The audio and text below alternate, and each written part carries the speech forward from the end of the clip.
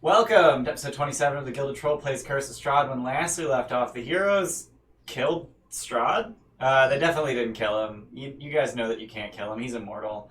Shit at him. This is a thing that you know. You just beat the shit out of him until he discorporated. And then sank through the stones of Ravenloft. And you find yourselves on the rain-slicked precipice of the shortest of the three towers of Ravenloft. The one tower whose name I do not know. The other two are the North Tower and the High Tower. I don't know what this one's called. The main tower? Baby. It's the baby. Party tower. It is the widest tower, so we're going to call it the Wide Tower. So you find yourself in the rain-slicked precipice of this tower. Hey, Mako Jim, staying with the Gilded Troll. Thanks for the resub, Mako Jim. And congrats on being a bronzed troll now, those 3 months. Yeah. You got some metal on your tusks now. The thick tower. Yeah. We are as Shadows points out, 40 followers away from our goal. We're trying to get to 1,000 followers, and we're at 960. Once we get there, we're going to do a charity stream benefiting Extra Life with all of our Curse of Strahd and obviously the Dragon Lord's characters beating the shit out of each other until they die. It's going to be a team deathmatch. And we also just started a channel point goal, because I like having those, and I realize it's been a while since we had one. So we got a channel point goal for a Teenage Mutant Ninja Turtles one-shot, the second Teenage Mutant Ninja Turtles one-shot. Annie's going to be DMing it, as usual. I guarantee Endgame by Tabletop Audio will appear, because that is the Shredder song. Fucking best. And yeah, we might switch up the lineup a little bit. We're not 100% fixed on our turtle lineup, so stay tuned. We'll figure out all that once we. Oh my god, we have 23,000 points already. Once we hit our point goal of 420,069. We're mature. We're mature already. Just as mature as the turtles would be. Yeah. Yeah. Exactly. So you are on top of this tower, 190 feet above the ground, and you are aware that the Crypts of Ravenloft are 80 feet below ground. So straight line distance, 270 feet from there to here. And you guys wanted to get down there to make sure that Strahd is indeed in his coffin and hopefully paralyzed by a stake that you just sort of left where his heart should be. What are you doing now? So we're not going to roll initiative, but we're going to stay in rounds because time is of the essence. So what are you doing? Rubik can't burrow down, can he? He cannot. He cannot burrow through solid stone. Alright. But Could we fly around to the front door and just go down from there? Would that save us time? I think the back door, the church chapel is door, would be our probably best closer, bet. yeah. Okay. And because we have the chapel should be like right here, and then through the chapel, down the spiral staircase, Mm-hmm. and once we get there, those of us that can fly can just drop, Mm-hmm. and then do the link catch trick. And Oh, then we got a treat out for the floof. I missed it because there's so many channel point Yeah, I got a treat out redemptions. for the floof queen. Move So queen. thank you, Legend. Floof queen.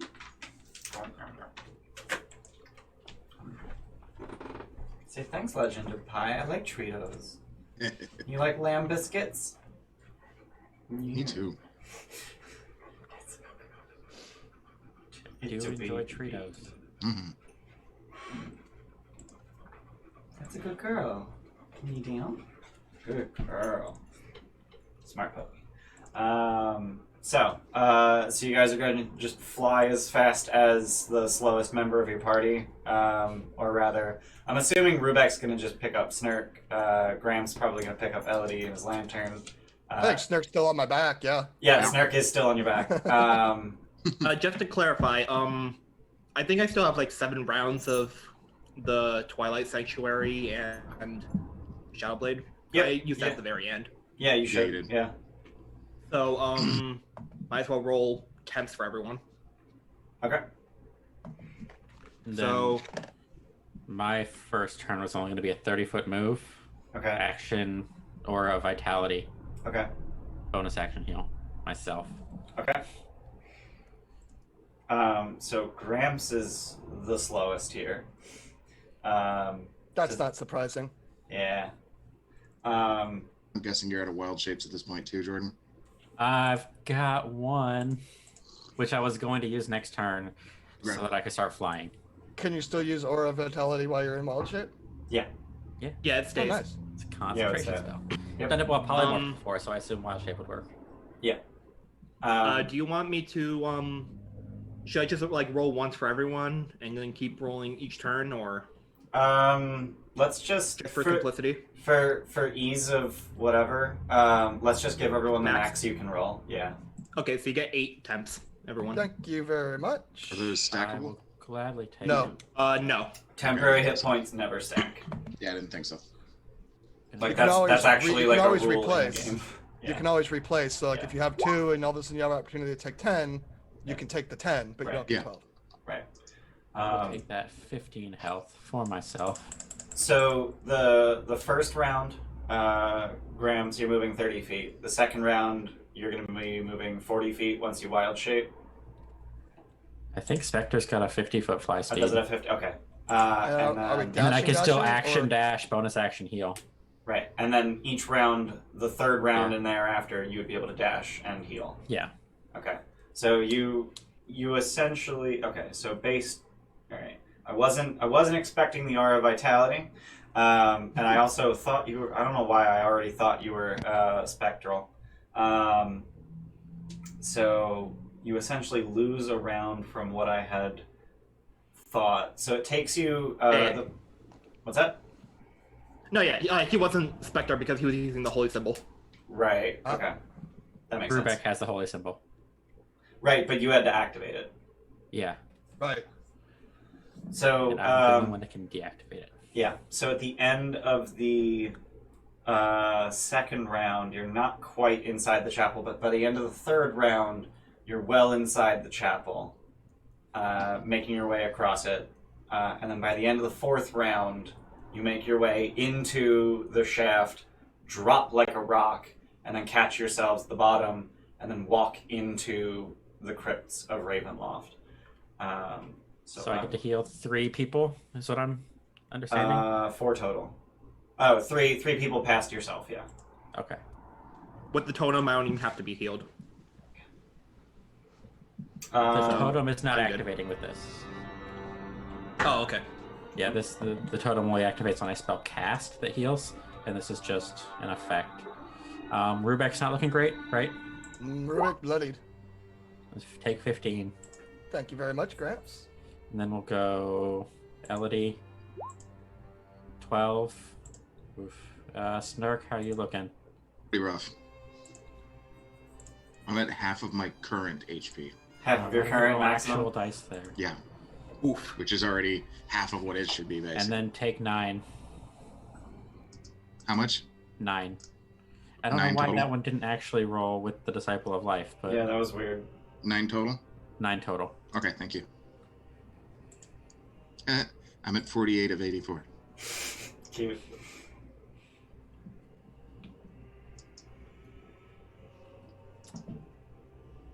Yeah, So I can do that. I'm only missing 7, so I'm good. Jeez. My max should be another 40 higher Elodie, than Elodie's 84. pretty fucked up. Yeah, Yeah, she she took was. that like 50 something hit. Yeah, she Oh, got hit yeah. for 52 right at the end. What was she hit by? Strahd's Steelwind Strike. Mhm. And I rolled Nice. 52 on 6d10. Jesus. Oh yeah, that's right. So that is 4 heals, okay.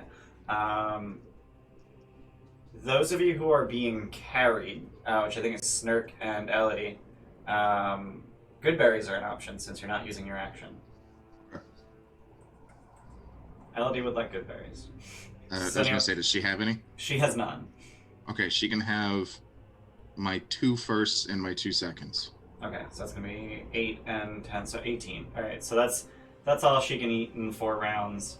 She's Okay. no longer bloodied, Well- so that's pretty legit. Actually, since I can cunning action, I'm gonna eat a berry too. Okay. and that'll take me up to full. All right. So you It's all of my berries. enter the Crypts of Ravenloft after 4 rounds, and that means plus. Okay. Now what? Down to Heal. Strahd's tomb. Yeah, Alright. beeline it. Feel free to move your tokens 1 round at a time. So if I'm dashing, I can do. You can do 120 feet. Yeah. I think you get there in 1 round, honestly.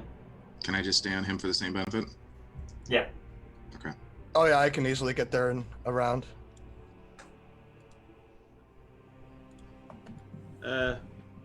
Nope. That is. Wait. You should be in hybrid form, right? Dinesh? Yeah, I'm still in hybrid form. I'm just trying to get my aura up. Let's make sure we I'm trying to don't. remember how much it is. Make Yeah, sure it's we don't 30 foot touch radius. the Forgot to put these on the token spot in rack. front of the door. So Oh, those Rubek- are cool looking. Rubek, as you turn this corner at speed, you see tall, probably about 12-foot tall spectral angels wielding swords. And as you turn the corner at speed, the one in front of you swings at Rubek and Snurk. I need each of you to make a dexterity saving throw.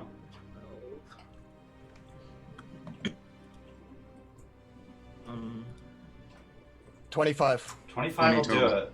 20 20 total. will also do it. So you each take 10 radiant damage. Oof. Oh. I'll just say I stayed here because I could reach farther. Okay. But And you hear footsteps coming up the stairs. They're not Strahd's footsteps. They sound smaller, more unsure, and you see a familiar face. I just want to go out there and say thanks. I hate it before we even know who it is. don't tell me it's who I think it is. It's probably not, but if it is, And Madame Ava says to you, oh, "You are a plague upon this place and everyone in it. But I didn't care so long as you helped one person. Just one. But you couldn't even do that. You are all of you petulant children, and I will not let you hurt my brother." Roll initiative. brother. Okay. I'm using a chair. Whoa. So with that last round, would I have gotten a bonus action to heal? Yes. Rubek is getting. Oh this heal. yeah. Take 13 healing, Rubek. Thank you, Graps. Really? Now you roll that? Mark this. Fucking now of all times.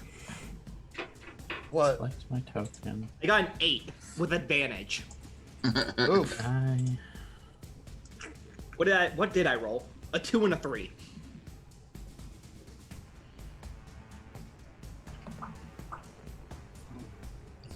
I'm actually going to move Gramps over there. I should have a aura of sunlight on me too. Is the medallion. Yeah. Whatchamacallit? I forgot to click my token when I hit initiative, so you Okay. can just add it. Yep. Can you give my Spectre sight? Yep. Oh, good. And he has a token on the board. It's probably fine.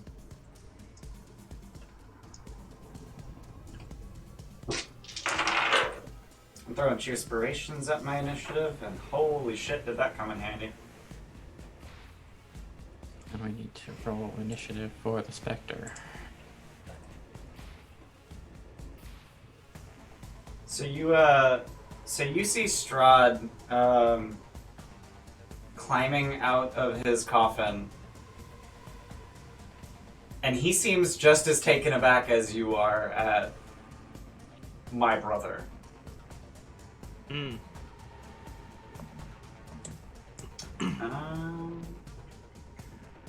I need Elodie because I am the big dumb. I'm like, there's not enough people in initiative. Why not? Elodie. That's why. All right. There's no chance we could level up right now, is there? I could really use another spell slot. Snark, it's your turn. Fucking shitty poop dicks. Yeah, it is.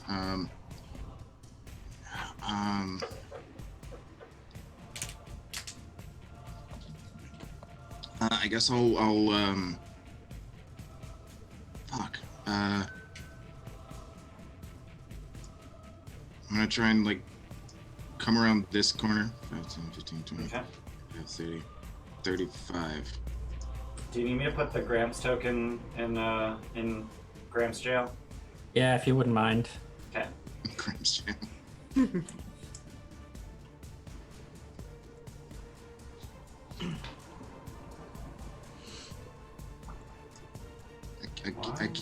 I can't see in front of this one block for some reason.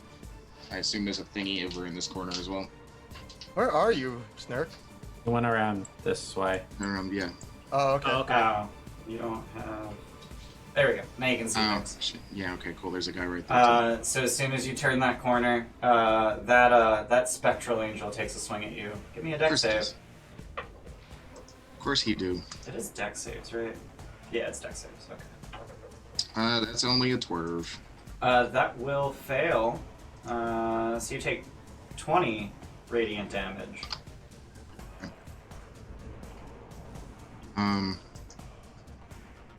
I'm sure it's not going to do anything, but I'm going to take some arrow shots at her.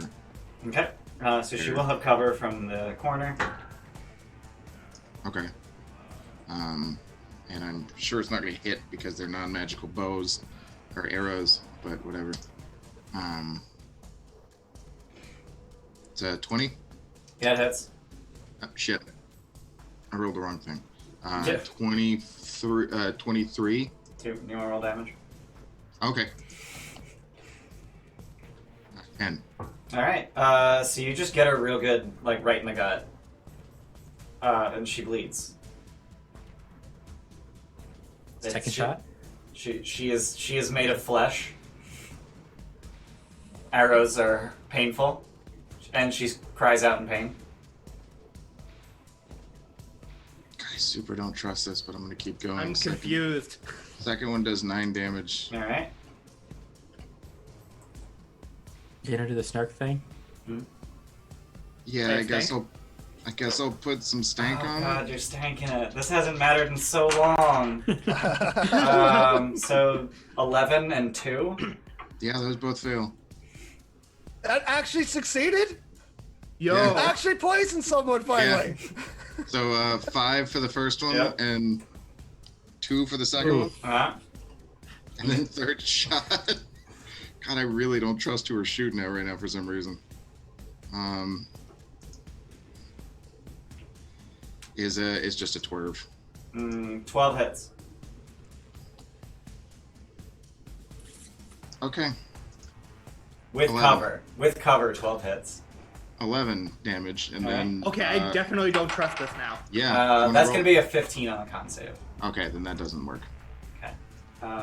But that's still 11 piercing damage. So she cries out in pain as you and you just fill her chest with arrows. And she kind of falls down the steps a little. Shit. I feel like... Anything else, Nick? Oh god. Wait. No. All right. Feel really uncomfortable about what just happened.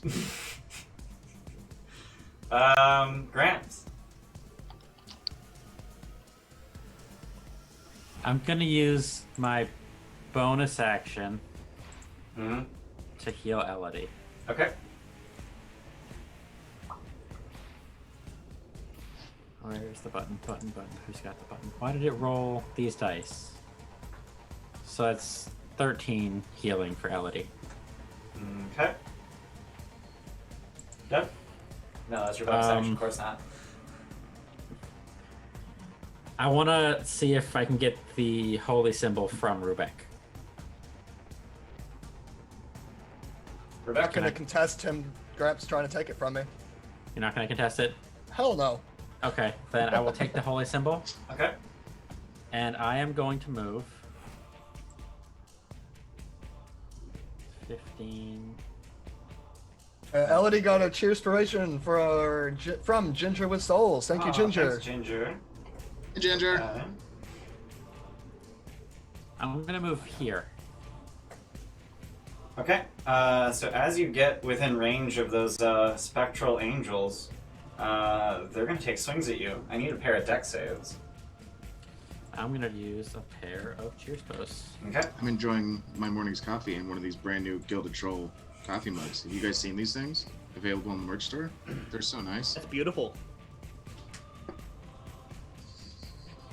19 and 22. Both of those save, so you're only going to take 20 radiant damage. Okay. Still a specter. Just barely. Just barely. Oof.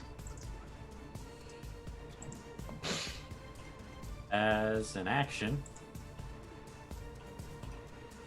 let's life drain. Okay.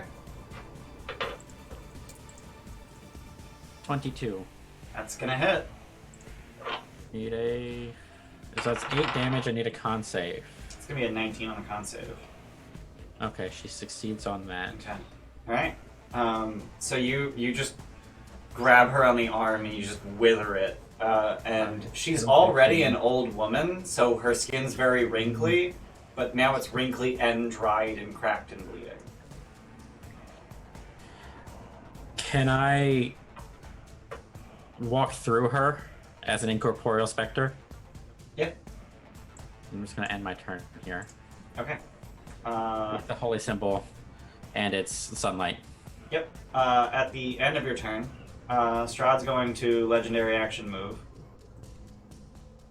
And he's just gonna surge up and around the corner. Outside of your sunlight. The aura is my vitality. Right. Isn't the sunlight 30-30? Yes, but there's a wall that Oh, fuck blocks that. light. Oh, shit. Notice how he's in shadows? Yeah, but no. So question: How many turns did it take for us to get here? It took 6 rounds. 6. Okay. So I think you got 1 round left on your Shadow Blade and Twilight. This whole map is in shadows, let alone just Strahd. Okay. I gotta make it count. Alright, and now it's Strahd's turn. I like. So Strahd is going to cast. How big is that? And does it go around corners? Oh, it's a 40-foot. Holy sh! Okay. So he's going to cast slow. 10, 20, 30, 40. Look at that. He can hit 4 of you with slow. So I need a wisdom saving throw from everyone but Grams. I'm gonna take 20 that. You fucking would. I'm scared of wisdom saving throws. You scarred me. I'm gonna take 22. I'm Definitely gonna- worth save. I'm I gonna like to use take that. 20, not 22. I'm gonna Gosh, joke, sorry. cheer inspiration for Elodie because she's not great at those either. I got a nat 20. Just Elodie barely makes the save with cheer inspiration. Thanks, Ginger. So what did everyone get? 24. 22. Succeed. 22. Succeed, and Elodie got a 28, which barely succeeds. So no one gets slowed. Lady, I love Okay, you. boss. Thank you very much. She get another take 20, and we got another Another- cheer for Elodie. Thanks, Ginger. So Strahd used 10 feet of movement to get there, and then he's gonna dip dodge, duck around a bunch of corners. Dip, dodge, dick, Actually, dodge, he's going to dodge, be dip, here instead. And as his lair action, he's going to try and compel Elodie's shadow to betray her. Because that is just the coolest lair action. It's a charisma save. I don't think she's going to need Cheerspiration, so she'll just roll it. Okay, that's going to fail. Plus 10 charisma save, and I don't know. Which means that a shadow spawns and immediately attacks her. Because they go at 20. Right after lair. So, shadow's going to attack Elodie. Strength drain. 10 does not hit. 10's not going to hit. So that's the shadow's turn, and now it is Madame Ava's turn. And she is going to cast Spirit Guardians at 5th level.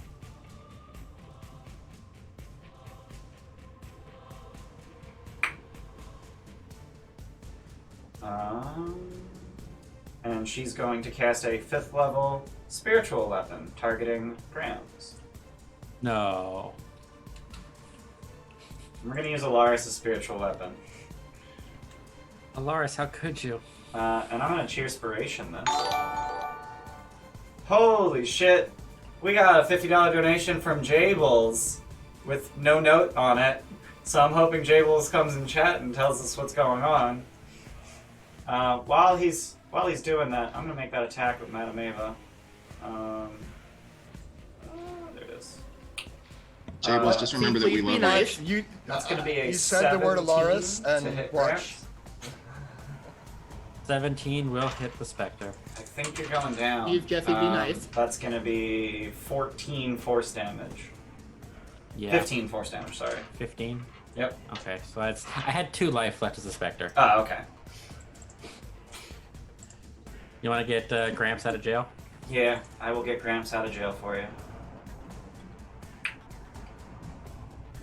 Oh, Oh, I need crap. to make some concentration checks. Don't I? I need to What make was 3 your of those. initiative, Gramps?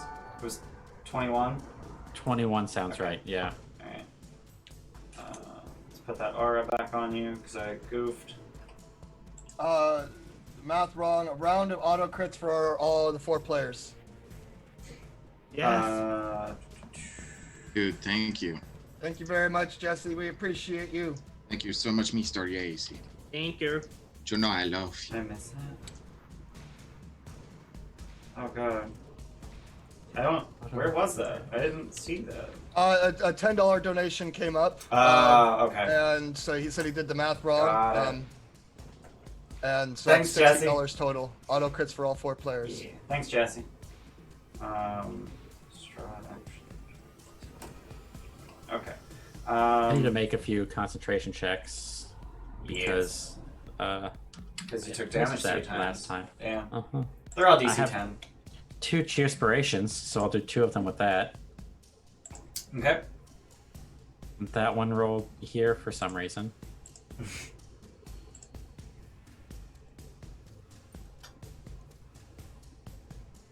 Last 1 and a one, 3. last one drops it.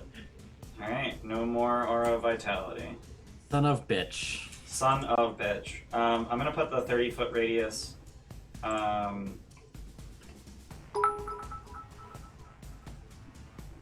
What the what? Whoa!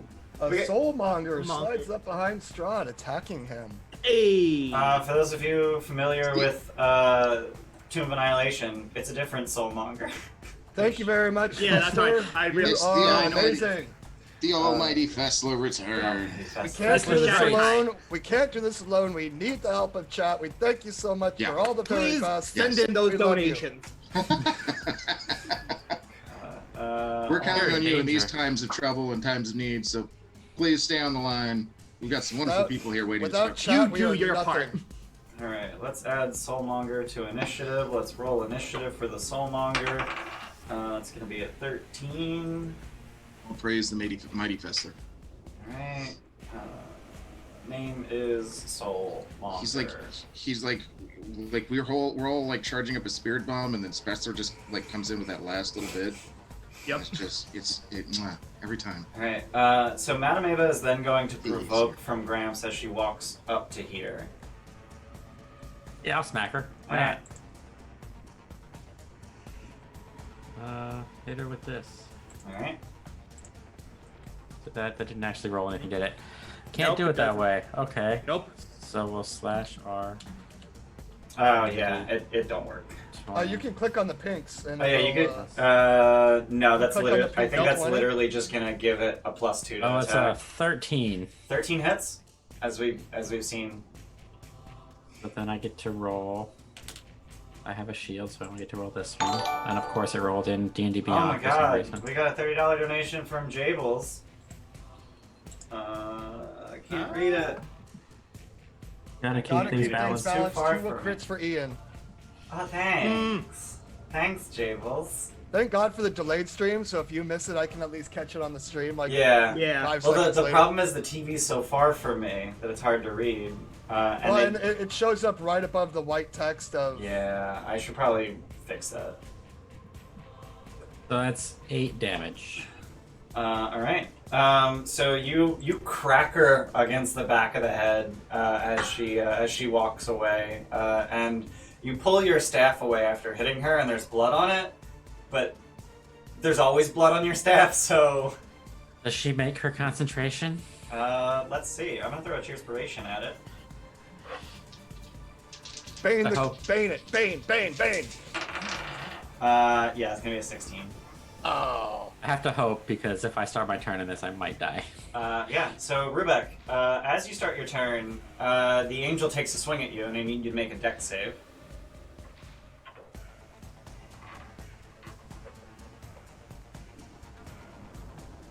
26? That'll do it. You only take 10 radiant damage.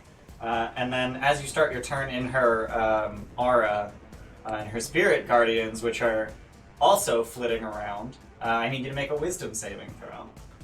Take 20. Okay. So that will save. So you're only going to take 21 plus 12 is 33. 16 necrotic damage. By the way, this is a 5th level Spirit Guardians. It hits Oh, hard. okay. Okay. Okay. So I think I know the priority now.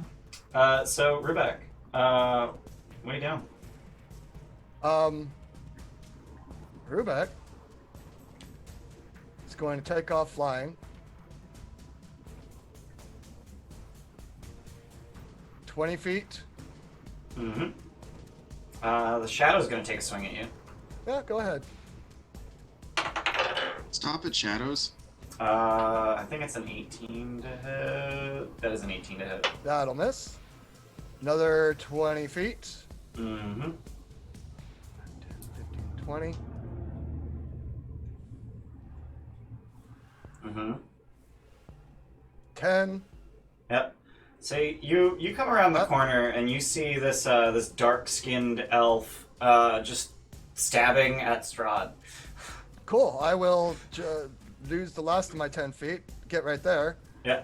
and start smashing at Strahd. Okay. So I don't have the Hammer of the Morning Lord anymore, so I'm just going to use my good old trusty. Please rename the weapon to Old Trusty. Good old, yeah, the right one's old trusty, and it's going to auto crit him. Alrighty. Oh, that's shit damage. Oof. Wait, why does that have... Why is that only a +5 to hit? Can I only have +5 to hit? Oh yeah, because he got hit by a shadow. Oh, your strength has been reduced. Okay. That's right. Ouch. So that's gonna be 7. And the only one I don't get is the 1. So Yeah, did any of that revert? Any Nope. of the... Okay.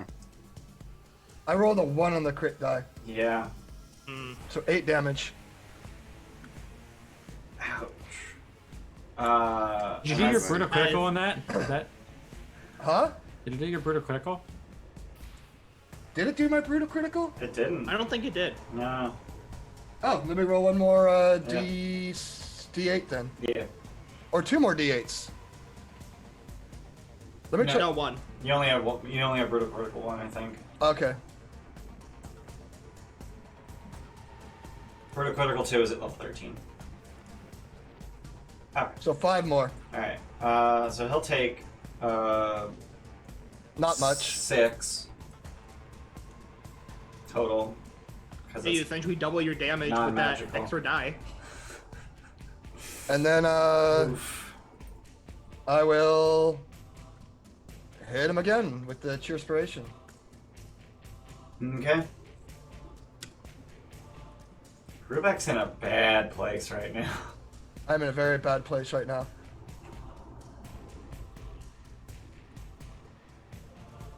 $15. 15 will hit.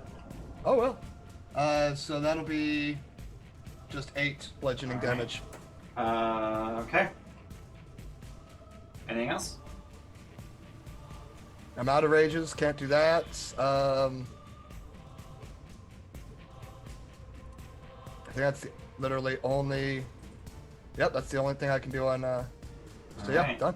Alright, at the end of your turn, he's going to use a legendary action to make an unarmed strike against you, and I'm going to use one of them auto crits Jables gave me. And he's going to claw at you mightily.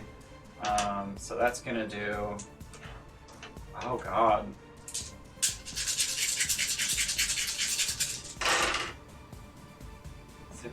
10 slashing, and Magical slashing.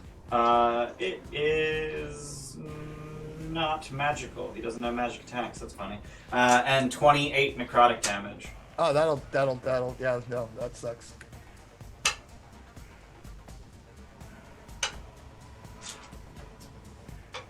Yeah, I didn't realize until I was DM prepping for this episode that his unarmed strike does 4d6 necrotic. It just does necrotic damage. Damn. It's disgusting. It is disgusting. It is Elodie's turn, and she's gonna hover around the shadow so she can peek around the corner at Snurk. She's gonna cast Twinned Haste on Inej and Snurk. Ooh. With the 3rd level spell slot she got back from her Pearl of Power. Yeah. Let me just mark her sorcery point. She's down to 1 sorcery point and 3 spell slots. And then Hey, I only have 2 spell slots. I I have a single spell slot. Wow. I don't have any. Okay. So she's now going to oh jeez. I guess she just wants to get rid of this shadow, right? Hmm. She has chromatic. Or, you know, the thing that's hitting Gramps. Yeah. But The thing that's hitting me, maybe. let's go. Do whatever you want. You're Yeah. in control. Let's go with Cheerspiration Chromatic Orb against the shadow. We're gonna do You would probably know about its resistances Thunder. from Gramps. Thunder. Oh, Acid Cold Fire Lightning. Chromatic Thunder. Orb, yeah, no, Chromatic Orb's not gonna. Acid, Fire, Cold, Thunder, Lightning are all resistant. Yeah. And it's immune to poison. Oof. Fuck. Oof. Damn. Well, oh my god, and then I rolled 8 on 3d8. Yikes. Alright. That didn't go as planned. That's gonna be her turn. Okay. Oh, that didn't use the slot. There we go. It is the Soulmonger's turn. Oh man, he's just gonna start stabbing Strahd, isn't he? Okay, what did he do? What are the crazy things? Oh my god, he has Chain Lightning. Wave of Weariness, 60-foot cube. I love the Oh, Shatter Kai creatures. Shit. Yeah, Shatterkai are crazy, and this dude's CR 11. Yeah. Yeah, Yeah, he's a higher CR than the Gloomweaver I always summon. Gloomweaver's disgusting. Yeah, Yeah. what is a soulmonger? It's a Shatterkai. It's one of many different types of Shatterkai, which are Shadow Elves, native to the Shadowfell. Oh. Which, Ooh, fun nice. fact, the Domains of Dread are in some Tangential. Yeah. Yeah, in some cosmologies, they are a demi-plane off of the Shadowfell. Okay. Well, it's thematic. So I think he's just gonna start stabbing. So anyway, I started stabbing. So that's gonna be 1 hit and 1 horrible miss with a 3 on the die. But he does 4d4 and 3d12 on a hit, which is just absolutely ridiculous amount of damage. Hell yeah. The almighty faster. Oh my god, I just rolled 4, 4, 4, 3. So that's 15, 18, and 22. 40 total damage. Some piercing, some necrotic.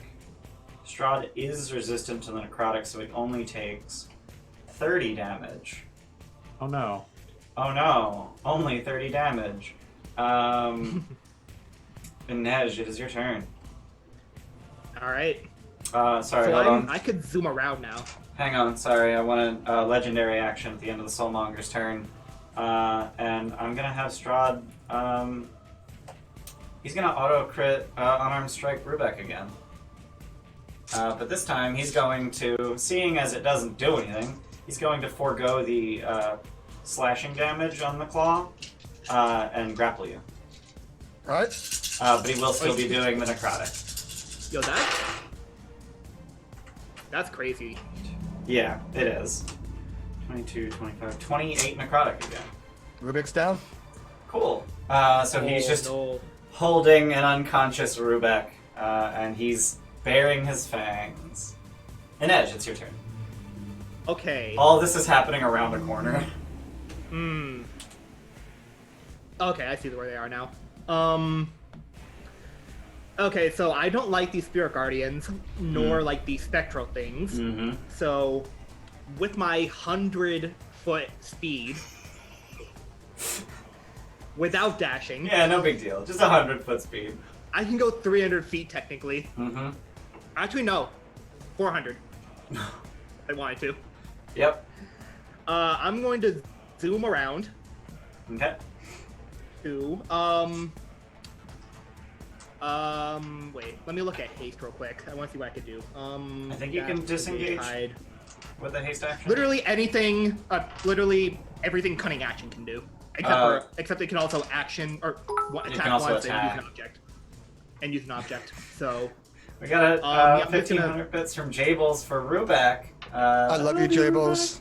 If you weren't across the country, I would run over there and kiss you right now.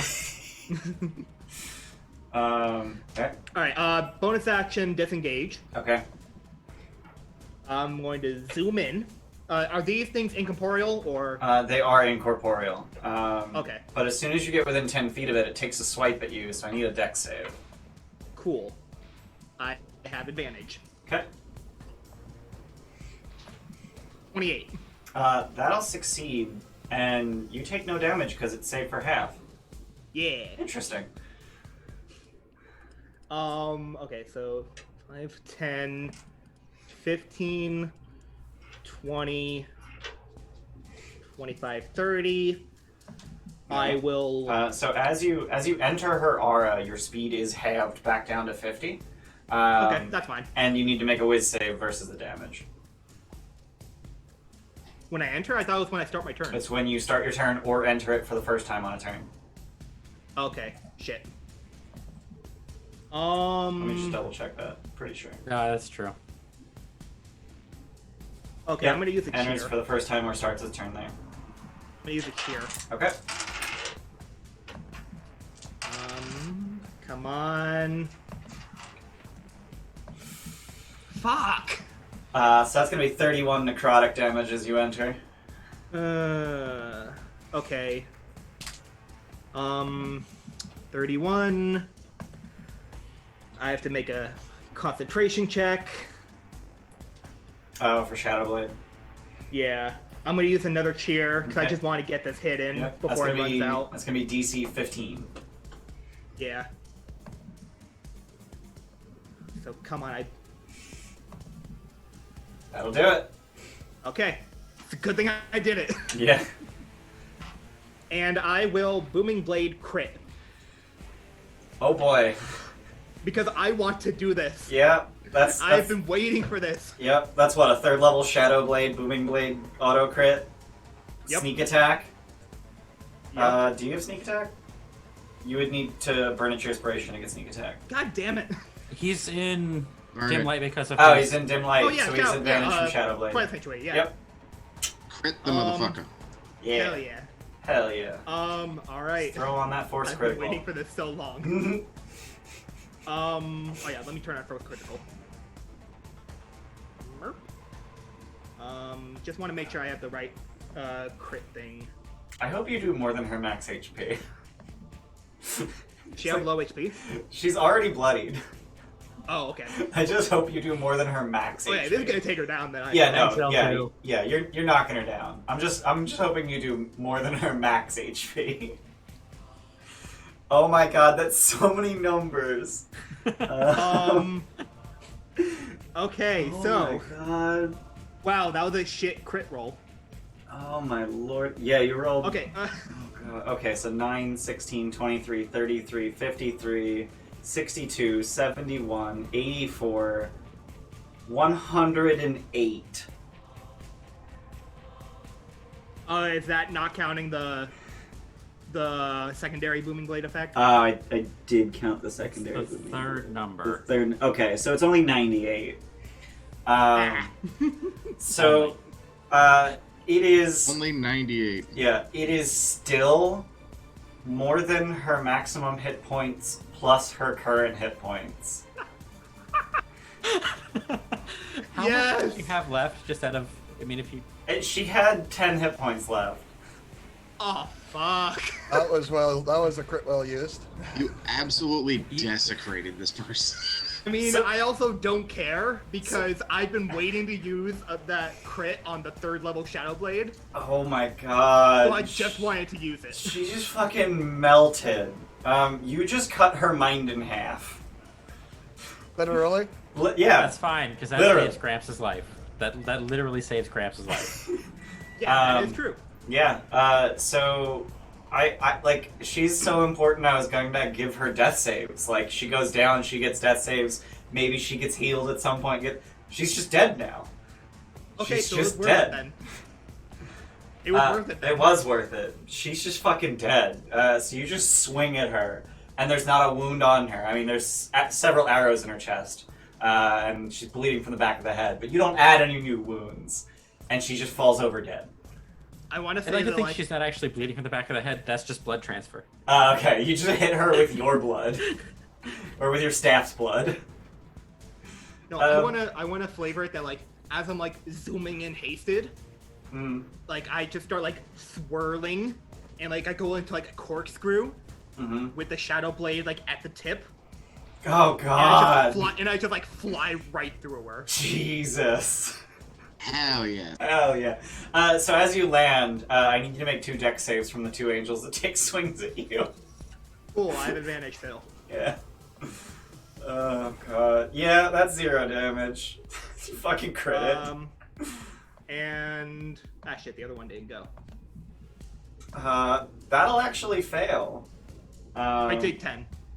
Yeah, so you'll take half and take 10. Jesus.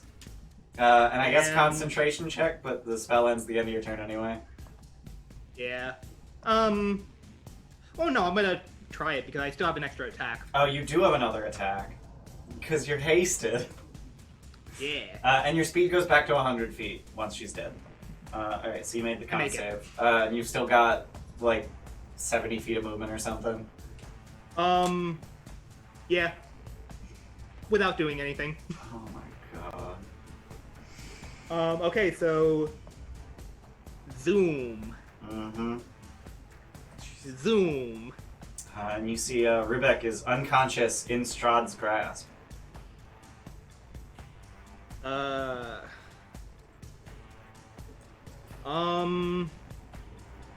What do I do here?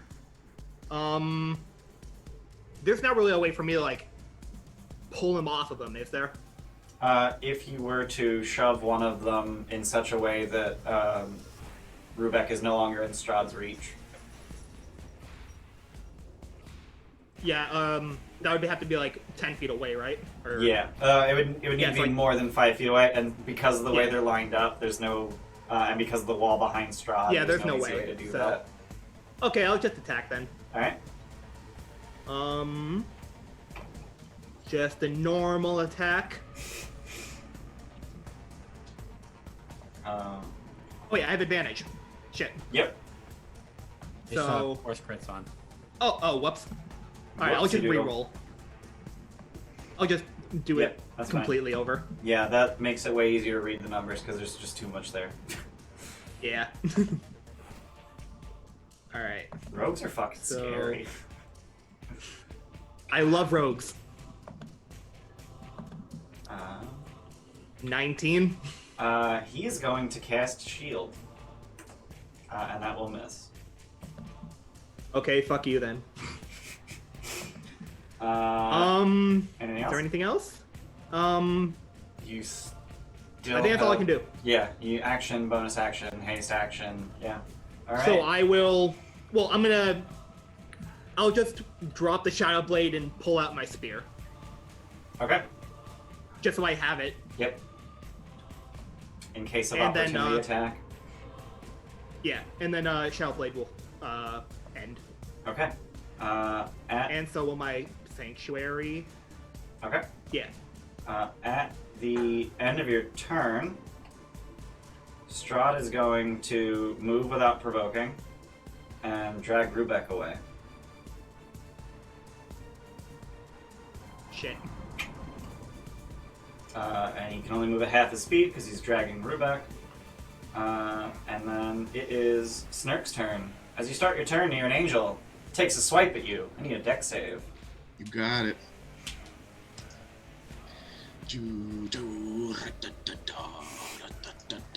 It's 11. That's gonna fail. You take 20 radiant damage.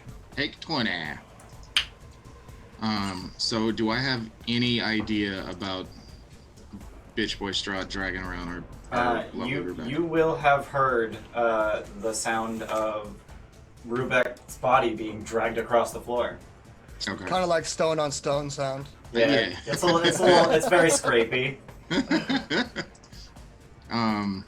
Okay, cool. So I'm going to head that way. Oh, there we go. Click the right thing. So you said he's up here, Yep. to my knowledge? Yeah. Okay. And I'm hasted. So if oh, there's a thing there. 50, 60, 65, 70. Yep, that's my full movement. So I'm going to swoop up here Okay. behind Strahdy Boy. Yep. What was the route you took? I went. Was it past the shadow? It was. Okay, so he's gonna take a swing at you. Yeah, that's right. Oh, Ian, question. Yeah. Actually, the shadow Would I already get opportunity attacked Rubeck, so he doesn't have a reaction. Would I get my 10th before the Twilight Sanctuary run out, or? Yes. Yeah. Okay. So I'll roll for that since I took damage. Okay. All right, Snurk. Okay. And Strahd is holding Rubeck, essentially dragging him by the throat. Yeah. And in his other clawed hand, there's just this shimmering blue field of force. He still has shield up. Oh, that's right. Okay. So just to clarify, things from my ring are bonus actions, correct? Only if the original spell is a bonus action. Is Revivify a bonus action? It is not, and also that's for dead characters, not unconscious. Oh, okay, not for unconscious. That's right, so I would have needed like one of the healing spells, which I don't have anymore. Fiddlesticks. Alright, well I'll just take shots at Strahdy Boy. Okay. I can pick him back up. Okay. Let me make sure I understand haste. +2 to AC. Advantage on dex saves, and you Advantage get on an dex saves, additional move speed's action with which you can attack, but it's only one. And I will attack. remind you, Bayless, that shield does nothing against the crit. That's true. Okay. Okay. Evil DM forever, thanks for following. Fiddlesticks. I mean, I guess I'll take shots. I I get 6 swings because of haste, yes? 4. Or is The it haste 4? action is only 1. It only gives me one more thing. Got Yeah. it. There was something where I remember I got 6, and I can't remember what the fuck That's that action was. surge. Action surge. Do you have any more of your what's it's left? My what's its? Fighting Is your spirit. fighting spirit? Yeah, that. No, I do not. Oh, wow. I should still be running on that, unless that withered away. Well, you'll still have the Thames, but Yeah. the advantage only lasts for a turn. Yeah. Okay, I'll just take 4 shots. Actually, you at him. probably you just took 20 radiant damage, so you don't have Thames either. Yeah, no, I don't have temps. Okay. God, I feel so I feel so disconnected and fucking confused right now. Sorry. I'll use a cheers bow on the first swing because I want to make sure they at least get something. Okay. Is that gonna make a difference? Probably. Good, whatever. The 23. 23 will hit. Really? Yep. Ooh. 14. 14's okay. Oh, damage. 14 damage. Sorry. Yeah. All right. And then. Okay. 18. 18's gonna miss. 26. 26 will hit. Okay, last one. It's only 15. 15's gonna miss. So 2 Okay, hits. so that. I just need damage for the second one. I like how it didn't roll damage for the one that actually hit. Whatever, I'll click There on we the go. other one. 17. Alrighty. So you just sneak up behind him and just start stabbing at him. I'm gonna try to do the same thing that I did to that those undead zombies we found in the in the what was like the room where like it was flooded with water and there were the Yeah. seats up top. The torture Where I room. just- Oh, yeah. The torture room, where I try to like basically come in with the blade again and try to like peel him off of. Okay. Oh, yeah. And he essentially just gets the shield in front of his face, and you're unable to do that. So you just go for essentially consolation swings at his back. Okay. Anything else? I don't think I have anything I can do on a bonus. I'm out. Oh, shit. All right. Graham. Fuck. It's your turn. I don't like these statues. Oh, they're spectral. They're just kind of hovering there. Well, yeah, but I've seen them attack people that get too close. They do that. And, That is a thing they do. and I have very few life right now. Uh-huh. You kind of trapped yourself a little bit there. I did. Mhm. I was hoping this Strahd was trapped in here too, but that didn't work out. Nope. So instead, what I'm He is- going to do He is trapped in here with us. is Or whatever. move and burn a hit die Okay. to go incorporeal. All right. And then I think I'm going to action dash. Okay. What? Graham's dashing? Yeah. What? It's only because I'm moving through walls. So He it's doesn't really have not covering time very for- much more space. It just takes me more effort. Got it. 20, 25. Are walls difficult terrain for you? I think they are. Let me just Are add they? here. Let me. I don't think they are. I don't think so. No. I just assumed that walls are difficult terrain. You can move through solid objects as though they were difficult terrain. Ah, okay. Never mind.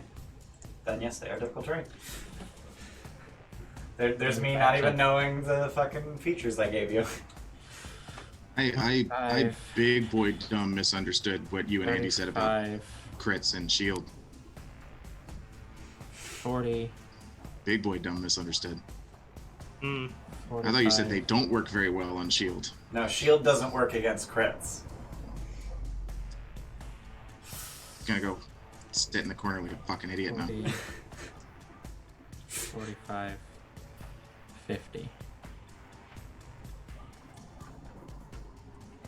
Would I move through allies if they're difficult terrain, as incorporeal?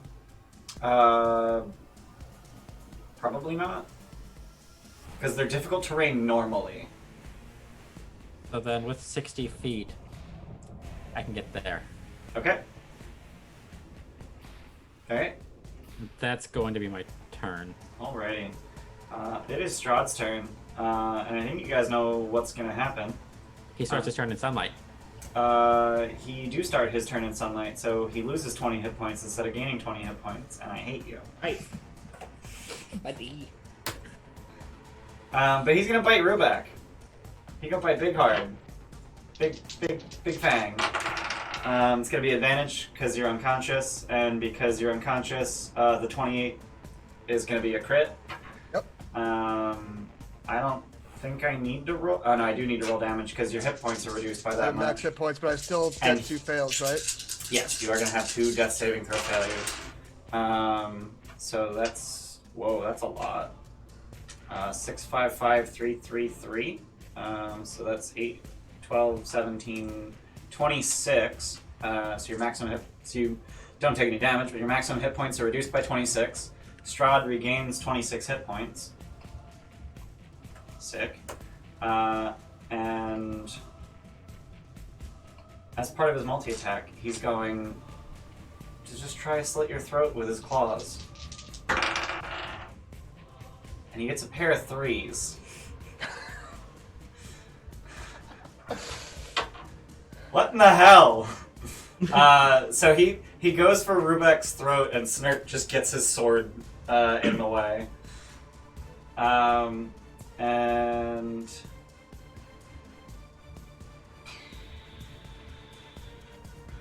Strahd's going to orbit Snurk and leave Rubeck behind. Actually, 5, 10, 15. Oh no, he can take Rubeck with him. Neat. He's very happy to take Rubeck with him. So he kind of just like flips over Snurk, like one claw on the wall, clearly climbing along it, and just kind of flops Rubeck on the ground. And then he bares his fangs at Snurk. Lair action. Snurk, have you had your shadow stolen? I have. Yeah, you did. Okay. On the roof. Yeah, Alright. Rebecca and I did upstairs. Who still has a shadow? Because I just stole Elodie's. And Nej still has a shadow? I still have a shadow. I'm not in sight. Gramps. Yeah, he can't see you though. I Alright. think just Gramp and Edge. Alright. So what can And the Soulmonger. Yeah, that's true. He can't see any of those though. So he is actually just gonna summon. No, he's not. He is going to command doors to open. And I think you know what kind of doors are opening. Don't fucking tell me. I'm fucking telling you. Oh, Oh. that is not what I was expecting. Angry Fire Horse is back. Angry Firehorse is back. Bucephalus! That's actually Bucephalus's crypt. Yeah, that's what I Hi, said. Angry Fire Horse. That's convenient. But also this one opened, and you hear growling come from within. So that's Okay, I think I have an idea what it is. and you also see a light like fire. So I gotta have to roll initiative for these guys. Is any one of those Tripsky Falls a lot? No, neither of those is Klutz Tripolotsky. That's what it was. Tripsky falls a lot. Tripsky falls a lot. Alrighty. It's his cousin. The Alright. worst children's That'll toy be my ever. next character. The Shadow's gonna take a swing at Elodie. 23's gonna hit. Oh god, that's very dangerous for Elodie with her very few strength. And that's gonna be 13 necrotic damage. And then her strength is reduced by 1d4. Yes. That's gonna be 2. So she now has 6 strength. Hmm. And she needs to make a concentration check. I'm gonna use that On. Cheerspiration because that seems important. Yeah. Yeah, she got it. She good. I didn't realize she had a +8 con save. So she kind of didn't need the Cheerspiration. But can you imagine if she rolled a 1? I mean, there's always a chance. Yeah, there's a 5% chance she rolled a 1, and now it's a 0.25% chance. So that big deal with haste up. Thanks for following, Fuzzy Wuzzy. And I've got some bad news, Rubeck. You need to make a death save. I do need to make a death save. I have a nat 20. Auto crit. Alrighty. Bleeding profusely from your neck wound, you nonetheless wake up. Your hammer, old trusty, was left behind. You dropped it when you fell unconscious. Alright, I'll just pull out 2 of my hand axes. Okay. You are still grappled by Strahd. That's fine.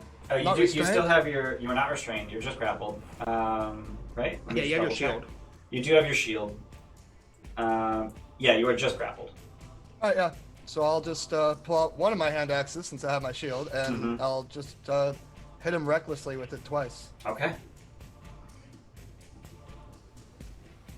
21 That's gonna hit. for 3. All right. He takes 1.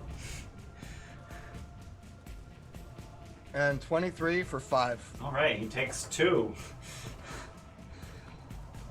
Rubek is just losing everything here. Lost his hammer, and then he lost his other hammer, and he lost a lot of max hit points. The condition was low and all the things, they're all starting to break off, and, and against Ganon, all those weapons are starting Anything to else, burn. Rubek? Oh, that's it. All right. At the end of your turn, he's going to make an unarmed attack against Snurk, and I'm going to Cheerspiration this. That's going to be 27 to hit. Yep. And I'm debating foregoing the slashing. You'd have to let go of Rubek. He would not actually. He just wouldn't be able to make any unarmed attacks until he releases one of you. 2 hands. Because he has 2 Oh, hands. so he would just grab onto us like a drunk guy walking down. Yeah, basically. I'm gonna do the slashing. So that's gonna be I love you 9 guys. slashing and 15 necrotic. I'm imagining it more like a big brother, like putting his little brothers in a headlock. Basically, yeah. I'm guessing that Rubek negative is, like, 15 much goes to taller my. than- What was that? I'm guessing that 15 goes to my max HP as well. It does not. Oh, okay. Yeah, he did not suck your blood. He just slashed at you. Got it. And then it is Elodie's turn, and Elodie is tired of these motherfucking shadows and these motherfucking crypts. And she's gonna cast Chain Lightning. She's gonna target the shadow and whatever the hell is in here. I get it. So let's get some. Are those dex saves for Chain Lightning? Yep, they're dex saves. I'm gonna laugh if the things in the crypt don't get a turn. Oh my god, they whiffed their fucking saves. So let's hit the cast Chain Lightning button. Is it gonna roll? Why did it not roll? Why are you like this? Cast on VTT. There we go. 43. We're gonna empower the 1s and the 2. So instead of 4, I got 15, so it's plus 11, so 54 lightning damage, and they're all gone, including the thing in the crypt. Fuck yeah. And by Hell thing, yeah. I mean things. There were 3 hellhounds in there, Ooh. But Thank now you, we'll Elodie. never know. but now you'll never know. Charred corpses, maybe. Yeah, now they're just charred corpses. And Elodie to best. Elodie just gonna kind of huddle around a corner. It is now Bucephalus' turn. And let's pull up the Nightmare stat block, because that's a thing I need. I was like, it's been a really long time since the Soulmonger took a turn. What's up with that? And then I realized he's next. Almost like there's a bajillion things in initiative order. There are a Yeah. bajillion things. Well, there were. I just deleted several. So Bucephalus is going to attack the Soulmonger with tubes. That's a critical fucking hit. Jesus. It's fine. The Soulmonger's got a fuckload of hit points. So it's Scary horse. 14, 19, 23, 29 bludgeoning, and 13 fire. So 42 damage to the Soulmonger. What? What? You don't like taking 42 damage? Not generally, no. Okay. Yeah, not most days. Okay, I'll keep that in mind for when I want to attack you. I think we prefer damage in like the single digits, if preferably. Okay, that makes sense. Possibly the negatives. Bucephalus is going to use his bonus action to try to overrun the group of you. So he's going to make an athletics check contested by your athletics. It is not acrobatics. Me? So Gramps, the Soulmonger, and Inej. He's trying to just plow through you and get out of the tomb. I'm gonna cheer. Okay, so you're actually going to try and stand your ground. I'm gonna actually try and stand my ground, becoming more corporeal than I have been the last couple seconds. Okay. Hey, so question. Yes. Obviously, mechanics that would work, but like, if the Soulmonger and Gramps succeed, would I have to even roll? You would not. If anyone 23. succeeds, he can't do it. So against Gramps, he got a 21. Thank you, because I have horse. -1 athletics. And then the Soulmonger actually also beat Bucephalus. So he tries to charge. So he just tramples the Soulmonger and then tries to just shove his way out of this crypt. And the two of you just stand your ground, and he goes nowhere. And it is the Soulmonger's turn. And I think he's just gonna stab the shit out of this horse. I think that seems appropriate. That seems very appropriate. And that's going to be a 19 and a 20 to hit. So those are both going to hit. Cue a buttload of dice. Yeah, I'm just using Beyond 20 to roll them because I don't want to roll all these dice. So that's going to be 40 damage on the first one and a meager 27 on the second. So total is 67 damage, and the horse is bloodied from full, just immediately in one goddamn turn. 67 damage. Jesus Christ. Inej, Yes. it's your turn. Okay. Sorry, I keep doing this to you, but at the end of the Soulmonger's turn, legendary action from Strahd, and Andy and Bayless are gone. But I want to attack them. Can I hold out the holy symbol as I see Inej getting ready to run by? Just like, here, take it. So I could go save them. Alright. I'll Snurk, Strahd is clawing at you again. Okay. I'm gonna throw my last Cheerspiration at it. That's gonna be a 25 to hit. Yep. And that is D8 4d6. So that's gonna be 10 slashing and 16 necrotic.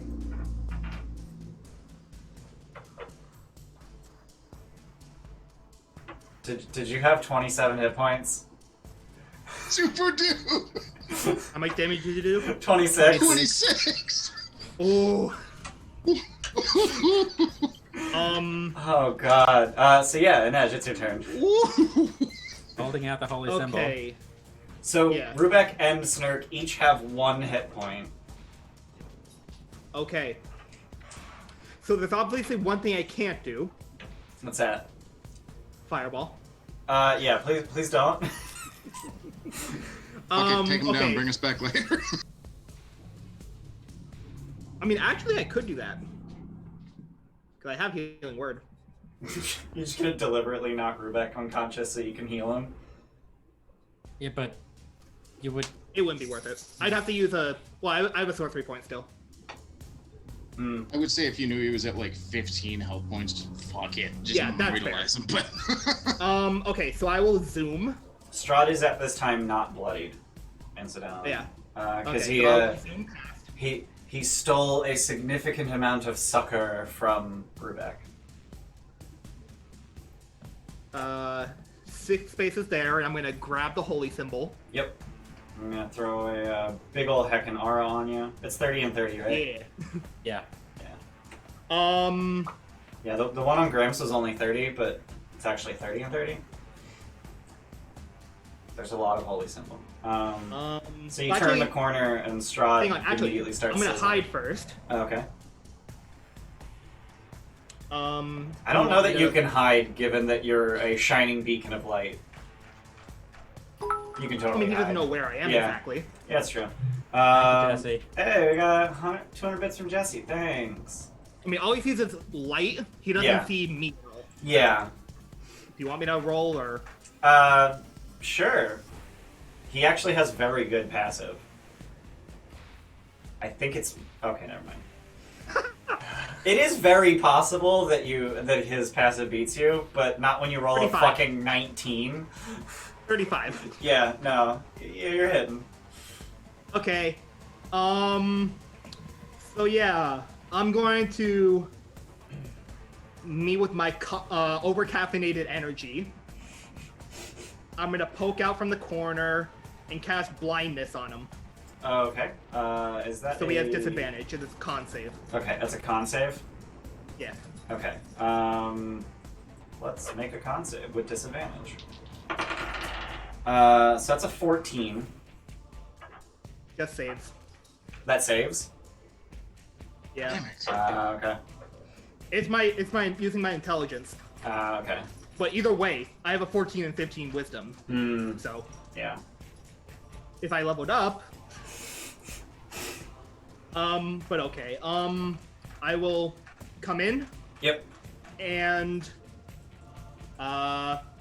just swing at him. Alrighty. You no longer have advantage. Nope. Both of your allies are conscious, Yeah. so you do get sneak attack. Yep. 24 to hit 24 will hit. and 28 piercing damage. Okay. Gee, that hurt. Alright. Anything else? And that is my turn. Alrighty. At the end of he's used one legendary action this round. So at the end of your turn. Yeah. Oh no, he's used 2 already. So this will be his 3rd legendary action for the turn. He's going for Snark again. You're the guy who keeps hitting him a lot with that sword. And I'm gonna cheer Inspiration again. And that's gonna be a 23 to hit. Yep. I don't think I need to roll damage. Alright. And now it's Snark's turn. Death save.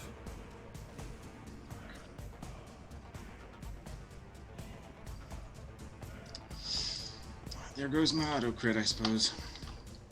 Alright, you're gonna auto crit to the death save. Probably best. That board is very empty. Yeah. It's fine. This is the last thing we need it for. Face. Alright, Snark. Here, Come on. Rubik cramps. Take your turn. We got this. Okay, so I still have my turn. Yes. Okay. Yeah, you fall to the ground and then immediately wake up. Okay. I will take fucking shit dicks. I will take. I think Fuzzy Wuzzy's trying to give you something. I What do you- think so. You gotta get rid of the yeah, he's space trying to give you an between auto-crit. cheer and the number. Yeah. Are you actually throwing one my way, Fuzzy Wuzzy? Because that would be super rad of you. Thank you very much. I will wait till I'm just. I don't want to be rude. There it is! There it is. Okay. There it is. Hey. Well, thank you very much, Fuzzy. That's very Thank sweet. you, Fuzzy It's Wuzzy. not canon until we get the ding. Yeah, we gotta get the ding. And Thank you, Fuzzy Fuzzy Wuzzy. And Fuzzy You're Wuzzy super earned awesome. their copper nib badge. Ooh. Ooh. Nice. Thank you very much. I'm going to use that immediately. So let's. I found out that in Roll20, there's a tiny little bee next to the to the very bottom of the chat that you can use to force critical hits as well. You don't have to go to the browser bar. Oh. Yeah. Oh, the little, in the Roll20 thing, there's like 3 places you can actually access the settings. Yeah, Ah. down at the right where it says send a message as me. There's a little red D20 there that I can use as well.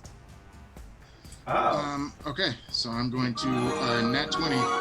Hey, we got sub from Fraginator. Fraginator. Welcome back to the Guild of Troll Fraginator for 5 months. Did that just start a hype train? That did just start a hype train. Oh snap! Hype train! What train? Hype train. Get him, small frog boy. All right, I'm a D20. He asked. Okay. For a second, I thought you legitimately just rolled a 20. You did, however, roll a 10 and an 8 for damage. That's a 17 and an 8. Well, the 17 includes a plus 10. Well, yeah, static. you're right. Or sorry, you rolled a... Oh no, you rolled a 7 and an 8. Okay. On 2d8. We got 2 gift subs from Jay Miller. No, 3... 2 gift subs from Jay Miller. Welcome T.S. Durand and Fuzzy Wuzzy 13. Welcome to the gifted sub. And then we got another 2 gift subs from Andy the Math Magician. So welcome to the Gilded Troll Shire and Dawson Miss 5712. Welcome to the gifted sub. And we got 100 bits from Sean for Scorpius. Because he wants to be in on the hype train.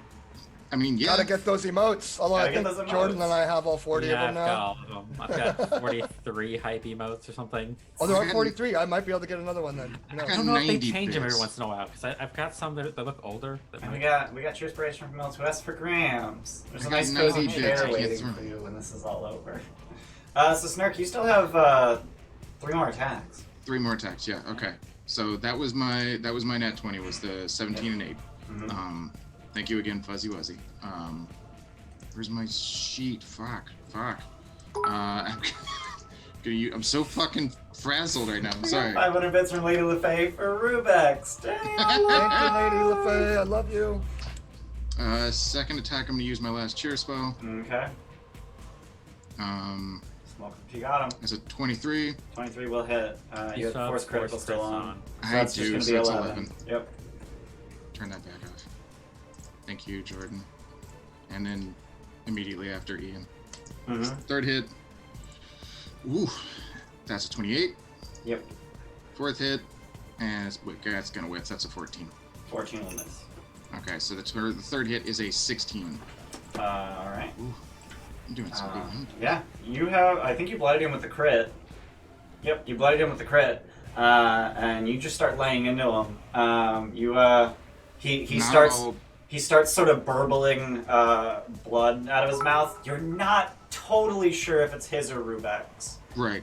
I don't want to break grapple. I just want to take the sword and just be stabbing back into him, like into his torso. Oh, you're not grappled. From the grapple. You're not grappled. Oh. That you gotta hit you. No, I decided to do the slashing instead of grapple. Oh. I thought. Yeah. Okay. But still, you're not grappled and you're shooting him like that. Yeah. Yeah. Alright. Sure. So he's just got blood running down his face and staining his. Supercut 8 did give you a cheerspiration, Ian. Oh yeah, yes. Super CT8. Thanks for the cheerspiration. And then cheers post from Fessler for everybody. Yeah, we got cheers post. Thank you, Fessler. You are a saint. You do so much, Fess. Yeah. And we got 3 gift subs from A-Lot. Thank you, A-Lot, for the 3 gift subs. Thank you, A-Lot. Welcome to the Gilded Troll, the only Razor, Sir Heckalot, Josmu, and welcome to the gifted sub. And we got 200 bits from Lunar Flower.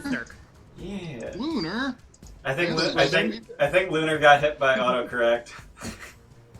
Oh yeah, Rubik doesn't this get it. This train is insane. It doesn't happen on mine anymore because like my computer got smart finally. But we got 2 more gift subs from A-Lot guy cheerspiration for everyone. Oh my god! You guys are the best. You guys are the best. Bro, Seriously. I love it. We got 2 guest stars from Jables, so welcome to the Gilded Troll Goodies, Candies, and Janeway's Eyebrows. thank you, last I will never not laugh at that. If I didn't say so Welcome, already. welcome to the gifted sub, and thank you everyone. Thank you A-Lot for the cheers bow for everyone. Love you Holy guys. shit! Let's continue game, Snark. Anything else that you wanted to do with your turn, Snark? You are not grappled, and in fact have your full retinue of 70 feet movement if you so choose. Okay.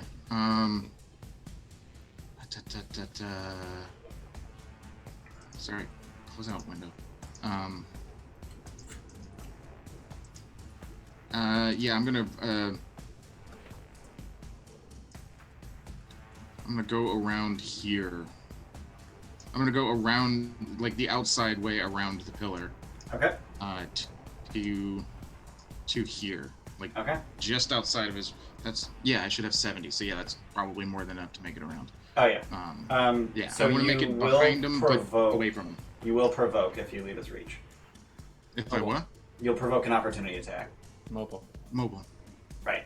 Thanks for reminding me of that. You would think that in episode 27, with him having gotten that in like episode 6, that I'd fucking remember that. You remembered it last time. I That's why did, was yeah. surprised. Because you even made the joke about me going in it. Alright, done?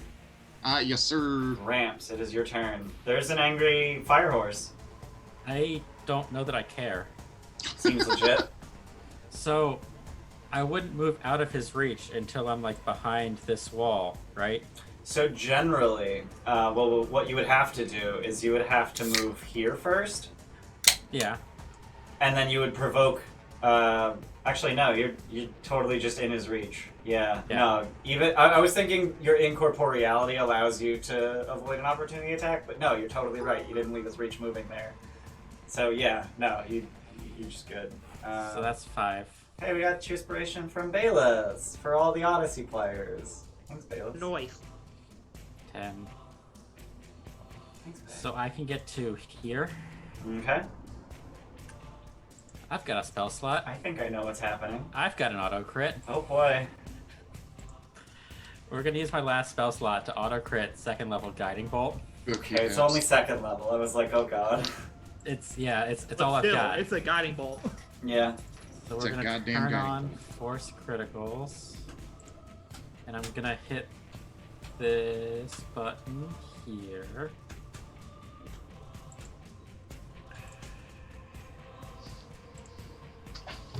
Hmm. 37 radiant damage. Hmm. Ouch. Mm-mm. So he's just crackling with this glowing radiance, and he is very clearly fearful for his life. Anything else? Also, his skin is like flaking off like ash because sunlight. Yeah. There's blood running down his mouth and chin, dripping onto his beautiful white clothing. Is he handsome Strahd or is he ugly Strahd right now? He's been ugly Strahd the whole fucking time. You know, I figured. I've used all my bonus action stuff, so that's it for me. Alright, at the start of his turn, he takes 20 radiant damage from the sunlight. And then everything, he says a few magical words, releases Rubek from his grasp, and the brilliant white light turns a sickening green. Fuck you. This shit again. This shit again. So let me turn I this. don't like this. Yeah, that's a good reaction. So we're gonna do a 27.5 foot radius because it's a 5 foot. There we go. We're actually gonna put it here. And then he is going to, Motherfucker. Does he get hit by that too? at the start of his turn, if he's inside of it. Okay. And Which- started his turn and then made it. Yeah. And he has a legendary action that allows him to move, so odds of him Yeah. starting his turn in it, not high. Lair action, he's gonna try and command Grants' shadow to attack him. Give me a... Is that wisdom or charisma? I can't remember. I think it's charisma. It is charisma. I'm using a cheer spell. Okay. I'm not great at charisma. Just to yeah, 20's gonna save. So to give you an idea of like how bad this guy looks, he looks like he's got a broken arm. He's bleeding from a variety of holes in his body. He's limping. There's blood everywhere. Some of it's his. And Rubek. Con save? Constitution saving throw. I want to use cheer for that. All right. Actually, no, I'm going to use a take 20 for that. All right. Thank you, Lady LeFay. And Sickening Radiance is in fact save for none. Yep. And then Rubik looking probably like complete shit, just bleeding everywhere. I'm gonna use 2 cheers, Mm-hmm. and I'm gonna hit him with my mundane, boring old, not special at all hand axes. Yep. 14. Not gonna do it.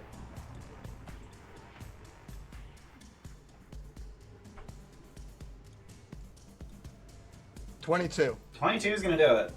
6 slashing. He just catches it with his palm and just buries itself in his hand, and just blood runs down his wrist, and he just bats it aside. He's so fucked up right now. Anything else? No, that'll do it. Alright, at the end of your turn, he is going to legendary action fuck right off.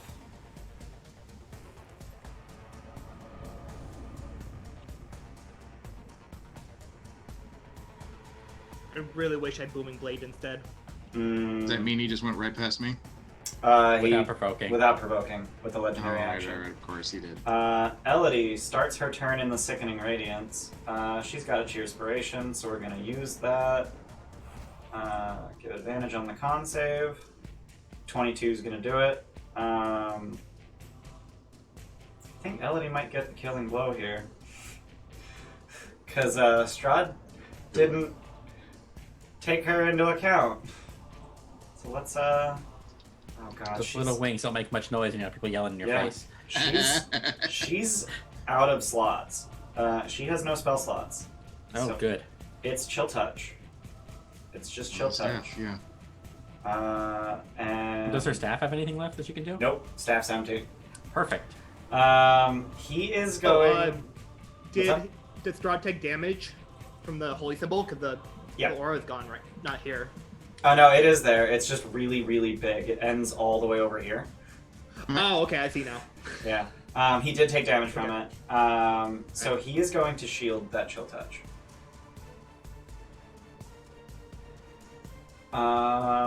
And she's gonna quicken another one. And roll garbage.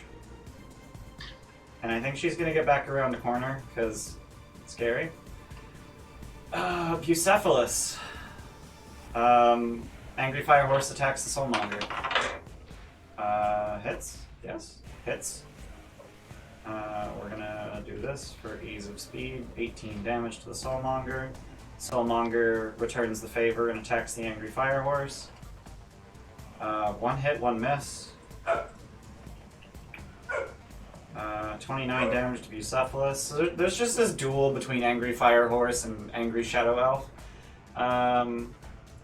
And at the end of the Soulmonger's turn, Strahd is going to...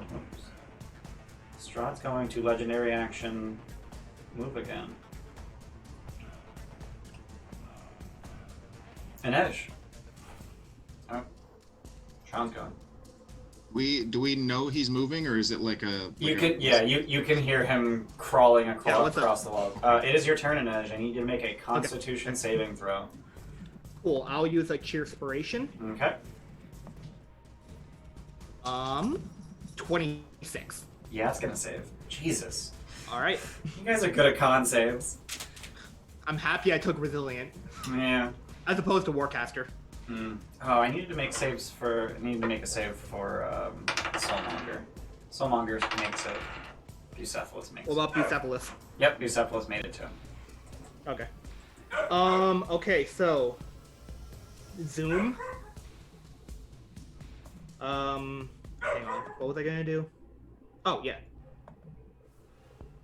And you Okay, do hear Strahd's clawing across walls as he leaps from wall to wall. You hear him scrabble, and it echoes just a little bit different. 5. And tells you that he's going back into his crypt. 6. So as soon as you get within 10 feet of that, I need you to make a dex save.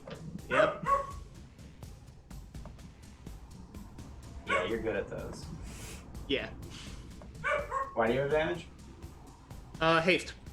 Right. How many was that? I think that was 6. 7, 8, 9. Yep, that was 30. 10. Okay. Where is he? I don't have dark vision. Oh, that's weird. You should. Oh yeah, what the hell? Why don't you have dark vision? There we go. Now you have dark vision. Okay. Where is he?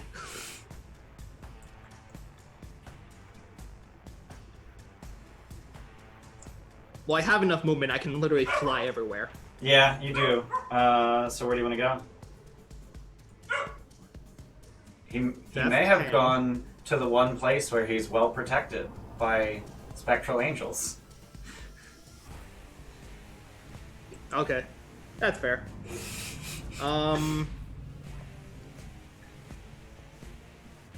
Go down here. God, this song. Another deck save. Another deck save.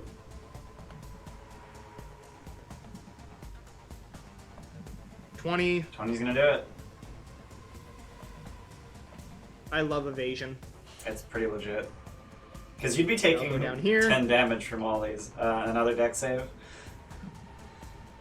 Because these dudes just save for 10. Yeah, that's gonna do it. Jesus 25. Christ. Can you roll low? Haste has come in clutch. God. Haste came in so much clutch. Yep. And you see Strahd. So let me just- see how far I went, honestly. Yeah, let's, here, let's... That's 90 feet. No, I was 10 feet left because I was here. Like I stopped here. Okay. So 80 feet then. Okay. And then you need to move 25 feet to get to him from where you're at. So okay. you're gonna have to use something to dash. Yeah, that's fine. And he's just standing on top of his, not on top of his coffin, but behind his coffin, panting. I'll use my bonus action because I can do everything with the extra action anyway. Yep. So zoom. Yep. I'll go behind him Oh, jeez. Okay. and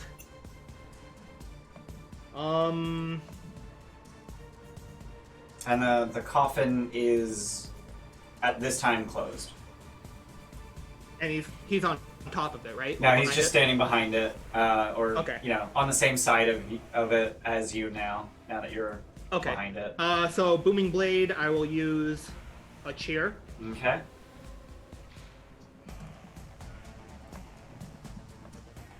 So hang on. This will be super advantage. Mm-hmm. You already have 30,000 points towards the Teenage Mutant Ninja Turtle. Well, 30 hit.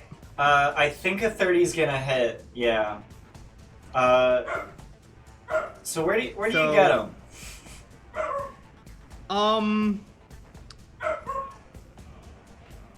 I'll say like right above the heart.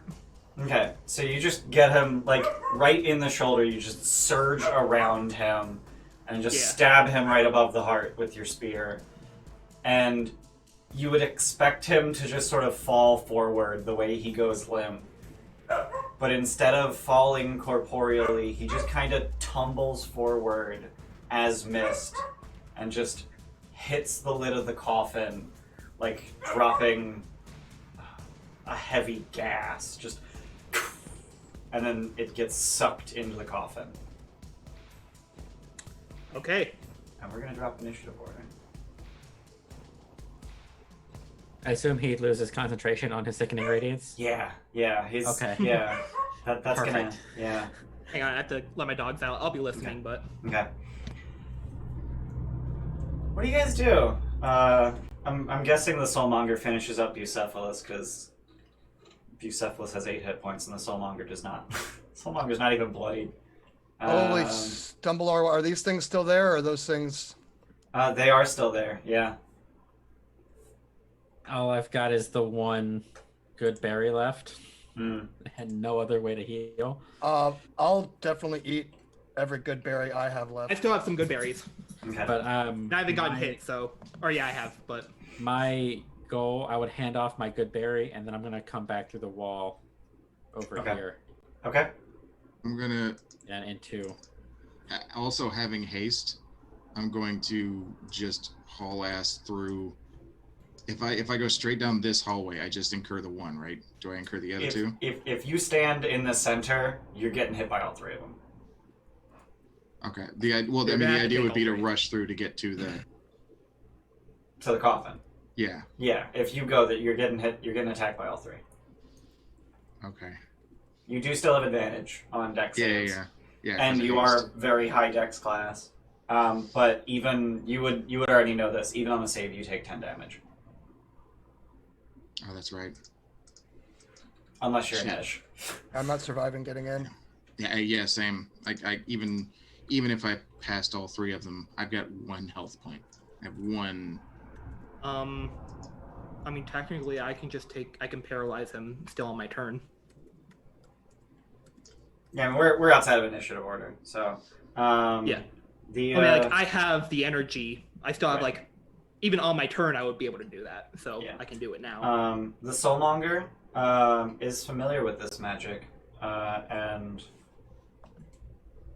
healthier than the rest of you, and just lets the Guardian hit it. And the Guardian's job done disappears. You know, I was gonna ask, but I didn't want to be like meta about it. Because having played a cleric before, Yep. I'm also familiar with this. Yep. And he's gonna take 10 from that one. And you're gonna It's take the Guardian Spirit spell? Guardian of Faith. Or Guardian of Faith. It's I know the spell. I don't know the details, though. Yeah. So It they does- they persist until they deal a total of 60 damage, at which point they disappear. for so 8 hours. I mean, They last for 8 hours non-con. Yeah. Yeah, I Um, forgot it was a fixed damage that they had to make. Yeah, so the Soulmonger eats 50 damage worth of Guardian of Faith, and now is very incredibly fucked up. And there's still 1 remaining that you need to sneak by. How's Elodie looking? Elodie's got hit points. Do we want to just say Elodie takes the rest of it? I mean, you want me to take a hit too? Could I willingly fail? Yeah, you could willingly fail and take half damage. How much damage would I have to take? Well, the Soulmonger already took some from this one. Okay. So it would be 30 damage to drain it. I'll take 20, Okay. and then probably have Elodie take 10. Alright. Cause I'm at 58 right now, so. Elodie's at 41. Alright, now she's at 31. Alright. So yeah, you just drain them of their ability to deal damage. You allow them to fulfill their charge.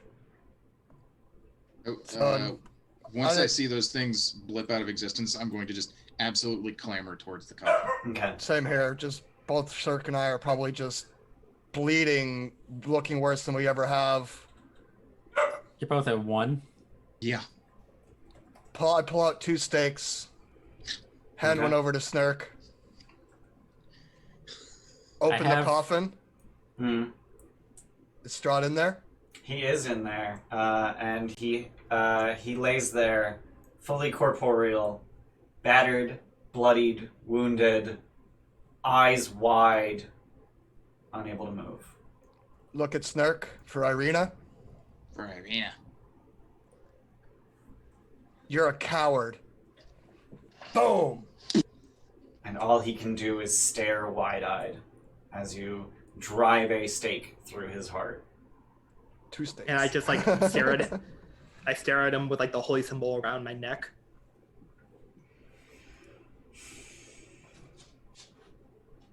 Do you close the coffin? Close the coffin. All right. Do we? Yeah? What does he do?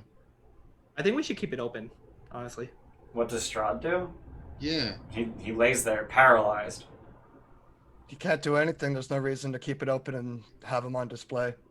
Okay. Close it up, nail it up, seal it up. Yeah, that's fair. That's fair.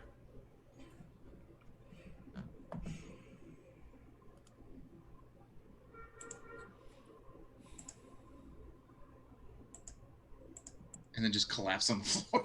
Yeah, just collapse for 8 hours. Did that do it? Did we do it? I think we did it. I hope we did it. Here, have some good berries, you guys.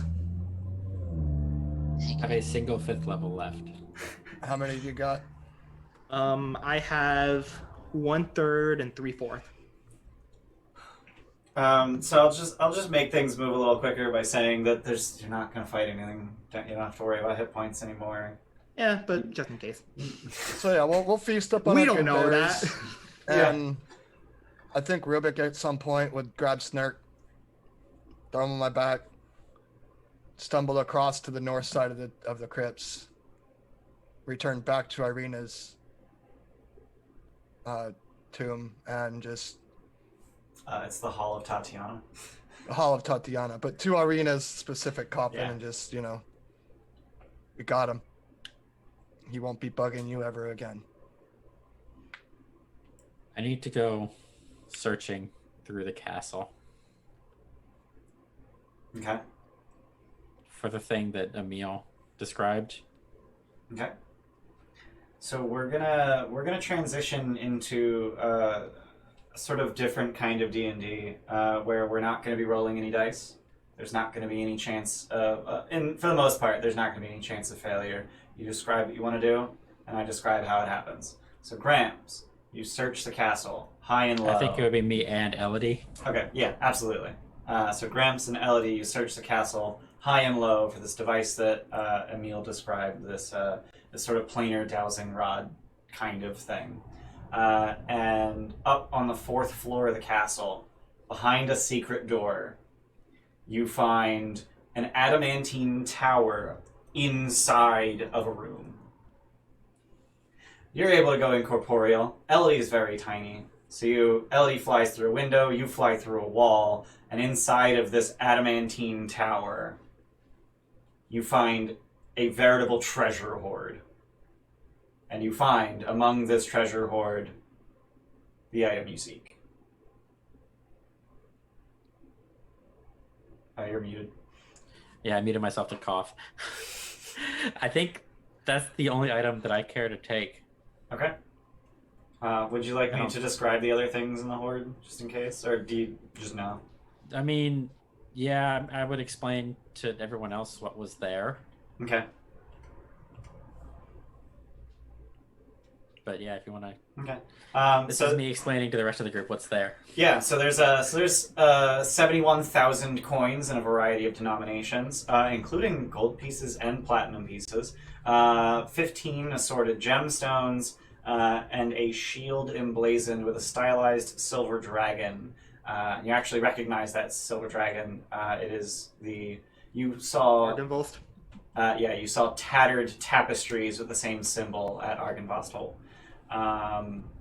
And then in the upstairs, because this tower is 2 floors, and on the upper floor there's a red velvet sack that is very clearly full of jewelry, a clay jug with 7 corks, a platinum helmet absolutely studded with gemstones, a simple wooden rod, and a wooden coffer containing 4 potions.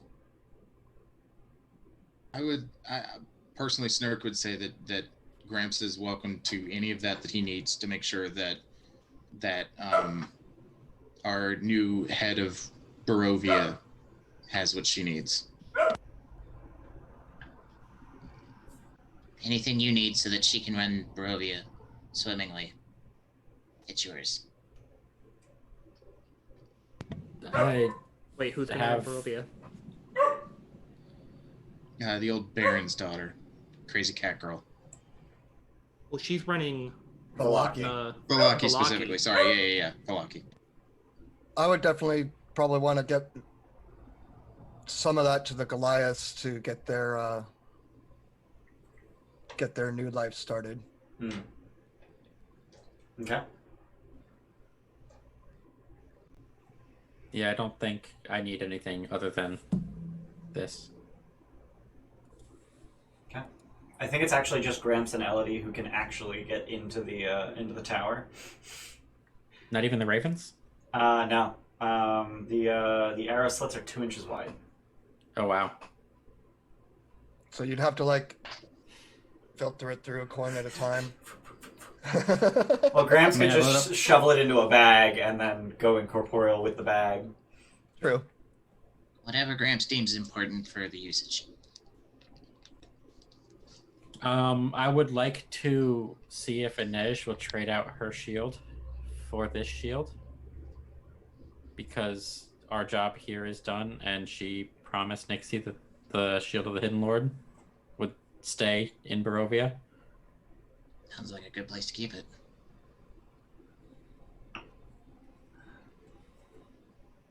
I don't know what I want to do exactly. Because So I'm guessing you guys aren't making any hasty choices, so you would identify these magic items that are here. And you would be able to identify this shield as a +2 shield that gives you a +2 bonus to initiative. okay. As long as you're not incapacitated. Yeah. The jug with 7 corks, I'm sure you figured out, is an alchemy jug.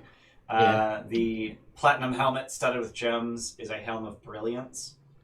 The simple wooden rod is a rod of the Pact Keeper, +1. None of you are warlocks though, so Nope. that doesn't help. And then each of the potions is a potion of greater healing. There's 4 of those. So yeah, no actual change to an edge's AC by trading shields. Interestingly enough. How about that? See, like, my only issue is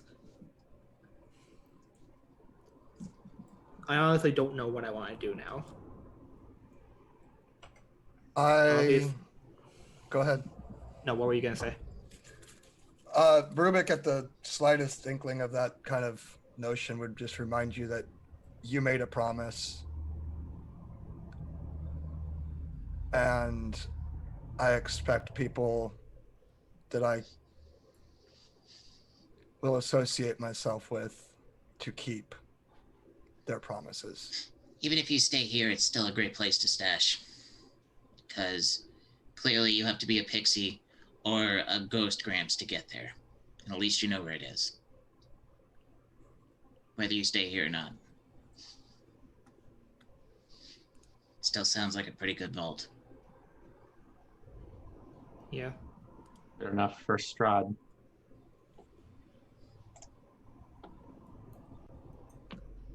All right.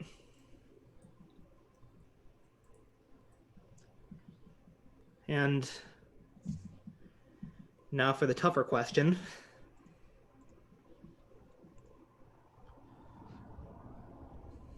Do I try to do the thing? Is it necessary for me to do it at this point? I don't think it's necessary.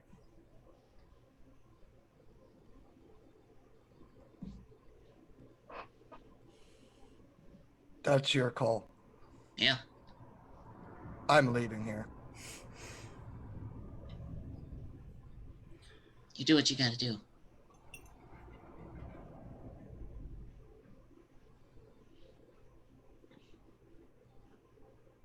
I'll miss you guys. Either way, I think it's the last performance of the Whistleblowers. I think we're all tired. I think we've all found a home.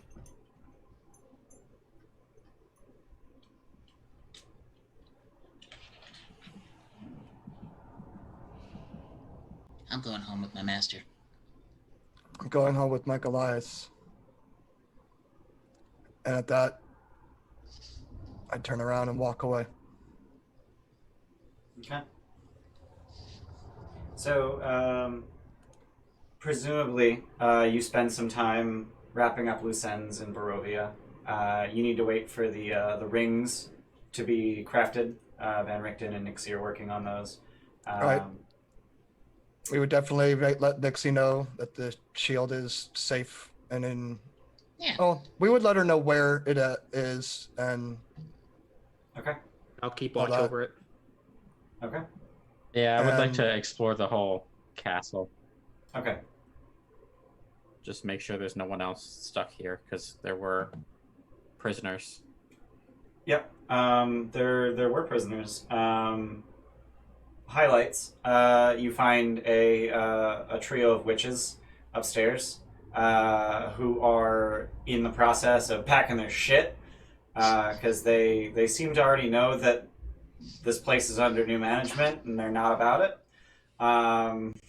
So they're just packing their shit and fleeing, cramming all their toads and newt's eyes into their cauldron and casting levitate on the cauldron and shoving it out the window.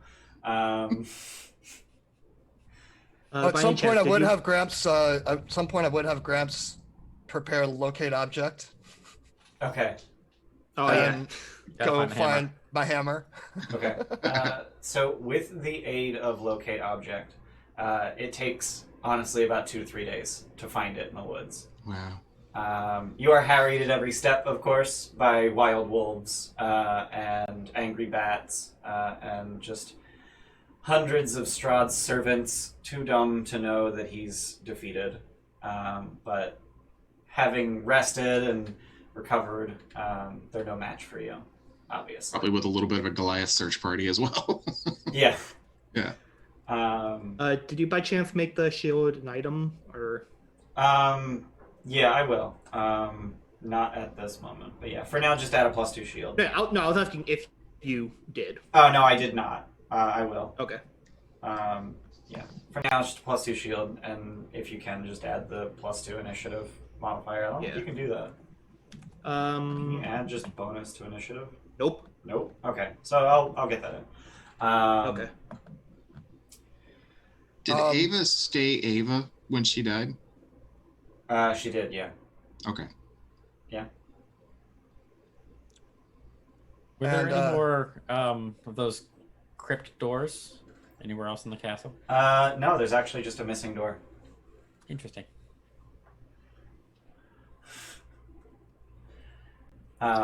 It might be that someone turned it to powder to prevent people from trying to find every door to get a wish. Would you say that that powder was dispersed through the room, so presumably somebody touched a speck of that powder and therefore touched every door? That's physics. No. Oh, okay. Well. I was just thinking about the doors. It was turned to dust, and then it was vacuumed up, and then that vacuum was thrown in a specific place. Rolled into the sun. Yeah. Thrown into the sun. Fuck. Before we left for the castle, Uh-huh. Rubik spent some time, because we spent some time at the Goliath camp, and he found a Goliath that used to make toys for the Visani Kit children. And he commissioned a little project. And Gramps, before at some point, I'd bring you 2 dolls. Big, kind of burly Goliath one, and a small little froggy one. If you ever find out where her soul ended up, where she is now, I'm sure she'll be a kid. Just give her these. Tell her they'll protect her.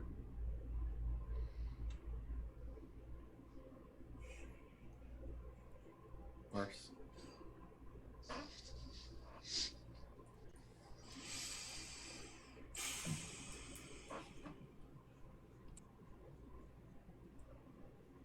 And I'd also think- be making more trees every day. Oh, cool. You're just gonna awaken every single tree in Valaki. Pretty much. Oh, We're dear gonna God. try and keep this from happening again. Dear God. You guys want to play one more time?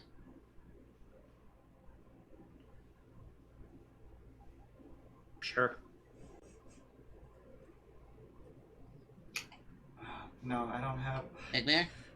I don't have the Jesse flute music queued up. oh, I can send you the file real quick. Do it. No, it's fine. Could finally use my expertise for the first time. You took expertise in flute? Performance. Oh, okay. It's like, can you even do that? With rogue expertise, you can only pick skills or thieves' tools. Yeah. Yeah. Artificers get expertise in musical instruments if they're proficient with any of them.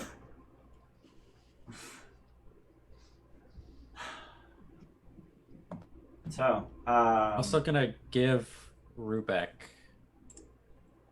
the Tome of Understanding. okay.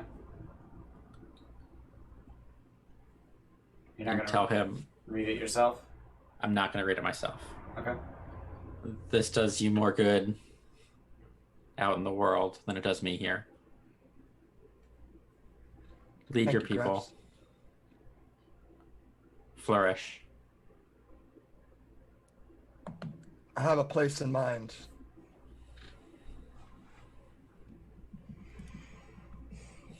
So in order to get people out of Barovia, you're going to need Vistani souls.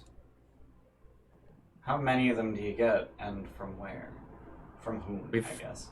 Got one. Yep. You got Aragal tied up. Didn't we have 2 others from the castle that we had tied up? Yep. So that's 3.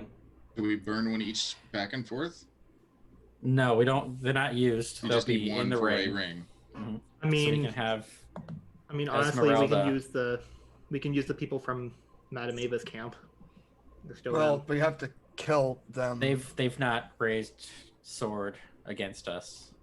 Yeah, what about the rest of Madame Ava's I mean, Destiny? Do they ever, like, come at us? if I have to do this 3 at a time with just 3, That would be what I would say to do. that's fine with Yeah. me. Yeah, I mean, if I we don't only have wanna- 3, we only have 3. I'm not about to start, taking out non-combatants. So I would spend my time, assuming it works, where would we be popping out, so to speak, in... So that's kind of something you need to practice. The first time, God knows where. The second time, maybe on the Sword Coast. The third time, maybe up in the north. Yeah, it's just sort of getting a little bit more accurate every time you do it. So I'd spend some time like doing this by myself to like hone in, and one of these times I imagine I pop out somewhere in the north, in the spine of the world. Mm-hmm. And once I hone in on this area, Rubik found like we're gonna start a community up there.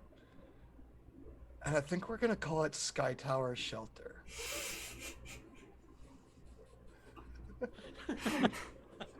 That's why they're all named Rubak. Would it have taken that long? Because we had told Esmeralda that we needed her help with this. So would the guide would have taken the trial and error? Oh, yeah, right. She's a Vistani. She knows how to do this. Yeah. With her leading you, and she doesn't need a ring. She would be able to get you in the right place. And Andy was nice enough to send me the audio. So then between Andy wearing a ring and her, then we could carry 2 people at a time. Yeah. Or it could be her and then 3 people at a time. If you show her where you want them to go, she could be the one just ferrying people back and forth.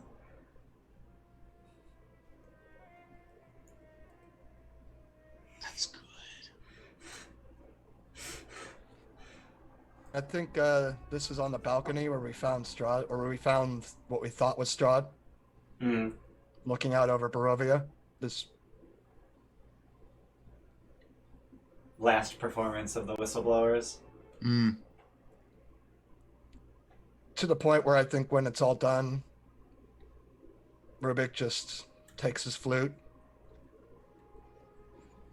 and just yeets it out into the wilderness. Yeah. So I think once I got 5 trees in Valaki, the rest of them are going to be guarding Ravenloft. Okay. They're there to keep guard over Strahd's crypt. Mm-hmm.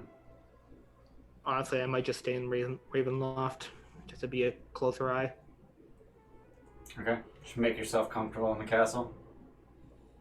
Do good things here, Nudge. You're a good person at the end of the day. What is... So, Inej, you're gonna stay behind and probably eventually get very familiar with the castle.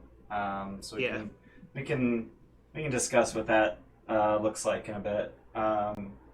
Rubek, you're going to be setting up this new Goliath civilization in Faerun. Gramps can't leave the domains of dread.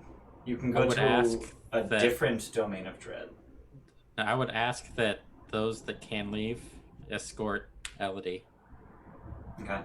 back to the Grove.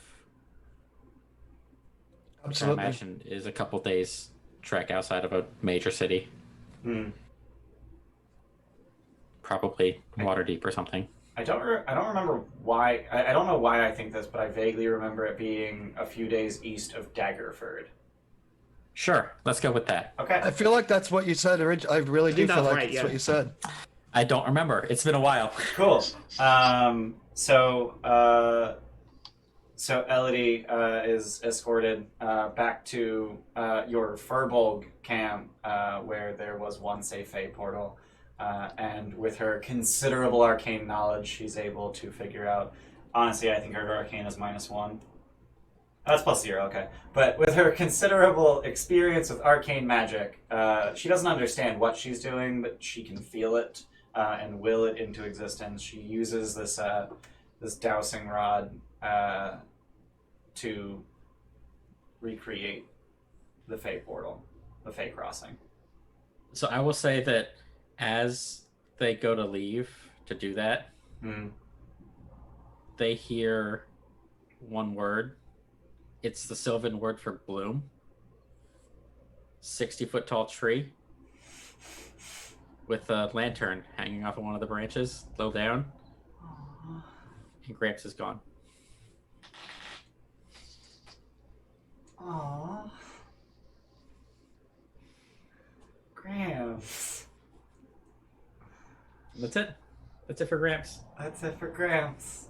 Oh my god. So that just leaves Snark. So once you get all the Goliaths out into Faerun, and then do you transplant the Barovian villagers to another domain of dread, or is that not worth the effort, uprooting all of their lives and causing strife and pain with change? Just sort of this is sort of a question for the group. What was the question? Do you ferry the rest of the Barovian villagers who cannot leave the domains of dread? Do you ferry them to a different domain of dread, or just leave them where they are, where they have homes and families and businesses? I'd say we keep them here. I'd say we'd probably keep them there. Okay. I think so, because now that Strahd is taken care of for the time being, they should be at least all right, and I could try to help them in any way I could. And with Inej, with Inej's significant lifespan remaining, you're like 120 right now, right? 126. Yeah. And so you have hundreds of years left. And then there's always the option. Yep. So you have a considerable amount of time. In fact, you're what's the, I forget the lifespan. It's like how long you're expected to live. Fuck. I don't know. Life expectancy. Thank you. Your life expectancy. That's the phrase. God, I have such a hard time sometimes. With your life expectancy, your ability to watch over Ravenloft and specifically Strahd will actually outlive his reign thus far. He has been the Count of Barovia for about 450 years at this point, and you will live much longer than that. You know what I realized? What's that? Sorry to stop you, but if I did end up trying to become an Archlich, if something were to happen with, I mean, obviously it's different now that Gramps is gone, but the ceremony spell, the atonement feature, you touch one willing creature, make an insight check, and on a successful check, you restore the target to its original alignment. So like even if it would like corrupt me in some way, the atonement would be able to bring me back. It said willing, didn't it? Would you be willing at that point? Yeah. That's fair. Yeah. I mean, is like anyone willing for like to change their alignment though? Yeah, that's a really confusing question. Because your alignment isn't like something like it's sort of just the sum of your actions. I don't know. It's kind of weird. But yeah, as you were saying. So yeah, I was just saying that Barovia would change significantly even if Inej were to live out the rest of her life and then die of old age, and then even if immediately someone freed Strahd and he took over his reign, it would be a very, very different Barovia. So I would probably like try to prepare the people if like my time was coming close to the end. And presumably in the meantime you would spread the tale and it wouldn't just be you anymore. Yeah. And then again, there's always the option. Yeah. But so that just that'll be a while from now. Yeah. So that just leaves Snark. What are you doing with the rest of your life? I would probably pull Esmeralda aside at one point before everybody left. Because I assume everybody's gone off their separate way. I would wait to make sure that Rubeck, everybody got across. And then I would pull her aside and say, "Do you need help? Do you want help?" And ask her if she would want help going around killing monsters. That's gonna be a big old fucking hell yeah. And that's exactly the response you get. Then I would ask that we take Dorian back to the Gilded Troll. Okay. I got some bad news for you there, bud. Dorian has been reincarnated in Barovia. Oh no. And as such is now native. He'll be fine here. And I can I'll go look back out here. for him. Well, there was that winery, right? I could help out there. Yeah.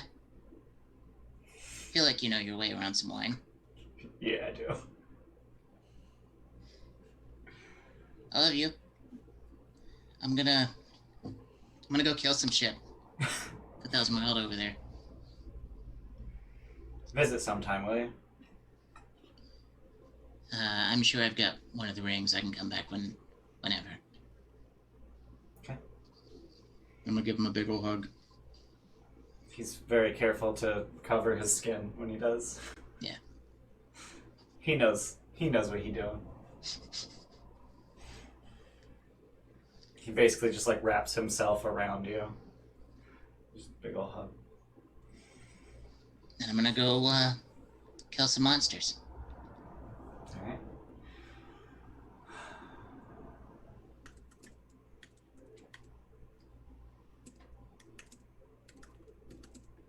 Is there any chance I could hold on to one of those rings?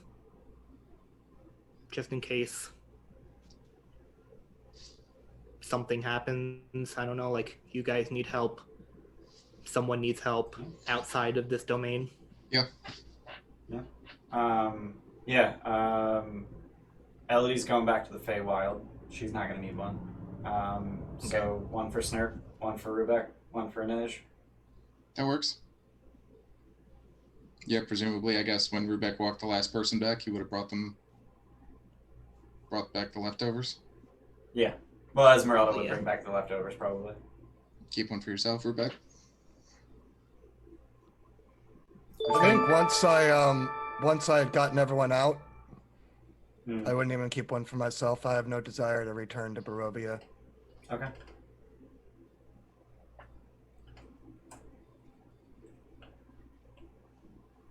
Guild Superior, thanks for the follow. Yes, thank you. Sorry, I missed that. Because I big dome. Thank you for the follow, Guild Superior. I would have quietly left Dorian some of the cash that I've been stashing up so that he could fix up the winery. Okay. Yeah, there's a lot of cash in the treasury. In the castle, so, yeah. Yeah. I So think it's if I haven't already, if I hadn't, I would have done plant growth at Yeah. the winery. If I hadn't done that already before. So you were able to recover two of the gems of growth. So they effectively cast plant growth for the duration of their tenure in the earth. But they used to have 3 of them, and by casting plant growth for a year, you can replace that third, which allows them in their first year of growing grapes to grow champagne grapes. Ooh. So for 1 year, Barovian champagne. there is a Barovian champagne. They used to be able to make champagne until 15 years ago. Right, when the third one was stolen. When the third one was stolen, yes.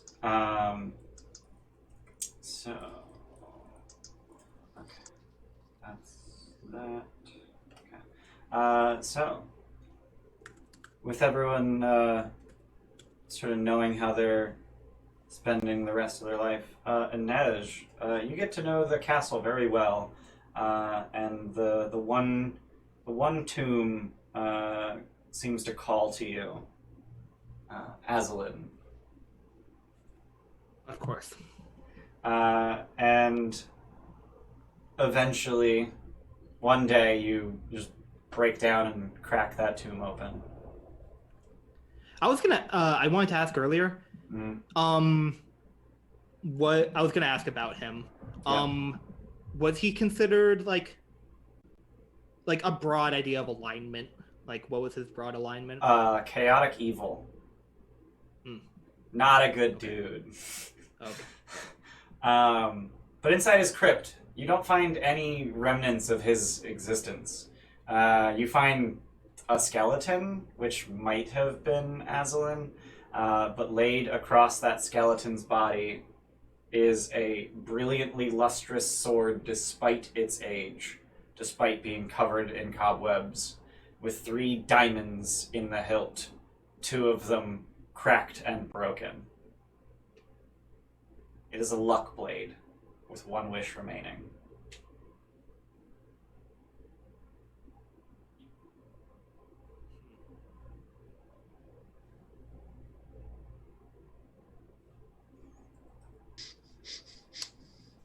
Okay.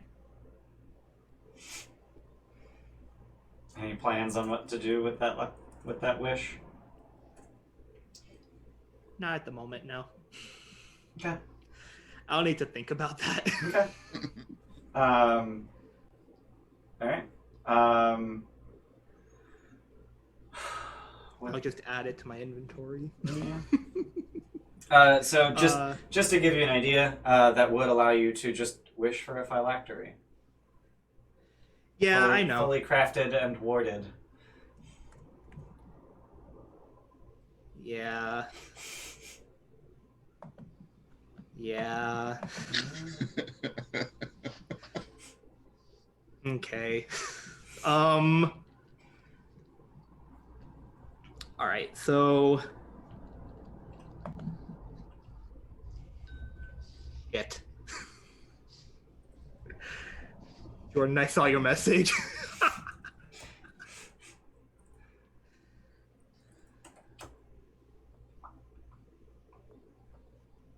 Fuck. Man, you're putting a lot of pressure on me right now. Yep. God damn it. I know what I'm doing. I ain't no dummy.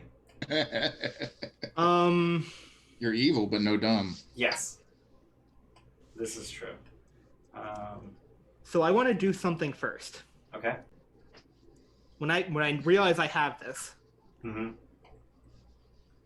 I would, and you said if I wished for a phylactery, like it would be like completely ready.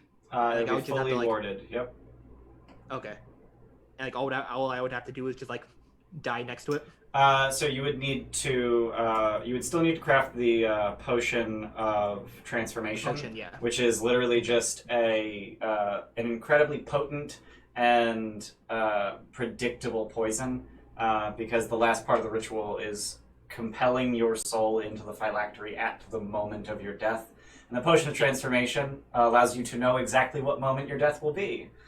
That's fair. So, yeah, if you so choose, then presumably Inej, with her very long lifespan, she would wait out, her natural life, preparing for every possibility, readying for every contingency, and then when all seems lost, finally. Does that sound about right? Yeah. You sound defeated. I'm just like, I don't know what the fuck I want to do. I mean, is there even a difference of me using it now or then? Once your soul is in the phylactery, you need to add a soul every 10 years or more frequently. So you can run out your natural life first and then start unnaturally elongating it. Yeah, that would probably save like 40 lives. Yeah, something like that. At least 40 lives. Yeah, at least 40 immortal souls. I don't know if you can put a value on that at all. Yeah. I mean, there is a portal to Avernus. There is a portal to Avernus. Yeah, just pop down there and go specify it grocery had to be shopping. humanoid. It did not. I did not say it had to be humanoid. And fun fact, in Avernus, souls are currency. So you can just go down there and go shopping. I can just do that, yeah. Especially since I could actually leave. Yeah. And then you're not killing innocent people. You're just going down there and going, I'm gonna take one of these. Cool, thanks. Yeah. Yep. Plus I'm stealthy, so I can just steal some. Would you say that you would go on a soul heist, perhaps involving a train of some sort? Mayhaps. You and this goddamn soul train heist. I'm sorry, it was the best session of D&D I ever ran. Yeah. It's a train heist. Yeah. With souls in hell. Right. You can't beat that. No. Ticks all the boxes. Right. I don't know if I just want to do it now then, if I can just get the soul coins. Yeah, I mean, they're evil souls anyway. You get the shit. Yeah. Right? I mean, you don't feel the effects of being old. Why not just wait it out? That's true. Yeah. That way, at least you know for 300, 400 years that you were doing good things and setting up things. Mm. Yeah. 300, 400 years is a long time to set up a new... This from? Oh, okay. I successful... was wondering, like, why do I have a +1 on saves? But yeah, that's the luck blade. You could actually spend those 400, 500 years, like, actually collecting soul coins. That's fair, yeah. So, Mr. Bayless was kind enough to update the art for Gramps and Inej, and I am just now 2.5 hours into the session updating on the overlay. So that'll roll around. And now Bayless, you're good. Now I feel like Bayless has to update it again if I go. No, it's just constant disguise self. It's just. I'm gonna put grayscale on it. Take a 2-level dip and put grayscale on it. Warlock. Oh, 2-level dip and Warlock. Just so. mask of many faces all the time. Yep, exactly.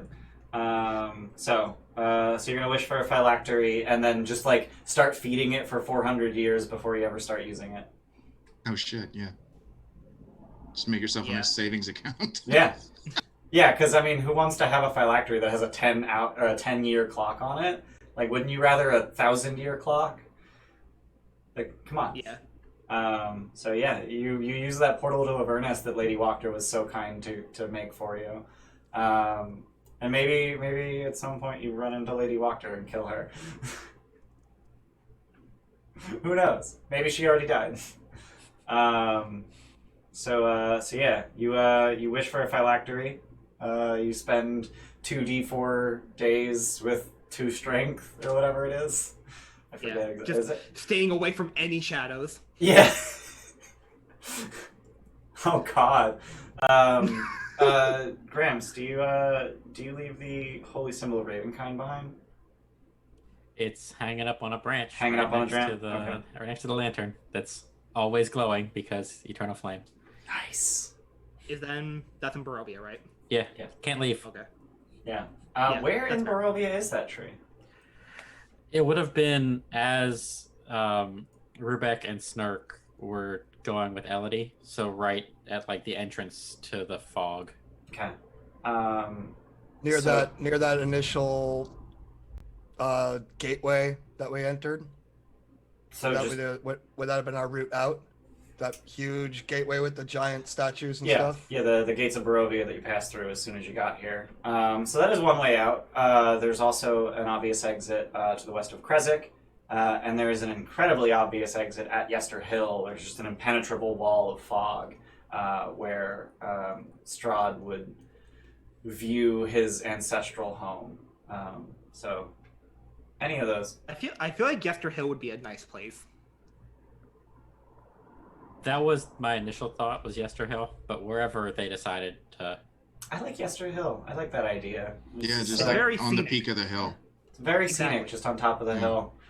So fun fact, there's this really old, ugly, blood-covered gnarled tree on top of Yester Hill. It's surrounded by blights. I break the staff, Yep. fucking finally. Yeah.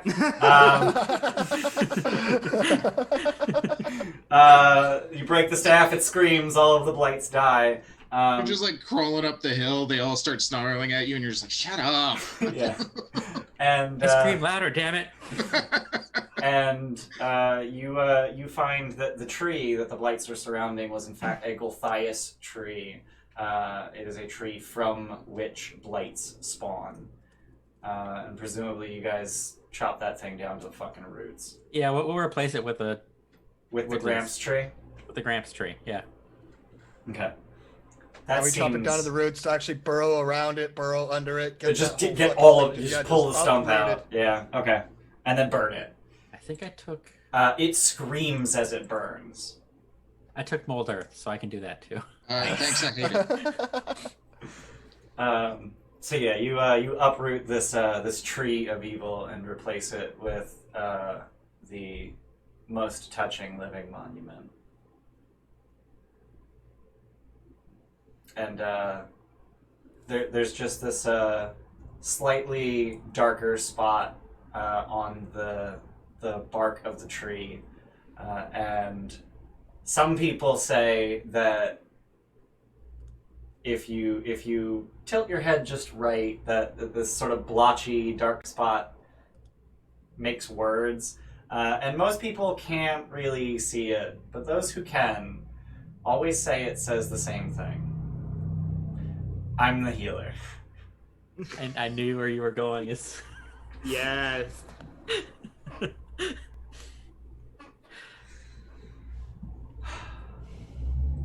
I think with that, I think we're gonna close the pages of Curse of Strahd. That's a big old game over.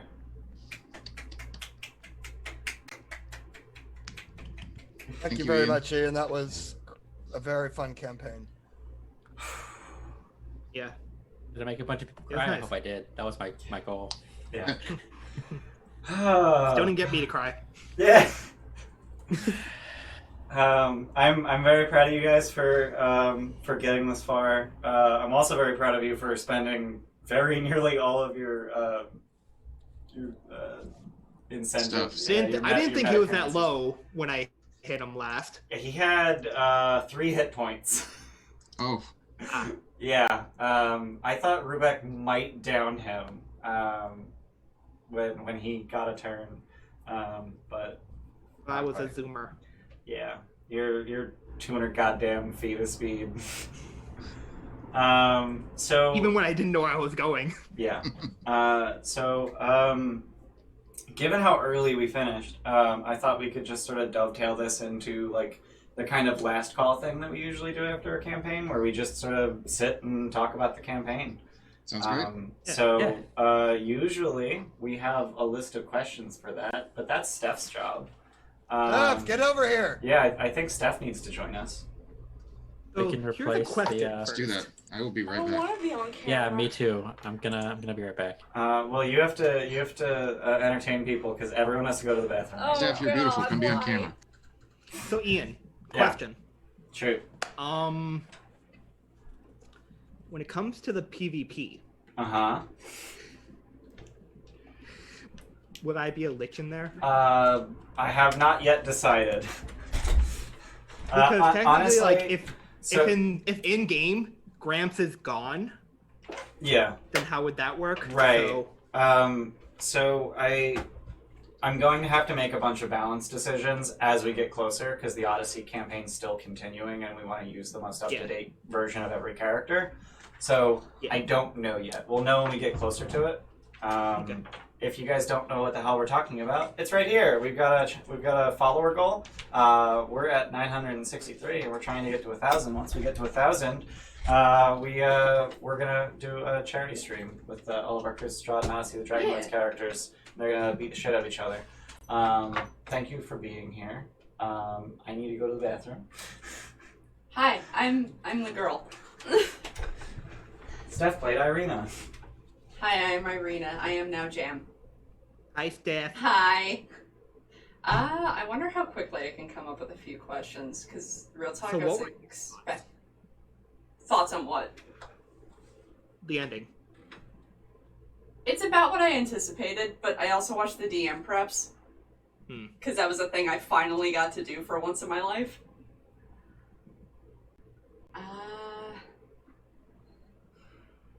I gotta come up with questions. Hold on. Beautiful girl. No, you're beautiful, Lady LaFay. You're beautiful. I have bedhead. This is bad. This is what happens when I sit on the couch and just chill out. I can remove these good berries now. No more good berries. I went to a word cheerspiration near the end, and I was like, no, that'd be totally pointless. It's my favorite Steph. Mwah. You don't have baby. you don't have a more favorite stuff than me? That's nice. No, That's I nice. don't. So Steph, do you happen to have a list of questions for like one of our other end of campaign last calls? I think I kept them all. Okay. And do we want to open up the floor for people in the chat to ask questions? Absolutely, we can open the floor for chat questions. I want to start with what questions do the players the players have. have. Like, what did you want to know? Yeah. Now that I'm we're wondering done. if there's a better layout than this. What was up with that skull, that skeletal horse and rider with the lantern? Yes. Big yes. Must know. So he's a dude. He's a dude. We're She's all a dude. dudes. Yep. So there is a random encounter. So anytime you're out on a road, just traveling, there's a chance of a random encounter, and there's daytime encounters and nighttime encounters. And on both tables, rolling an 8 gets you Skeletal Rider. A human skeleton and warhorse skeleton are all that remain of a rider and a mount, both of whom perished trying to escape through the fog that surrounds Barovia. They are doomed to ride through the valley in search of another way out without hope of salvation. The skeletons ignore the characters unless attacked. So it was just an encounter. It's just a thing. Yeah. Okay. What about the dude that helped us in the Ember Temple? So the dude the vampire who helped you? Yes. At the water. Yeah. So that is Escher, one of Strahd's brides. Yes, he's a dude. Strahd swings both ways. Okay. It's canon. I don't blame him. He's beautiful. Yeah, right. Yeah. So that was Escher, one of Strahd's brides, and Escher was becoming increasingly worried that Strahd was getting bored of him. So Escher wanted to be the one to deliver Irina to him. And if he had done his job and helped Rahadin would have gotten credit for it. We didn't get a notification, but Fuzzy Wuzzy 13 is continuing the gifts up they got from Jay Miller. Thanks, Thank you, Fuzzy. Fuzzy Got Wuzzy. that today. Yeah. Thank Oh, you. nice. Thanks for continuing it. I didn't know you could continue it the day you got it. Yeah, I guess if they just went in and bought their own sub, yeah. No, I learned that when Jables became affiliate, because I gifted Lady LaFay a sub, but then realized that you don't get the founder's badge with that. So I told her go in and continue right now so you get the badge. How did you guys feel with the bomb dropped right at the end when Madame Ava was like my brother? I feel like we should have seen that coming if we had done actual investigation.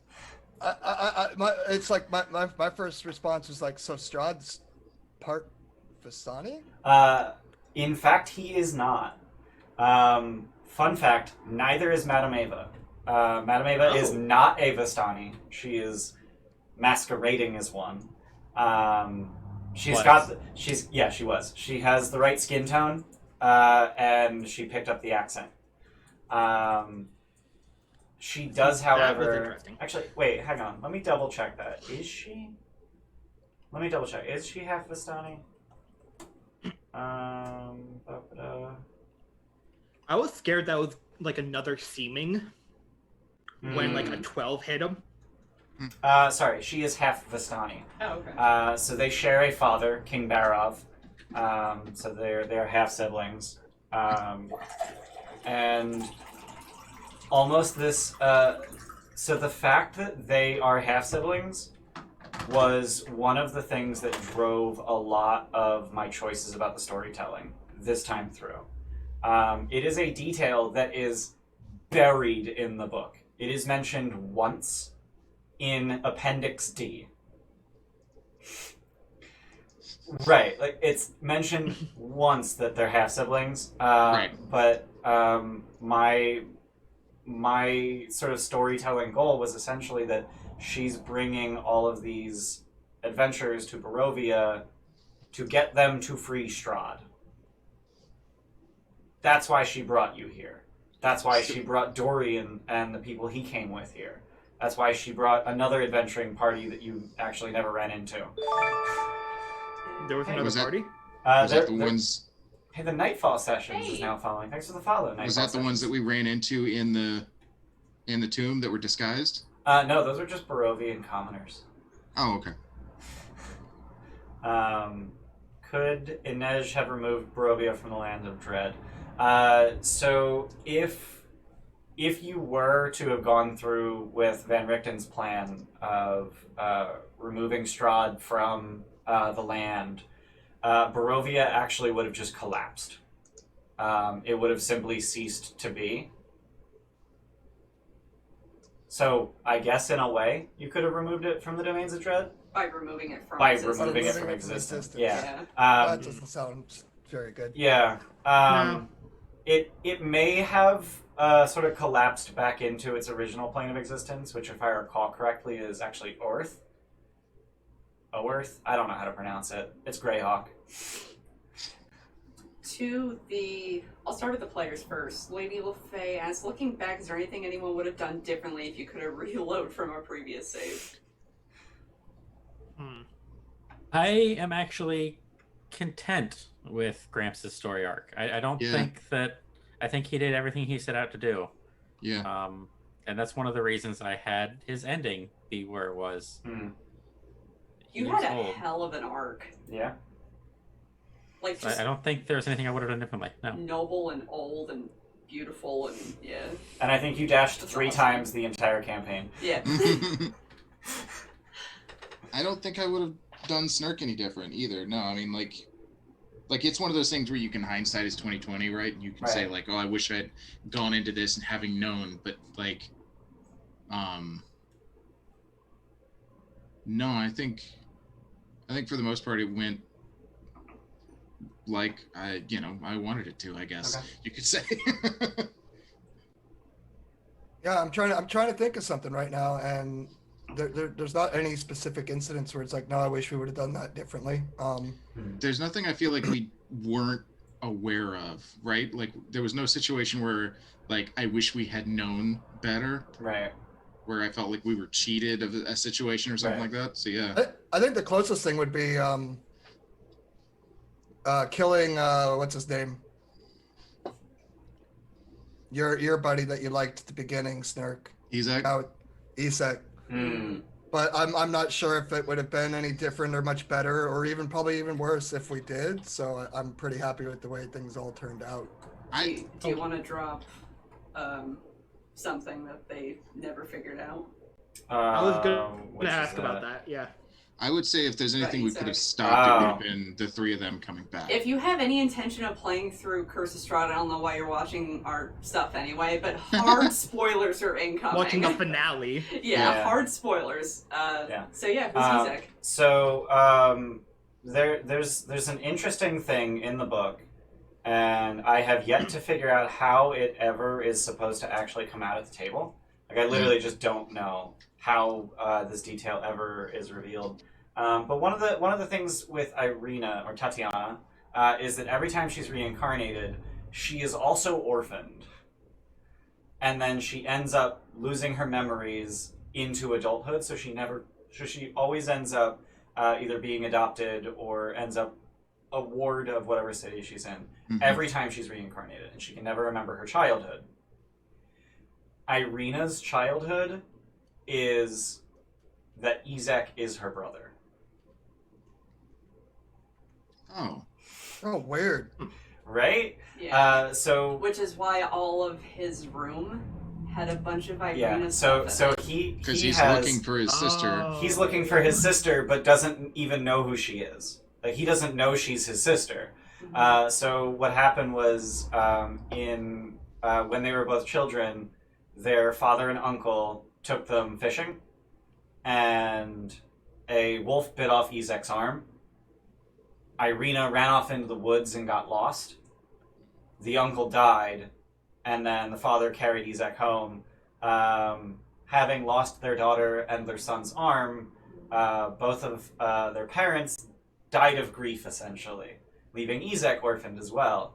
And then one day, Isak just woke up with a fucking angry demon arm to replace the arm he lost, and they never found Irina.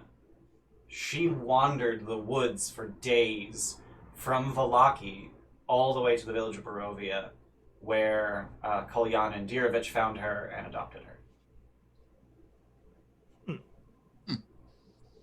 So he doesn't remember that they were sisters either? By the time? Correct. Or that they're siblings? Right. Okay, he just knows that he remembers her for some reason, which is why he's obsessed Yeah, with her. he dreams about her, and he's just obsessed with her. And I added a chat box to stream since we are, like...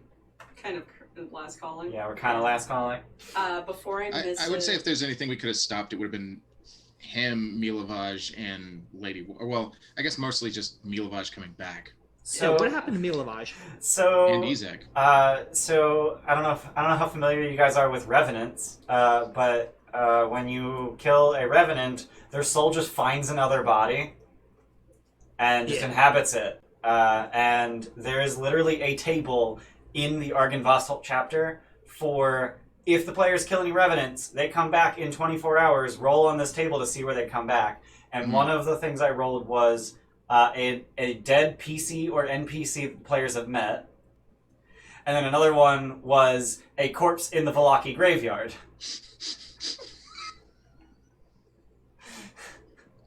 So 2 and 2. Yeah. Milovaj. And then the third one, I can't remember what I rolled. I think he literally just got back up in the Argynvostholt graveyard. Okay, so those were the revenants in Argynvostholt. Mm-hmm. The three that you killed in the Argynvostholt chapel. That was it. Yeah. No longer. It wasn't really. It was no longer Isak. It was no longer Isak. It was no longer Milovaj. It was just the soul of a revenant using their body. Oh, okay. Which is why, like, I tried making it very clear that they were undead by saying that Isak's brain was exposed. It's like, yeah, he's still very much broken. Gotcha. Yeah, so that's that. Shadows asked, did you all expect more consequences shunning Strahd multiple times? How many invitations did you? It was three. Three that they said no to, and then they agreed to the fourth, and then still didn't go. Yeah. And then ignored it. Yeah. I was expecting consequences for that one. Lucky. Is he Hi, lucky? Luckers. He's a Hey. Say hi to everyone. Hey, you girl. Hi, baby. Lockers. Hey. Oh, who's a girl? Oh, No Bork. Oh no, I feel for Bork. work. Aw. We like missing dinner appointments around here, okay? Lucky We do. It's almost like there's somehow themes that go between all of the Gilded Troll games. Really, I don't see any. Fucking goats. Fucking goats. Fucking goats. I need to have So- more Yeah, goats. where's Screamo Goat? Hey, we got a trade off for the Floof Queen. Oh, hey, baby. Hustler. The writer brain in me is not surprised that we didn't catch retribution for spurning his dinner invitations. The player part of me was. Okay. Yeah. Like I know from a writing aspect you can't have him attack us because then we either would have killed him too soon or he would have killed the shit out of us too soon. So essentially. Very early on, he would have just killed you or Yeah. taken Irina, and that's a kind of game over. Yeah, not super. And then the last time that you spurned him, when you actually said, "Yeah, we'll go to dinner," and then didn't. Mm-hmm. In the time between you saying yes and missing the appointment, Ooh. you got the Hammer of the Morning Lord, which he very scared of. Mm. So, As evidenced by the yeeting. by the yeeting, yeah. By the yeetage. He spent an entire turn yeeting it. Go Lightning ahead. Bridge. Lightning Bridge. Okay, so, Krezik. Alright, so Krezik is boring as shit, as written. It's really dumb and lame. There's an encounter written in the book that is hilariously Deus Ex Machina.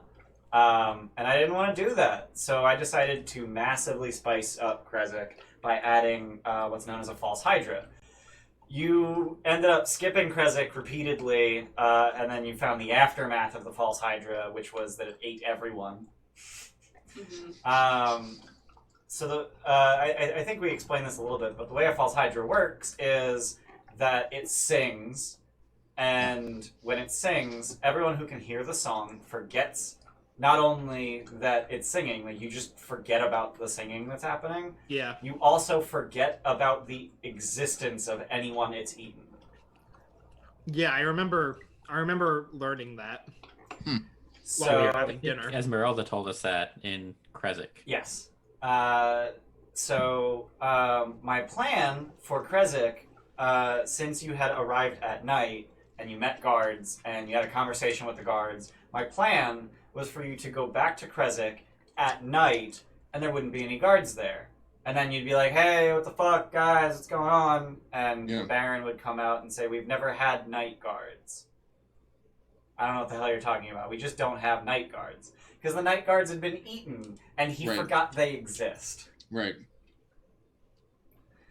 So you guys are on your way to Krezik at fucking noon Oh, o'clock. I hate it. And I was just like, well, I want them to go to Krezik later, or at least waste their time on the way there so the night falls in the meantime.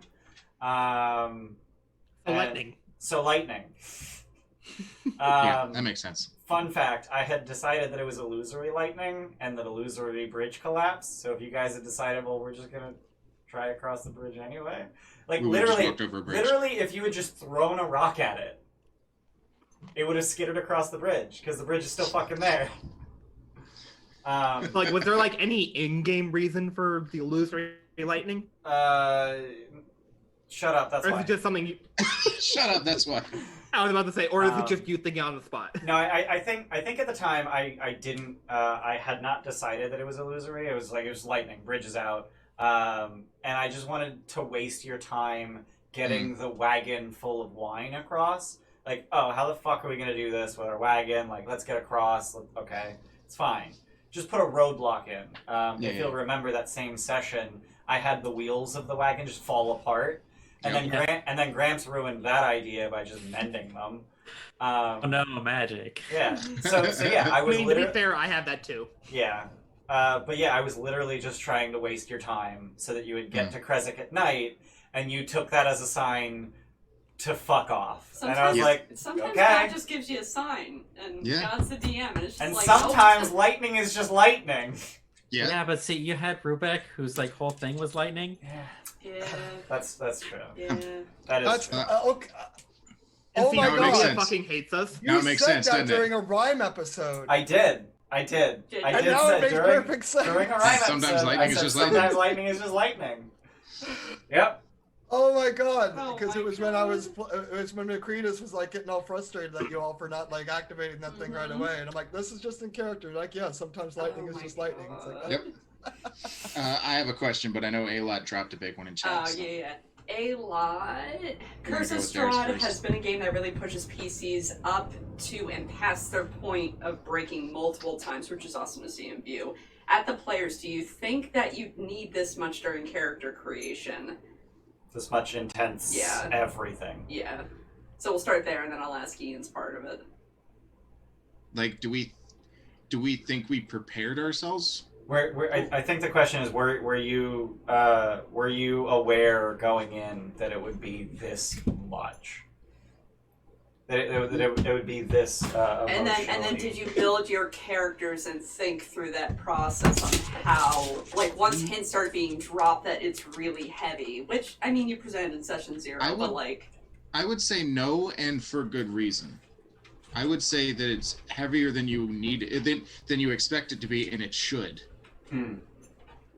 Like, I don't think the campaign would hit, the story would hit as well if you knew how intense of a story it was the whole time through, and you were able to like accurately prepare yourself. Like if you were, say, like a group of DMs who had run the encounter several times and you knew exactly how the story went, like that doesn't benefit you, right? Because then you're just kind of gaming the story and you're not enjoying it. How did you as players compensate when bad things happen that were Poorly. intense? Poorly. well, part of Rubik being a gentle giant was because of that. I mean, he'd been a character of mine in the past, but like I really kind of honed in on him being more reserved and kind internally, with this like spurts of rage when things didn't go his way. Was kind of specifically because like, okay, well, that's going to contrast really well, and he'll have a lot of weird situations to deal with that are going to make him angry and make that feel different. So Rage is a really good like mechanic to be able to play off of that sort of thing. Yeah. Well, I even think Gramps, as the healer, was trying to compensate for the loss of all the fey creatures. Yeah. Felt responsible for keeping people alive. Right. Yeah. And dear God, did Gramps heal? Yeah. To answer Jesse's thing, no, Gramps is not a healer. Gramps He's is the the healer. healer. the healer. It says it right on his bark. Yeah. The healer. Yeah. I mean, it says it. I don't think any of us could have been prepared for how intense the story was, and I don't think we should have been. And none of it felt cheap or unfair. You know what I mean? Like, Right. like I think I you had- need. I had like a little bit of an idea of the intensity, Does but that say obviously the it's- healer? It does in fact say the healer. Sorry, what were you saying, Sean? I had like a little bit of an idea of like how intense it would be, due to having played some of Curse of Strahd in a different, at a different time. But a lot of the changes that you made to it really upped the intensity for me. Like the thing that I think probably upped it the most was you trying to portray Strahd as like a sympathetic character. And like something that like we have to do something like to help everyone. Like Right. he's not the bad guy. Yeah. The Dark Power is very much of the bad guy of this story. You still fucking Yeah, killed him, though. I was You expecting did to have still just fucking kill him. You had the knowledge, Yeah. but you put a stake through his heart and left him in the coffin anyway. Well, I mean, but So- I'm trying to find a way that would have happened differently, just with the way he was reacting towards us. So we do got you wanna- attacked. Yeah, like Well, I guess- how would the sympathetic villain aspect or a redemption of How Strahd, did you have it how- planned? Yeah, what's Initially. the good ending? What's the Bloodborne good ending? So the good ending was, so my plan for the good ending was that you would go along with Van Richten's plan. You would, try and wait out a few weeks while he figures out how to do this ritual, and then I'm glad I didn't spend the time prepping because you didn't go that route. But I was going to plan this ritual where essentially he goes through, or he has you go through, essentially all around Barovia and set up a ritual at the Fanes of Power, the Swamp Fane, the Forest Fane, the Mountain Fane, and then 2 other places of power. And then you would have needed powerful spellcasters, which would have meant befriending enemies who were sympathetic to Strahd, like Baba Lysaga.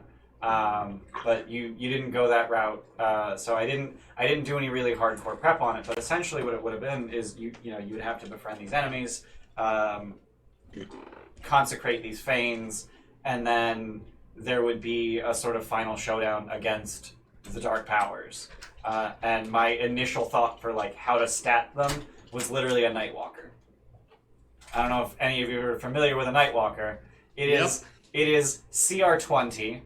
It has an aura of annihilation, and if it reduces you to 0 hit points, you die, and you can only be brought back by a wish. Cool. Yep. They're so cool. They also I remember fighting them. They also have +0 wisdom and aren't immune to charm, as we learned in the Curse of Strahd speedrun. So we would have gone in with spellcasters at our side and potentially had gained sympathy of Strahd to go in with us. Potentially, yeah. Doing him a favor, in essence. Yeah. Huh. But if we did do the ritual, Barovia would have caved in on itself, right? Probably, yeah. It would have either caved in or just kind of shunted violently and probably cataclysmically back to where it came from. Neither way would have gone very well for its residents, but... So I guess this is like the best ending we could have gotten. It probably is the best ending, trapping him in his coffin and, for the foreseeable future. Whereas in the past, people have just destroyed him, and then the Dark Powers just remake him after a while. So the idea would have been to completely destroy the Dark Powers. No, it would have just been defeating the Dark Powers long enough for the ritual to finish. Destroying the Dark Powers is not something that any mortal adventurers could ever accomplish. The Dark Powers they're gods, essentially. So you would have been destroying an avatar of that god and not actually, like, the Dark Powers themselves. So why, outside of just mechanics, do the Dark Powers have interest in bringing us back when we die? And giving us things. So mechanics is it's a really big thing. The Dark Gifts are actually an Adventurers League mechanic that I liked and I used. I actually used it in the first time I ran Curse of Strahd. I didn't even know what Adventurers League was at the time. But then I decided to bring it back this time. It is literally a training wheels for low-level characters. Because the reason that they put it in Adventurers League is that normally in Adventurers League, if you die before you're level 5, your faction brings you back to life. And then in return, you get no XP or gold for that session where you died. The factions don't exist in Barovia. There's no Harpers here. There's no Lord's Alliance here. So they had to do something to replace that training wheels mechanic, so they have the Dark Gifts. So the Dark Gifts are only supposed to work until you hit level 5. And then Elodie died at level 9, and I gave her a Dark Gift, and the next day I was like, I shouldn't have done that. Gramps has fucking Revivify. It's a training wheels thing. Gramps could just Revivify. Well, we never used it, so... Right. Like, we didn't really use Elodie's. That's true. That is true. But yeah, so the narrative reason for the Dark Gifts existing is the Dark Gifts like seeing Strahd upset. And you guys were breaking all his fucking toys. So they wanted you to continue breaking his fucking toys. At one point, he asked you, please stop breaking my toys. Like, just like that. Stop breaking my toys. Yeah. yeah, that was. Did you answer the second part I of that? don't think I did. Would I have pushed any group of players this hard through the campaign, or is it group specific? I would have pushed any group of players this hard. Obviously, I'm not a monster. I hope that's obvious. I'm not a monster, given. So obviously, if the players were legitimately not enjoying it being as intense as it was, I would have dialed it back. But every time I ask my players, like, hey, are you enjoying the game? How's it going? Every time on the decompress session, I get thanks, I hate it, but, it's still a thanks. Thanks for Well, letting me experience I know as well as emotions. you. Yeah. I know as well as you. Thanks, I hate it is a compliment when you're Yes. at the end. Right. Well, and to your testament, you did check in with us often Yeah, so... to make sure that everybody was still enjoying it. Right. So if I checked in and someone said, like, no, like, this is too much, like, Irina dying, like, actually fucking threw me, like, that like, hurt, and I'm still hurting days, I would have been like, okay, let's dial things back a little bit. Andy's literally going around yelling for Irina. Isn't that Yeah, red flag? no, Isn't that a red flag that's for that's you? fantastic. Yeah, No, that was a great I mean, honestly, that was for Rubik, that was his main switch over is losing Irina. That's where things actually changed. That might be my top D&D moment. And you just sitting there quietly after I killed you? No, like actually dying. Yeah, like you sitting at the table, perfectly quiet, waiting for them to realize that you were dead. Oh, I remember looking over because I had my laptop over here doing the stream at that time, and I happened to catch right when the window of 6 went to the window of 5, and it was just like you can even see my reaction at that episode. Yeah. You're just like, What? yeah. I was messaging stuff the entire time, going like, "Nah, he's." Yeah, I you're feel like fine. like he dumped a nat 20 on this. I feel like he knows what he's doing. Like he's got some story reason he's doing this, but it'll play itself out. And I'm just fine. not responding. I'm just not responding to Bayless at all on Discord when he's messaging me all this shit. Nah. Yeah, no, I was super happy with how that played out. And for those of you who watch the DM preps, Steph and I actually spent like 30 to 45 minutes planning everything out, making sure that it was airtight, that nothing the players can do is going to ruin the moment or anything like that. I purposefully used my last resource right before it happened on stealth or some bullshit. Yeah, it was on stealth to sneak down the mountain. Yeah. And then I gave it Pass Without Trace, courtesy of the Dark Powers, to beat Gramps' at the time 24 passive perception. Not enough. It's just 24 is just not I failed enough. again. It's just one more failure for Gramps. Yeah. Oh no. But what's funny is so she fell 1,500 feet to her death. What I didn't account for was Rubek's ability to just fucking dive bomb after her. I was like, oh yeah, like he'll turn into a raven, he'll fly 100 feet around, will take him over a minute to fly down. So Revivify won't work. Breath of the Wild. Yeah. So I was just like, Revivify will not work, and they'll know it won't work because it'll have been more than a minute. And then you guys got down there, and it had been like 30 seconds. Rubek failed 2 con saves against the mists in the process, but it was just like, whatever, who cares? We're here. It's been 30 seconds. Snurk, do the thing. Mm-hmm. And then I literally had to think in the moment, like, why doesn't Revivify work? Yeah. Why doesn't it work? And it's the Dark Powers. They say fuck you.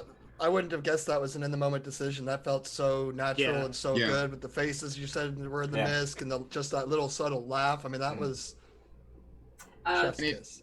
And it sucked to waste the scroll, but in the same time, it made it hurt more. Right. Yeah. Because then it was just like very clear, like it doesn't work. Like it just doesn't work. Yeah. I'm laughing at Jordan's comment in chat. I'm sorry. Fetzler has a question. Yeah. Fetzler has a question about our favorite summons. Questions, right? Mm-hmm. Yeah, favorite summons.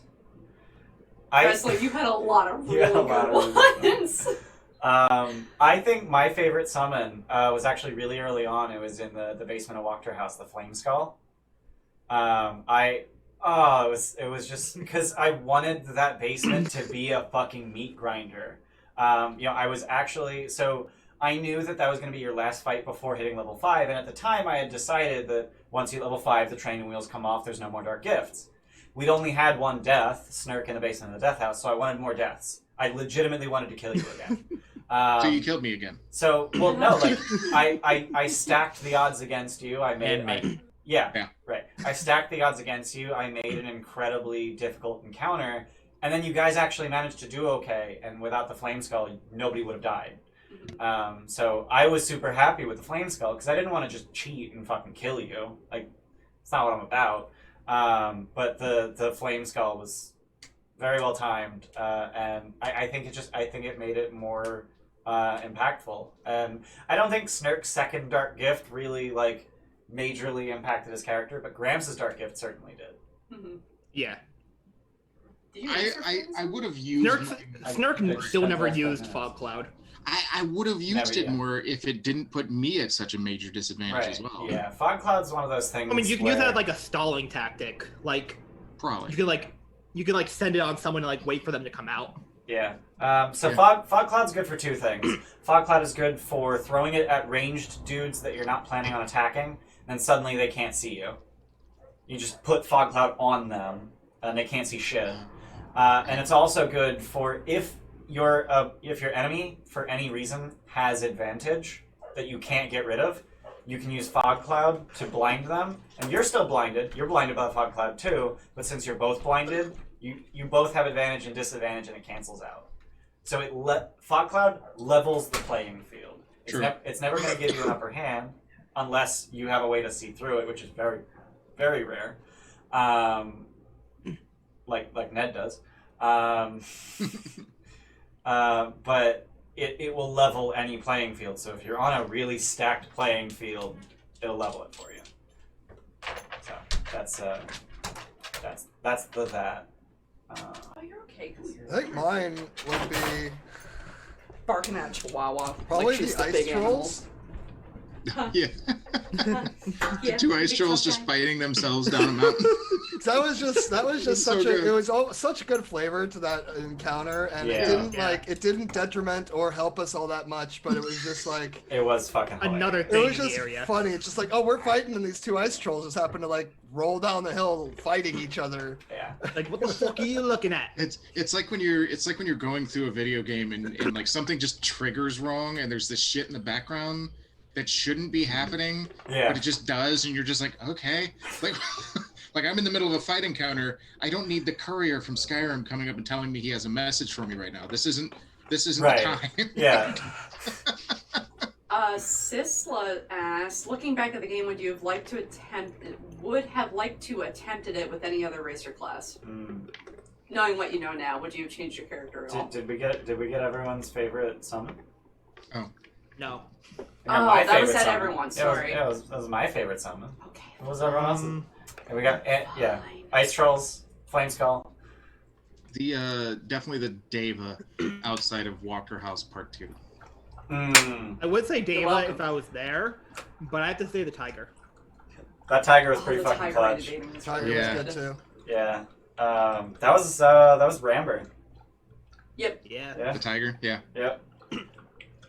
That was Ramber before Odyssey I'd started. like the zombie T-Rex because it played off of a previous one. Yeah.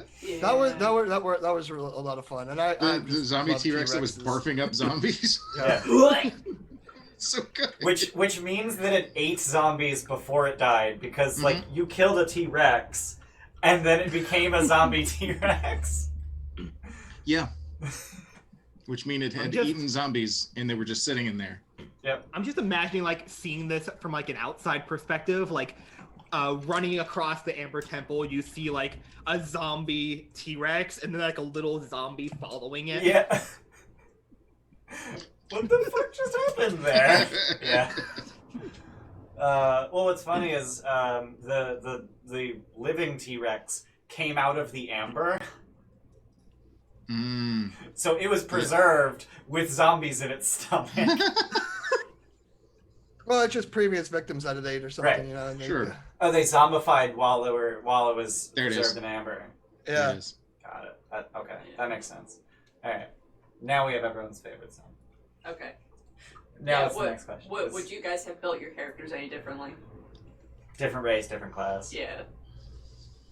Probably wouldn't You do can go. barbarian again for a one that goes up high because they do feel like they'd get a little bland. There's a lot of character options and stuff, yeah. but I mean, Rubik had 2 moves the whole time: Right. Sunbeam once a day or Zap Smash Smash. Right. And you know, in combat and stuff, that happens very fast. It's like I know what I'm gonna do. Click, click, click. Yeah. My stuff's done. Yeah, you can't knock me out. You can't. You know, Right. it's hard to knock me down, but it's just the action economy. I think for barbarians is not great. Yeah. So I'd probably look for something else at some point. But I'm very happy with Rubik and the way it worked out. So Yeah. Barbarian peters out really hard after 5. If I could choose a different race, my first thought is Shatterkai. Because in hindsight, that necrotic resistance would have been in clutch. Yeah. Yeah. Yeah. If I did a different race, I would think, like, I had, like, a backup character in case something did happen to Inej. Because, like, up until the Walker house, I was thinking, okay, like, knowing her, she probably wouldn't take the dark power. Okay. But then, like, after events happened, I realized, okay, yeah, she feels more connected now. I just remembered Inej very narrowly avoiding death in the basement of Walker House. When 2 cultists swung at your femoral arteries and missed. Yeah, and a different my backup character was gonna be a paladin. So yeah. Okay. And what's really interesting is that with Madame Ava's with my plan that Madame Ava had brought a bunch of adventuring parties to Barovia, it actually would have been really easy to introduce a new character. You just come across a broken group of adventurers, and this is the only survivor. Done. So I did have plans for if someone died and stayed dead. Oh, okay. In case anyone was curious. I'm honestly super surprised Inej didn't die. Inej went into that last fight with like 90 hit points, and it was just like, I'm not even gonna bother with that because like Rubek's at 40, and I can easily get him to 0. No, like literally after like last session, Inej only took like 7 points of damage. Yeah, you're really good at avoiding damage. I mean, evasion fucking helps. Evasion came in clutch. God, fucking Amber So Temple. Like 3 people went down, and Inej just like, what? Fireballs. No, I think it was chain lightning. Oh yeah, well it was chain lightning chain and lightning fireballs. Yeah. Yeah. All of which are dex saves, and it's just like, like everyone else took like 80 damage, and Inej is like, I don't know, I failed 1 save, so I took 12. Yep. I love rogues so much. They're my favorite class. They're also, you had like a fucking truck at the Jesus, like 100 damage to Madame Ava. God, I would have And probably 98. yeah. As much as I enjoyed committing to fighter, I probably would have dipped a bit into rogue, just so that I could get sneak attacks. Yeah. Like, just so that in the moments, like, you know, like coming up behind Strahd when he's got, you know, a grab on Rubek, that I could have taken advantage of that sort of situation. But honestly, a lot of people. Go. I think the Grung race was actually like super convenient in this campaign. Yeah, despite the fact that your stank never landed. Yeah, sure, but It landed in the last fight. It did. But I also didn't get poisoned anywhere near as much as everybody else would have. Right. Yep. So, I actually liked it quite a bit in terms of. I know a lot of people. Like I know, like a lot of players, like or people like discourage multi-classing. Like I've heard like people discourage that, but like I feel like it makes it better. I feel like I Inej's always wanted multi-class turned Inej from just your stereotypical rogue to like a person. I don't know, like like I don't know if that was just you kind of getting an idea of who Inej is and coming out of your shell, or if it was Inej figuring out who she was and coming out of her shell. But there was definitely a coming out of shell. I think it was more point. Inej. Okay. Because basically starting the campaign, I didn't really have a good idea on her personality. But like, her personality started to form more after the slaughter in Velaki. Because like literally before, like the night before, I was thinking like, I feel like something's gonna happen. Like someone's gonna attack. I just thought they were gonna attack us. Right. And like I kind of. I remember you like, guys distinctly like preparing for attack against you. Like I distinctly remember was, you. yeah. I think it was Gramps too. But like you guys were like, yeah, like we definitely take watches despite being an inn. Like we're trying to be safe. Yeah, like here. I remember I had my familiar keep watch for me. Yeah. But yeah, like Greg. after figuring out what happened, Greg. Yeah. Good old Greg. Yeah, like after that happens, I feel like I kind of had the idea that Inej would kind of be like a perfectionist almost. And like thinking like I knew this was gonna happen, I should have done something better. Got it. And then obviously like honestly becoming a were-raven, that's the only way I would have gone into cleric because I didn't have the wisdom for it. Right. We got a trio for the Floof Queen. So I think going were-raven completely changed the vibe of Inej. Yeah, I mean, what's interesting is the book doesn't actually like present that the Keepers of the Feather would share their lycanthropy, but I just thought it was appropriate, especially with Rubeck having befriended Emmerich like as soon as he got to the Blue Water Inn, like the very first time. Yeah. So it was. I thought that was a really cool thing that I just added. No, I don't know why. For some reason I remember the first time we were in the Blue Water Inn that Van Richten was there. I think I remember seeing his token. Yeah, so he passed you on the way. So he was on the way out as you were entering for the first time. Yes, he was. Yeah, and that was Rictavio. He was still in disguise. Rictavio as Yeah. No, I think Rubik. It was, the funny thing is, it was the cloak. He had an animal style cloak, and like Rubik did that. That was his thing. He had one, so he was interested in his, and then it became this recurring thing where I kept talking to him. Yeah. But then it was after the winery was destroyed, and I think it was it before we knew the Goliaths existed at the Velaki camp? I can't remember if it was before or after we knew the Goliaths existed, but. For Rubik, it felt like approaching, this is a clan. This is a family. This is what I'm looking for. So, yeah, go. Like, if it's being offered, I'll take it. It had nothing to do with like any of the benefits, any of the, that kind of stuff was cool to discover later. Right. But for Rubik, it was really just, if we're being welcomed into this clan, then yeah, I'm going to do it. Right. Yeah. Classy librarian. What was that question? What was the question? Oh, what was that question? What question are we answering right now? Just to talk about the races and classes? Is that what we're Jeez. Yeah. We're still talking. This is why I can't keep track of that and move on to the next question. I'm like, we answered it, right? We're so far divorced from what? Yeah. For each player, what was the biggest nope? What was the biggest nope of the campaign? That one dude, the diva dude, and the flesh golem, and that whole dinner scene. Oh yeah, absolutely. That was so much yikes and so much nopes. Yeah. I would. Yeah. I'm gonna answer this one too. When you guys forgot the flame skulls, and it was like the flame skulls regenerate roll initiative. Excuse me, what? Yeah. Oh, what? What the fuck did you just say? I honestly was considering that.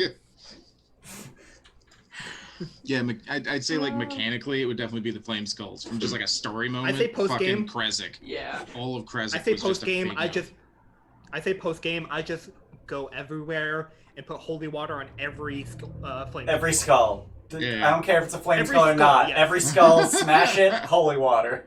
Yeah. Oh, and you're a cleric, so you can cast ceremony. Yeah. And there's a big ass fucking pile of silver in the castle. Mm-hmm. Although, Feels like we have how Big much ass with us? fucking although now that Ass Elodie fucking. and Gramps are gone, how do you get into that tower? Oh yeah. That's Magic. fine. You got 400 years to figure it out. Yeah. Magic. Magic. I mean, Sure. we emptied, I have- the I tower mean, I with have- everything except for the shield, right? I feel like we did. I think so, probably. Yeah. I'm sure Strahd had like an access to that. Certainly. He So can Misty. you've got wizard spells. You can Misty Step. Yeah, if I take a couple more levels. Or, Yeah. I think I have to get to level, I want to say 13, rogue. That's a second level spell. Or I can just, Yeah. or I can just multi. Yeah, but like, it's a conjuration spell. Oh, so you have to get Yeah, to arcane the free tricksters choice. are stuck Yeah. with the illusion and enchantment, for Yeah. except Yeah, until but you a have certain Mage level. Hand, right? You can just Mage Hand the stuff out of the. Oh wait, no, actually, next Hmm. like each level I could switch out A spell. which yeah. non-illusion enchantment spell, so I could literally do it next level. Yeah. Yeah. Or Mage Hand. Just have Mage Hand throw coins out. Yeah. Yeah. eh. Yeah. One. But yeah, you can get the gold out. So the adamantine tower has an adamantine door. It's immune to non-magical damage. You could just break the door down with your magic Oh, okay. weapon. Alternatively, there's a command word to open it. If you had identify would tell you what the command word is. Identify is a cleric spell. No, it's not. So Is it? I think I so. thought it was just Forge Cleric. Oh, maybe. I just remember Gerder having it. You're right. It is Forge Cleric. So what I know did Forge Clerics have it, yeah. Yeah, it's Forge and Knowledge. So CJ Rose asks, was it possible to find the last stone for the vineyard? The book does not mention it. I will say that. I played around with the idea. If you guys expressed an interest in trying to find it, I probably would have made it possible somehow. There are people online who say that the Heart of Sorrow is the third gem, which is the heart that Snurk shattered. Strahd stole Okay. it and then transformed it into Corrupted this it hideous and- amalgam that extends his life and whatnot. I can see that. Jesse asked a question a little bit Oh, did he? earlier. To Okay. piggyback off of Classy Librarian, for each player, for everyone, what was the story moment that was the most impactful for all of you, including the DM? Irina's dying. Same, bro. No, no Yeah. questions asked. Irina dying. Book Yeah. closed, that's it. Yeah. Yeah. Long Yeah. story short, Yeah. cool. Okay. Yeah. I I mean- think as far as I mean, honestly, Gramps' not very story, much. if Gramps' story, personally, it would be finding out that it was Strahd who told the werewolves to kill to try and extend his domain. Right. That's the whole reason he's here. Mm-hmm. Yeah. It wasn't from the book DM mechanic story moment, but definitely Jordan bringing back Dorian was Yeah. Yeah. not something I would have ever thought that could have happened. I worked that out with Ian. Yeah. Yeah, and without the obvious one, I think another big one was the whole beginning of Search for Rubik, Mm. where Mm-hmm. he Yeah. was able to free the Goliaths, and he pretty much was sick of us dilly-dallying, Not working getting as a distracted, doing Yeah. bad things, not working as a team, keeping secrets, people being worried about self when he's always clan oriented. So Mm. that was a big that whole moment where he's just like, okay, everyone in the room, we're talking now. Yeah. Yeah. And for Rubik to actually have to do that, that was a pretty big moment for him for sure. Yeah. Yeah, I feel like that conversation was probably the most impactful. That and the out of session conversation I had with Snurk when I became a Twilight Cleric. Mm. Oh yeah. Giving me the mark. Yeah, and giving you the tattoo. Yeah. Yeah. Definitely to kind of piggyback on what you're saying, Andy, the Jordan or the Gramps, revivify moment definitely took Snurk from being this edge lord boy that he was going to be to just being like, oh, okay, well then I got no reason to be a grumpy little bastard. I can just keep being me and do the things that, you know what I mean? Like it was definitely that like hard left back onto the road. Yeah, you went from happy-go-lucky asshole 6-year-old with no filter to kind of edgelord, angry at everyone, just want to murder shit, to kind of a surprisingly well-balanced individual despite your age and how much shit you've gone through. You went through like 5 years of life in 2 weeks. No, it was a very unexpected like character arc, like to like not to make a big deal out of it, but like it was like that like right back into the middle moment that I fucking wasn't planning on. Right. Because I was just gonna be like, fuck it, I'll just be a murder boy. Right. And then it was definitely murder hobo and not edgelord. Those are two different things. Yeah.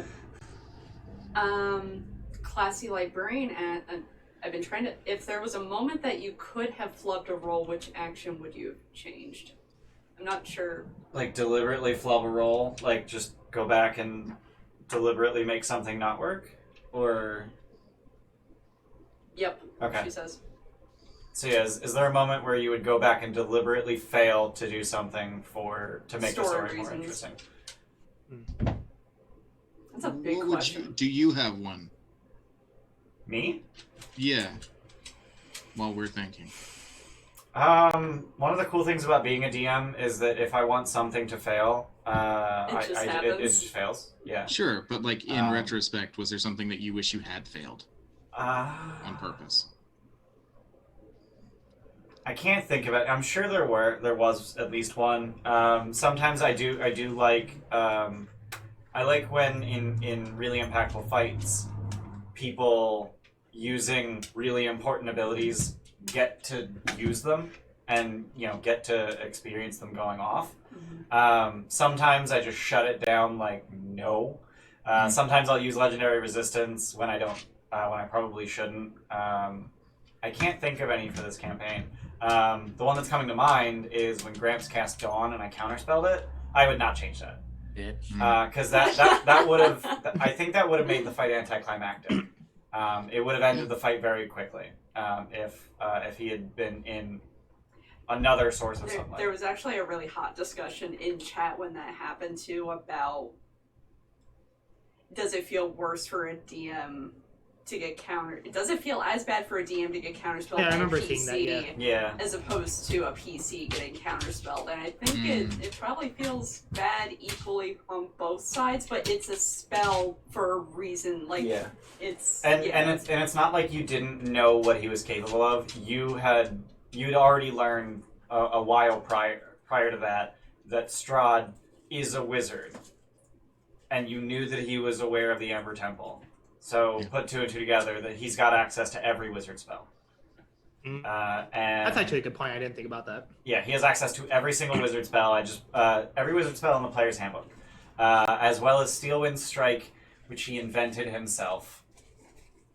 Like bullshit, he invented it. Hey man, dirty thief. Hey man, dirty thief. I got it first. It was mine. Yeah, actually Dorian. Strahd actually values martial might well above magical might, which is why he's only a 9th level wizard. This guy's 400, 500 years old, and he's only a 9th level wizard. He's also a 9th level fighter, or something like that. He's got a lot of levels. How many hit dice does he have? Saul made an interjection. Is there something the opposite way? Is there something you would have not failed but passed in retrospect? Every time you fail. Yeah, every time you fail. Yeah. I'm gonna ween. So one of the really cool things, in my opinion, about our donation incentives is that the players kind of do get to choose the things that they really want to succeed. Yeah. If they absolutely want to succeed on a saving throw, they can take 20. If they absolutely want to crit right now, they can throw an auto crit at it. Obviously, it's limited. They don't just get to use it all the time forever. The more generous our viewers are, the more frequently they can do that. Sure. But yeah, take 20s are essentially legendary resistances for the players, basically. But we are... Interestingly, Strahd never had the legendary resistance. Really? Yeah. Yeah, because he never used it. shield. Yeah, he used shield. Well, legendary resistance is if you fail a saving throw, choose to succeed instead. Right. And he can do that 3 times a day, and he never used it. So I had written in my notes that he was saving it for Hold Vampire or other action denial abilities. So he's not going to save it for a damage effect. He's not going to use it on a damage effect to just save I for think you half. did Right. legendary. Did you legendary resist one? The Hold Vampire. I feel like Gramps you may have never done that. used Hold Vampire on him. It got used, I think, one time, and I think he passed. Okay. Oh, okay. Strahd does have +7 whiz saves. You know, on those whiz saves that were brought up a couple of times with those take 20s, I'm glad I had all those take 20s to prevent it for as long as it happened, because I think it built up a good Story. It built up like this. There was a tension, pressure like that kept this building. pressure, and Yeah. the one I finally did fail, I think, was the perfect one to fail. We were out there on the balcony. It was towards the end of the fight. My hammer got yeeted, but then And right I was after just coming that, in. and then right after that, you know, Snurk and I are able to connect, Right. and yeah, and that just got me off the Charm. really quick. But then Snurk jumps on my back, and then we become like a Mighty Morphin Power Ranger Megazord. yeah, exactly. Well, it was really like a true teamwork moment where it's like, hey, you can't get to him as fast as I can. If I can get to him, I can't do anything else. Right. Hop on my back, and our plan is now Yeah. we can keep him in sunlight at the beginning of every turn. We can deal at least a little bit and whittle him down. And that was kind of when you mentioned the fear coming into his face and everything. That was just such a cool story moment. Yeah. To fail that one save, and I'm really glad that I as Rubik, I'm very glad. Or as Andy, I'm glad Rubik did eventually fail. Yeah. That one, and I'm glad it was the one I did. Well, and you have that almost like the way it was implied, anyways, by all the multiple fails. You have almost this scrambling desperation from Strahd, where he's just like continuing to throw that charm, because he's just like I can't. If he comes at me with that fucking hammer, I'm done. I have to get him. I have to get him. I have to. Yep. Like, it implied how much more afraid of that hammer he really was, that he just kept hammering it down on that hammer. I don't think I ever actually swung the hammer of the morning. You never swung the hammer of the morning lord at him. Nope. Didn't I need kept to. him in the sunlight of it a couple times, but I never actually swung that hammer at him, which is kind of interesting. What's crazy about his regeneration is that he regenerates 20 hit points a round, unless he's in sunlight. And if he's in sunlight, he takes 20 damage. So just having him in sunlight is a 40-point health swing. Damn. It's kind of gross. Yeah. Yeah. So one of the things that I like doing as a DM is staying within the rules and doing things that aren't expected with the rules to tell a good story. And one of the things that I came up with was Madame Ava being present in the crypt. And so the way that worked, in case you're curious, she saw this coming. She saw you fighting him coming. She's a seer. She was really pissed about it, but she knew that she couldn't just show up and try to fight you. She had to intervene in an impactful way. So when she saw you fighting on the Overlook, which is visible from her encampment, she cast Word of Recall, which teleports her to a location consecrated to her god, which is the Morning Lord, which is the Chapel of Barovia, or the Chapel of Ravenloft. And then she just made her way down into the crypts and waited for him to show up. And then she cast Regenerate on him. Okay. Strahd... That's what that roll was. Yeah, we saw that roll when we started, when we logged into it, and we all we kept quiet about it because, you know. I mean, I didn't know what it was, so I thought it was just like I thought it was Strahd's regeneration. Got it. Yeah, no, she cast the Regenerate spell. Regenerate is one of very few spells that can heal undead. It explains why he came back so damn fast. So the way Strahd's discorporation works is that he discorporates, appears in his coffin, and then he's paralyzed for an hour. He's paralyzed until he has hit points. If he lays in his coffin for an hour, he gains 1 hit point. She casts Regenerate, heals him. he immediately, and she removes the stake that you fuckers put there. Yes. And then he just immediately gets up and he starts regenerating. And that's why I kept count of how many rounds it took you to get down there. Gotcha. So it took you 6 rounds and he regenerated 120 hit points on top of that 30. So she pushed him past that hour with her Does that regenerate. include the 1 minute cast for Regenerate? She precast it. She's casting it the whole way down. She See knew. her. She knew. Because fuck you, that's why, Jordan. Fuck you, that's fuck why. you, that's why. But also, no, I didn't realize it has a 1 minute cast time. Oh no, did you fuck up? No, I mean, Oh. no. No, It still works. DM, you I can't mean, fuck story. But here's the interesting thing. Here's the really fucked up part. Regenerate lasts an hour. It's non-concentration. So you discorporated him again, and in reality, he should have immediately just hit, like as soon as he started his turn in the coffin, he would have 1 hit point. And then he'd start fucking regenerating again in the time it took you chucklefucks to get past the Guardians of Faith. And I was like, I'm not doing another fight. I'm not, it just regenerates over, it's gone. Should have ring of spell storing, right, Ian? I mean, that doesn't help, though. Also, Ring of Spell Storing only stores up to 5 levels. Oh, I had a question. Hold on. Panzer. Panzer viewing. I can't say that. All right, I'm Panzer bad viewing. at. Riley. Are there any other I know it's Riley. Okay. Are there any other secrets or anything else between PCs that haven't been said? And I clarified. I'm like, are you talking rhyme or are you talking this campaign? He's like, this campaign. I'm like, okay. I think the big one was Inej with her Secret of Lichstone. I didn't build secrets into characters the way we did for Rhyme.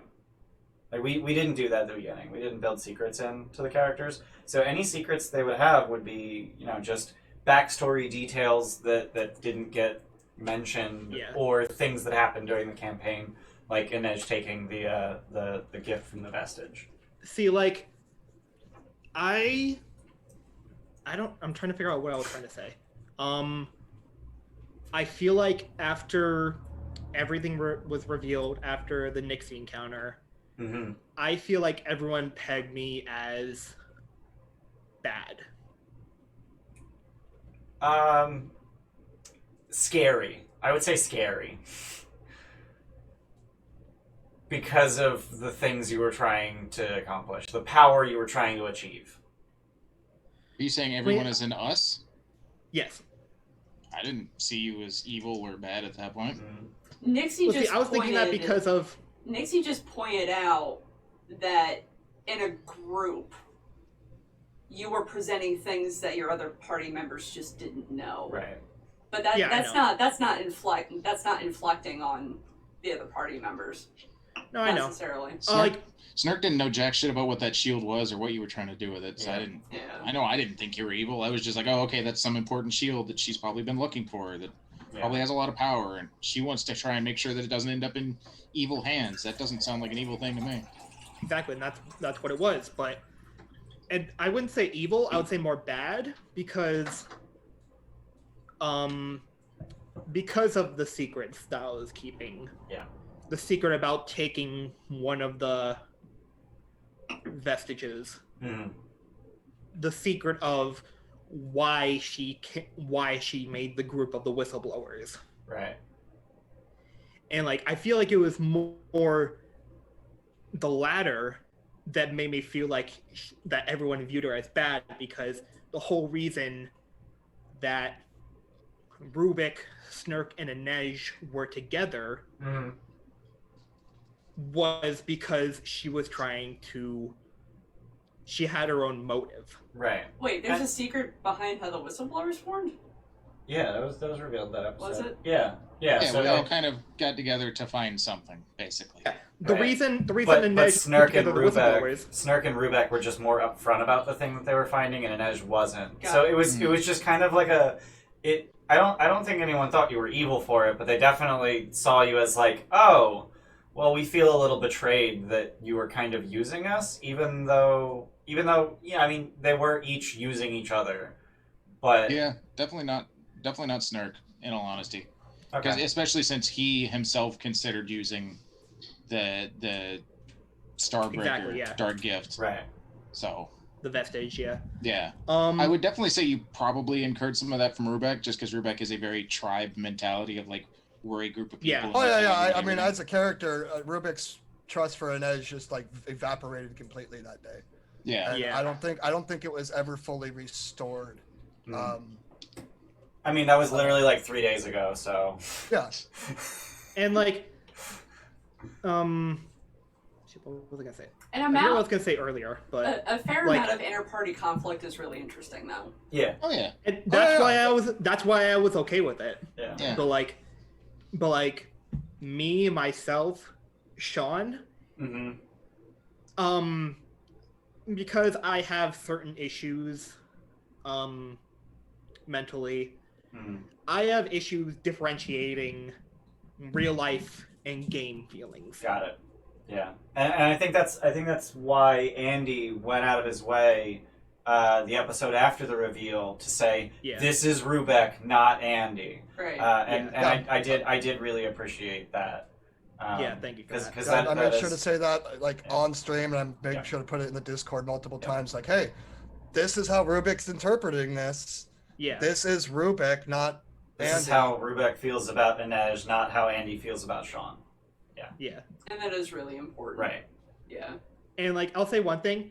When we were doing the final performance, and you guys just like chucked your flutes out into the abyss, that hurt Inej a lot. Like in her mind, Yeah. like she viewed it as like they were abandoning her. Like they didn't want anything to do with her.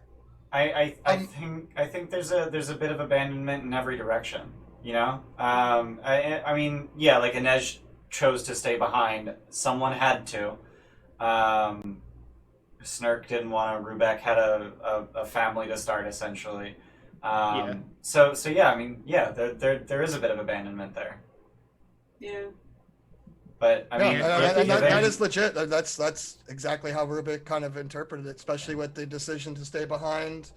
And I even kind of tried to portray that when you were waffling about the shield, and it's just like Rubik literally turns his back on you and walks away. I mean, that's as a player, I was even considering would Rubik even play that last. I saw that. Yeah. And so I mean, ultimately I did, and but that was kind of like it was kind of that Point Break ending, It's like, hey, I've done my bit here. Here's my badge. Yeah. I'm chucking it out into the sea. Yeah. And for Rubik, it was also he has bigger things to worry about now than playing the flute. I mean, he's got to literally save a tribe of people. So. Yeah. One thing that I think is really cool about Curse of Strahd is that this is just a random note. Campaigns have a tendency to have this ridiculously fast power scaling where you level from 1 to 10 over the course of like 2-3 weeks. And that happened here. But there's actually a rationale. The dark powers are just slowly feeding you their power. And I tried to make that like super explicit as you were making your way to Ravenloft. It's just like, they're just giving you this last boost of power. Like, please go fuck them up. Yeah. So I actually really like that the campaign has this vague explanation. That's not even presented in the book. That's just something I came up with. I think that's neat. To our DM, if I can, is there a moment that went unexpected that you were unhappy with and happy with? Every time Snark spoke. I'm kidding. No. Something that went unexpected that I was unhappy with. Well, not going to Kresik. Sure. I was kind of excited to run the False Hydra. At no point did I feel prepared to run the False Hydra, because it's just so mindfucky, and you need to be so careful about your wording as a DM. Like you basically like never reveal. The big thing is like never reveal that you're pretending to not know about something. Right. So, like, you need to keep a completely straight face, like, no, there's never been a night guard here. So you need to deliberately give yourself a fucking headache with the cognitive dissonance. And I never felt fully prepared about that, but I still really wanted you guys to go to Krezk and find the false Hydra. Something that went very unexpectedly that I really enjoyed was actually the final fight against, or the semi-final fight against Strahd. Because Strahd was expecting Rubek to be up on the tower first. That fight, holy and shit. Strahd was hoping for Rubek to have already been charmed at that point. God. And that by the time anyone else made their way up there, that the hammer would be gone, not a problem. He could spend his turns just sucking Rubek's blood until he died of 0 max HP. Yeah, no, I that was way cooler than I had hoped. Yeah. So that went utterly unexpected, and I was very happy about it. Lady LaFay asks, any advice, both players and DM, for someone who wants to run Curse of Strahd? This is actually your second time running it. This is the my second only time. module you've run. This is the only module. This is the only like full campaign that I've run start to finish twice. Yeah. I would say that. Oh boy. There are resources on the internet, probably on DM's Guild, that are essentially like quest hook web maps of Curse of Strahd, which I think are very, very important for a sandbox-based game like Curse of Strahd. But essentially what it comes down to is every location is hookable. And so if you think of every location as a series of spools, you have to drag those spools with hooks attached to them and then hook them into other locations. And you need to make sure that if you want the players to go to a specific location, that there is at least one, preferably 3 hooks from that location to locations the players have already been. So when the players end up in Vallaki, there's basically 2 hooks. 1, Irina needs to get there, and 2, it's the only other fucking place to go. Like, where else do you go in Barovia from the village of Barovia but Vallaki? You end up in Vallaki. And then once you're in Vallaki, my DM prep for Vallaki was hook-based. I didn't think about, oh, what's this NPC gonna say? I didn't think about what's this NPC doing. I didn't think about what plot is going on in Vallaki. I thought, how many fucking hooks can I cram in a session? And I ended up giving you guys like 7 or 8 hooks, and I think you recognized 3 or 4 of them. Yeah. Cool, whatever. That's why you throw out, extra hooks as the players continue going along. So hooks.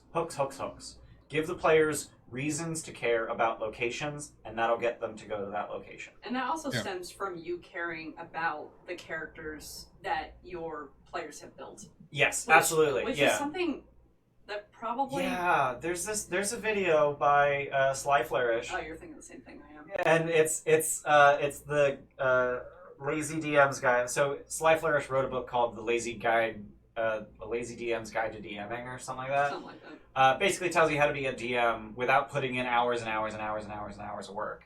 How to do it the best with minimal effort. And one of the tricks he teaches you is know your characters.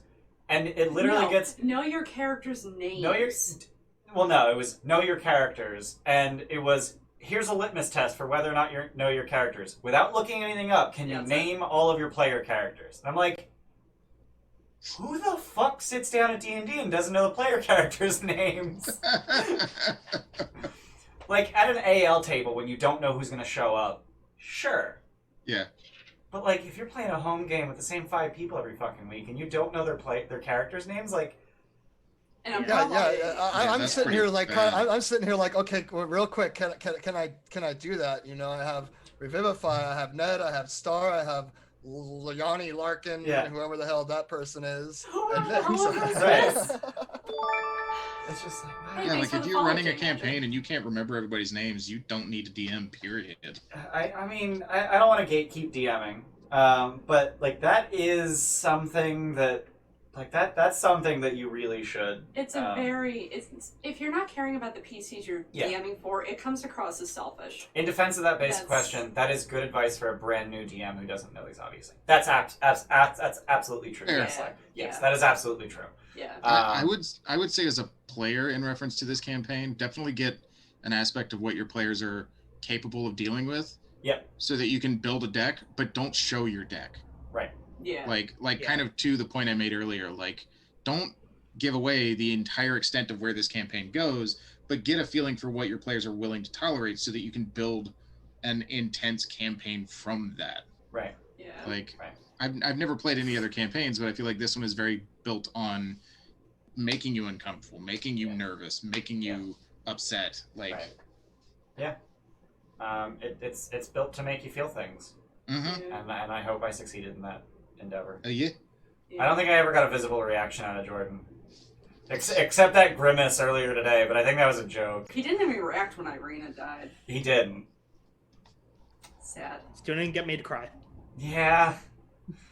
It's not. I mean, I'm not it's, trying to make It's not people his cry. fault. Y'all are heartless. Yeah, I'm I'm also Like a I'm not bitch. trying to make people cry. It's making people feel things. I'm And trying to whether make or not people it's feel things. happy or Yeah, upset, exactly. cry. I mean, Right. Yeah. Yeah. I cried You like a had me in bitch more than tears.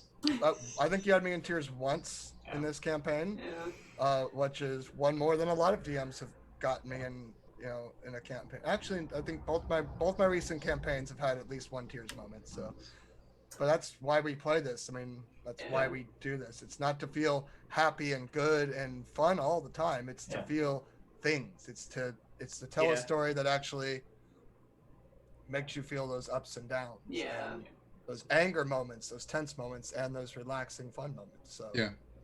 Saul just saw. Out of fairness, actually, you got me like 3 or 4 times, so that's enough Oh, for yeah. everybody else. We're just emotional. Before we get to that question, I actually want to ask the players a sort of follow up on my advice about hooks. Were there any hooks that you never followed up on that you wish you did? I wish I would have found more pie. Okay. What? Oh yeah. No, the pie is bad. The pie is made of children. I don't I know. okay. I had a feeling right from the beginning, but Ruben didn't know. And Oh yeah, we talked about this. I think like 2 or 3 sessions ago. The windmill is called Old Bone Grinder because they grind the bones of children into flour. Those for are pies. people. Yeah. Oh, I didn't know the bone part. Yeah, the bones. Yeah. That's how they make the dough. Yeah, That's their yeah. flour. And then the meat is people. Oh. Yeah, the meat I knew is the also meat was children. people. Yeah, I the did meat, not know about the bones. Yeah, they grind the fucking bones into flour and use the meat. Of I'm glad children. Rubik never found that out because that might have been Yeah. just a little too devastating for him. Yeah. Yeah. I don't know. What other hurts were there? Yeah, I don't know. I don't know which ones that we. I can't. I feel like I thought of one before the game ended, but now I can't think of them now that the question is being asked. So the one thing that you guys never explored that I think is a really neat detail in the book is Argynvost Holt, the Order of the Silver Dragon. Right. Yeah, we didn't explore that at all. Yeah, like you got the hammer and you're like, all right, fuck this place, it sucks. Mhm. I mean, also Esmeralda like cleared the entire place. Yeah, she said she did. She actually just like snuck around and stole shit, and then claimed Damn it. to be a badass to impress you and honestly to scare you, because at that point she wasn't sure if you guys were friendly. So Would she she have wanted ever would she have ever divulged that secret to me in our ongoing years of monster hunting? probably. Yeah. Okay. Yeah.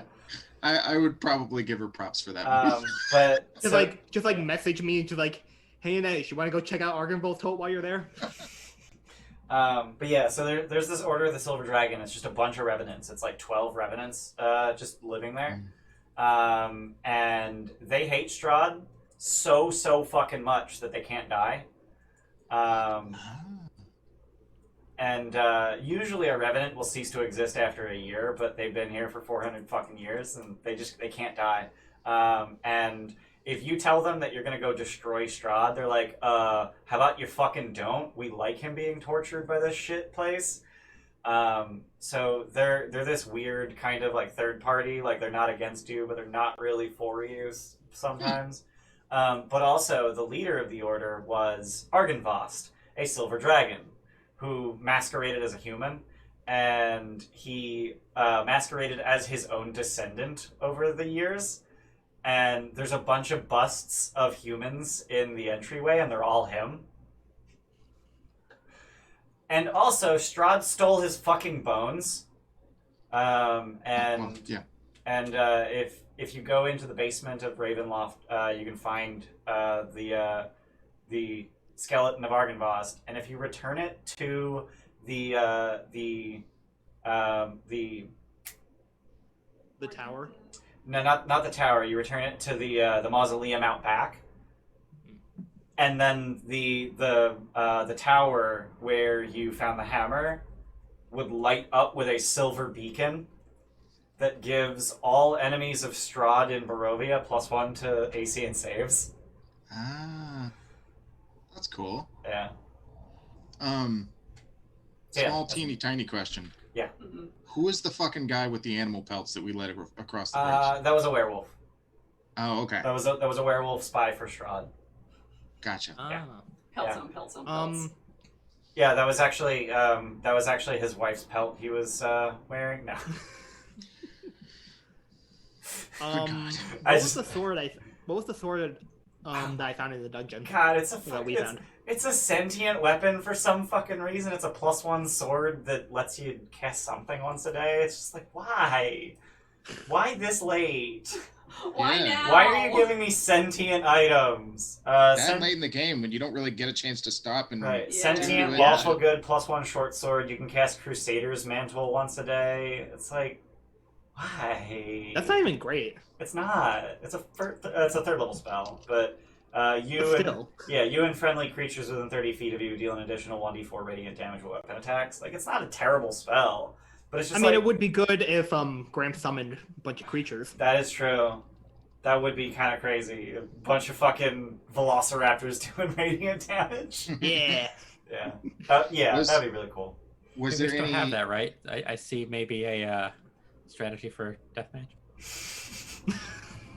I do have it. Yeah, you do Shit. have it. Keep talking. I'm right here. Was there any item that we didn't find? That was my question. That was gonna be one of my questions if we had Are there any to items pause. you didn't? How much shit did they miss? There's a lot Yeah. of shit you missed in Amber Temple. You guys In are Amber Temple? Yeah, you guys were so done with that place that you guys missed a bunch of stuff. There were a lot of secret doors. Oh, okay. There's a lot of Yeah, we secret didn't doors. explore that much. Yeah, you really didn't explore much. For the place we went to the most, we probably explored it the least. 'Cause Yeah. I think we Wow. made 3, if not 4 trips to the Amber It Temple. was Yeah. 3 or 4 times you were there. Yeah. It was always with the purpose of not like you entered it to explore, got your shit kicked in, and Got then every sidetracked, time you and- guys yeah. went back, there was a clear objective, and you didn't Right. want to start more shit. Yeah, so you didn't that wanna makes start- yeah. sense. Yeah. Don't start Didn't wanna none, drag won't it be out. none. Yeah. You know, we had Amber Temple PTSD. Yeah. Yeah. Yeah, big Yeah. time. Just not engaging. It's fine. Saul just saw when we were talking about aftercare, like player and DM aftercare. Is there a recommended aftercare source we have? No, we just Yeah. so So really, it basically just comes down to, for me, just asking players, are you okay? Did I cross any lines? If so, where was it? So I don't cross it again. And I'm sorry. So we do a thing here on the Gilded Troll that we call decompress, where after we stop the stream, we all just sit on Zoom and we just keep talking. And it's a very informal process where we just kind of talk about our feelings. and sometimes it's 3, 4, and 5, sometimes it's 3, 6 4 hours. There have been many times for this campaign in Rhyme where it's longer than the actual streamer Yeah. session. Yep. So- Yeah. I mean, even for our Avernus speedrun, we streamed for 12 hours and then we stayed on the call for another 4 hours. Right. That was absolutely fucking ridiculous. And then if you're I on woke the, up, got on a Zoom call, and 16 hours later I went to bed. Yeah. And that was my day. And that then, was the whole day. and then something that the viewers don't really know too, if you join the Discord, there's a lot of private channels specifically dedicated to the campaigns and player channels. So we Right. talk a lot outside of games Right. to make sure that everyone's okay. Yeah. So we're not like So taking yeah, it from the source, but it honestly, I'm sure there's fantastic resources online about aftercare. Most of them are, honestly, I will warn you, most of them are probably going to talk about BDSM, because I think that's where that term comes from. Just FYI. it does. I think that's where that term comes from. So you might want to just do that typical thing where you do aftercare 5e or D&D 5e. Yeah. Like a lot of our Google searches auto-populate at the end of every search. Yeah. Even if you don't, there's parallels. There's very obvious. Oh yeah, absolutely. Like the things you're going parallels. to learn in BDSM specific aftercare. I mean, yeah, they're articles both and very stuff. efficient. Yeah, like it's going to be the same sort of process. But honestly, for us, it's just having candid conversations about our feelings. We try to foster an environment where our players are comfortable telling us how they actually feel. Yeah. I think that's really the big thing. D&D is my kink. Same. I mean, same. I think it goes to say a lot of what just the Gilded Troll is at its heart, and that has always been just friends around a table playing D&D. And even though we don't have a physical table, that's I have still a fucking table. what we are.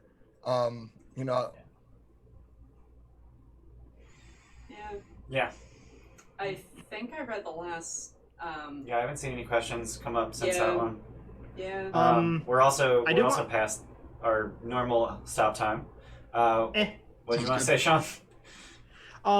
There's one thing I wanted to explain about last session.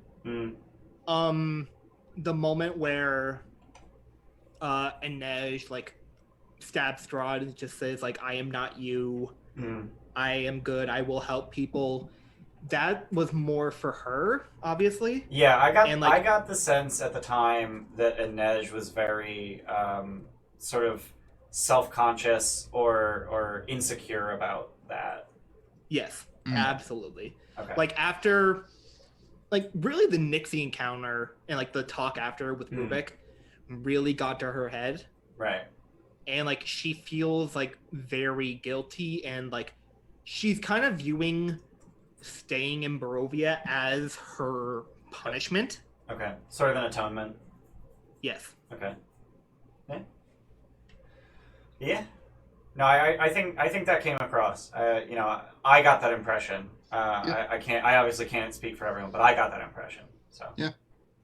Yeah, my only worry about Inej during this entire campaign is I don't know if her arc necessarily translated to everyone, because there was a lot of stuff happening in my brain behind the scenes. This is how she's feeling. Yeah. But I don't know how it portrayed. Yeah, I get that. I mean, I think, obviously we're producing a show, but I think the most important thing was, did the character in your brain go through a story arc? Obviously it's really cool to share, but I think by far the most important thing is that you personally get to go through your character's arc. Because Snurk's arc isn't going to hit you as hard because you're not Snurk. Yeah. This isn't a pre-written campaign that we're reenacting. This is all happening in the matter of 4 hours with a week between that. Right. So you can pick back up your character to a degree, but at the same time you experienced 6 days of real fucking life in between there. Right. So there's only so well that you can convey a character arc from a person. Yeah. Outwardly. Yeah. When you're not writing this whole story. Right. Yeah, D&D stories are a campaign that you write together. Yeah. But it's still really important that you have that personal. You need that personal connection and arc, and even if it doesn't translate well at the table, did you feel good about it? Yeah. Then it was successful for you. Yeah, the character arc's more so for yourself. I'm honestly having a similar issue with Ned in Frostmaiden, where it's just I'm just forcing him to just talk more, even if it feels weird. Mm-hmm. That's basically what it was for the last few sessions. Yeah. Not to give away any of your secrets, Ian, but I remember you told me at one point I'm having a trouble conveying what Ned's going through, without just going comically excessive. This is how I feel. Right. Don't just have it can be very necessary. Yeah. I mean, the way I remember we talked after that conversation between Ravison and the Black Cabin. You had that long RP session, and I followed up with you hey, what can I do to help that out? Yeah. We are so spoiled here by Ian and Andy. I can't go back.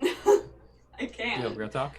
Ian, not to drag this on further, but I would ask, out of kind of bouncing off of what you and Andy were just talking about, would you say as a player now yourself, is there a benefit to come to the DM and say hey, this is what I want to be going through as a character?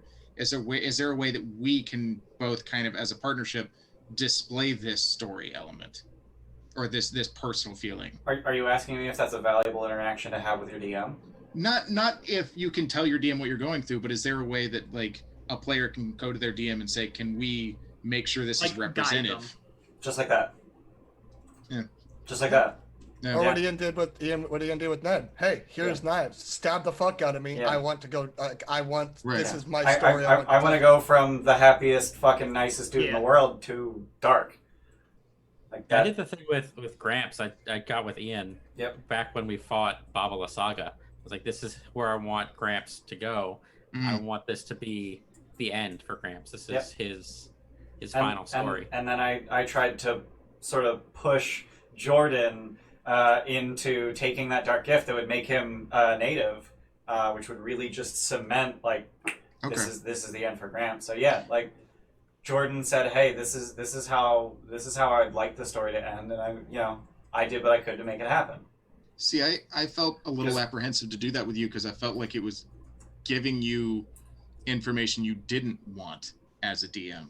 So as a DM, I want all the information forever. Never leave anything out. I want to know everything. Okay, well, Because And worst that's case, also Ian in general. that is me in general. But worst case scenario, I discard information that I don't want to use. You know what I mean? Like and I would say in forget about retrospect, I wish I had told you more of what Snurk's plan was, because I figured you didn't want to know. You wanted it to be able to just run how it ran. That you didn't want more information. So his plan about what? Huh? His plan about what? Like the ending? Like just his arc as a character. Like Okay.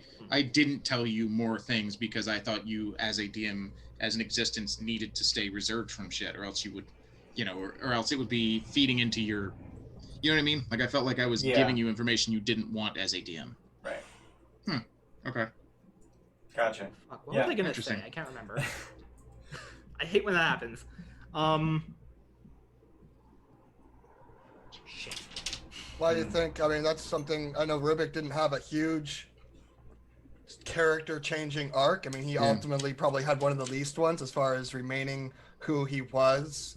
But I think his arc was more the search for what he wanted, and that was a conversation that Ian and I actually put in our Discord. It was like, hey, just what do your characters want? Right. And I mean, I was actually way before the campaign, in session 0. Yeah. What do you want? And like Rubik wants a clan, a family, and then Ian kind of dug in even more. And when that was, hey, what do you mean specifically? Like what kind of things they're looking for, which is very important for a DM to sit there and go, okay, I half understand what you want and what you're talking about, but let's follow up with it a little bit and let's ask those leading questions to get more information. So when you do kind of put that out there, it's what I fully expected or what I wanted, Yeah. And actually, to bounce off that, like, it's interesting that like when Ian was asking each of the characters like what they would want, I think my answer was like she honestly doesn't know what she wants. Yeah. And like she just wants like have like a sense of purpose, and I think she did get that in the end. Yeah. Like almost begrudgingly, but she has a greater purpose now. She has a thing she has to do now, Right. So would you, as a DM, want to know... I guess the question I was asking is do you want the players to have their story go the way they want it? Or do you want to feed the players this story and then make a decision naturally? Yes. So I would say more so the latter. Yeah, so I want my players. So we're telling a story together. It's not my story. It's our story. So you can, as a player, you can say this is kind of how I want things to go. I can tell Andy, please, murder my my character's family and make him hate the world. But I'm not going to dictate. Okay, so can you kill my nephew and then my brother and then my wife and then you know what I mean? Like I'm not going to dictate every single. I'm not going to dictate every story point, but I'll dictate. I feel like as a player, I should have the ability to at least dictate the arc. Here's a guideline, and then let the events that the DM lays out shape it. Right. Actually write it. Right. Yeah. Because if I know everything going in, am I telling a story, or are we telling a story, or am I playing out a story I've already written? Right. You know what I mean? That's kind of what I was asking is, would you want me to have told you, set up a bunch of things that frustrate Snurk, then have somebody bring back Dorian so that he can be a decent person, and then bring in Esmeralda to invite him on a monster hunt so that he can do that? Like, do you really want those details as a DM? No. Or do you just kind of want to know the wants so that you can craft it with the player? So that, yeah. So obviously, as a player, some stories are more interesting to you than others, especially for your character. It's more fun to play through stories that have the kinds of, like, if you're the kind of person who hates a happy ending, then me writing a story that gives you a happy ending is going to feel like crap for you. Mm-hmm. If you're the kind of player who hates when things don't go well, then me writing a tragic, sacrificial ending for your character is going to suck. And knowing those preferences going in are really important as a DM, but being able to dictate the sort of the story points and grabbing things from the world and tying them to your character. Like Esmeralda was absolutely not written for Snurk. She's just in the fucking book. Yeah. But being able to have Snurk's ending be ride off into the sunset with Esmeralda and go fucking slay some monsters, that's cool as shit. So, and I you don't know that I never would have told me that you wanted a ride off into the sunset, like, samurai movie ending. Actually, from session 0, that's not what I would have told you. So yeah, like even from that, I couldn't have told you that, because A, I didn't know Esmeralda was a thing, Right. and B, and B, I didn't know where the fucking story would take all of us as characters. That's totally fine too. Like going into it as a player and saying, I don't know what kind of arc I want. I'll kind of just run with it for now. Like this is the character I came up with. I don't know what we're gonna run into, and we can figure it out from there. At any point, you can say, "Hey, Mr. DM, this is where my character is. Can we get here eventually?" Honestly, that's kind of what happened with Inej. Yeah, it really was. That's what I was thinking. It was somewhere on like episode 18 that Sean finally came to me and he was like, "So what about Archlichdom?" And I was like, Well, actually, "Yeah, okay." it was Steph that brought it up to me. Oh yeah, it was. Yeah, what? Yeah. What? Like, I was talking to you, and you brought up the idea of me taking Strahd's place. And I was asking Ian about, like, is there any logical way I could become a lich, so that way I would theoretically have enough power that the Dark Powers would take interest in me? Right. Right. So yeah, like that whole thing came around way late in the campaign. Yeah. So yeah, like at any point, I would just encourage you guys to just talk to you, and by you guys I mean the players here, but also all the viewers. Just words. Yeah, just talk to your DM about what you want out of the game, because worst case scenario, they say, well, that doesn't really work, but we can do this similar thing. Worst case scenario, your DM tells you, no, I don't want to do that, and then you find a new DM. Depending on how much of an inconvenience it is, maybe your DM has a reason for why you can't do that. Yeah. And that is actually what happened with Sean, because he was like, can I replace Strahd? And it's like, well, if you became a Dark Lord, you'd get your own domain of dread, and Strahd would still be stuck here. And like I explained that to him, I was like, sorry, but given my understanding of how this shit works, that Actually, specific thing... you didn't explain that I would get my own domain. No? Okay. No, you never said that. Okay. Well, that's how it would work. Yeah. But I worked with Sean. It's like, okay, well, how can we get closer to your vision than we are now, within what is already written in the story? What corner can we write ourselves into? Yeah, I do want to say something first. I've probably been playing D&D for, I think, like, next month would make it It's like 3 years. 3 years now, yeah. And funny enough, this is actually my first actual campaign. Because just about every other campaign, I was, like, a majority of them were at game shops, Yeah. And due to changing schedules and school and stuff, I always had to like leave like a month or two in. Gotcha. Oh yeah. Yeah. And I never really had time to make a fully fleshed out character or experience a campaign from beginning to end. Right. You're in Icefire? Icefire Dragon got of Icefire. weird. Yeah, because like I mean, see, Dragon of Icefire, that was actually the first one I completed yeah. start to finish. Yeah. I mean, it's not a But, long campaign. It's not a long but campaign, but Exactly. it is a campaign. It is a campaign. Yeah. Yeah. I will So say like that, Ilharg didn't have a lot of development, I think.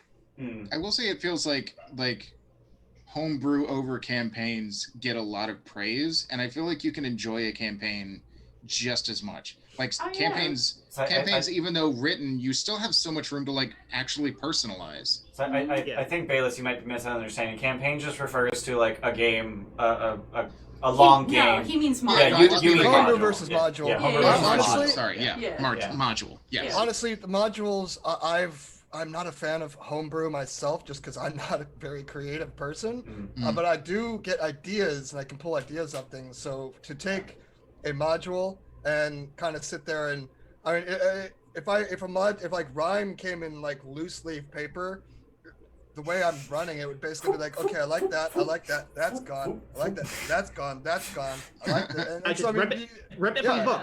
Yeah. Exactly, just rip it from the book, gone, and then this fits, so I'm adding this in, and this works. Yeah. Oh, here's an idea.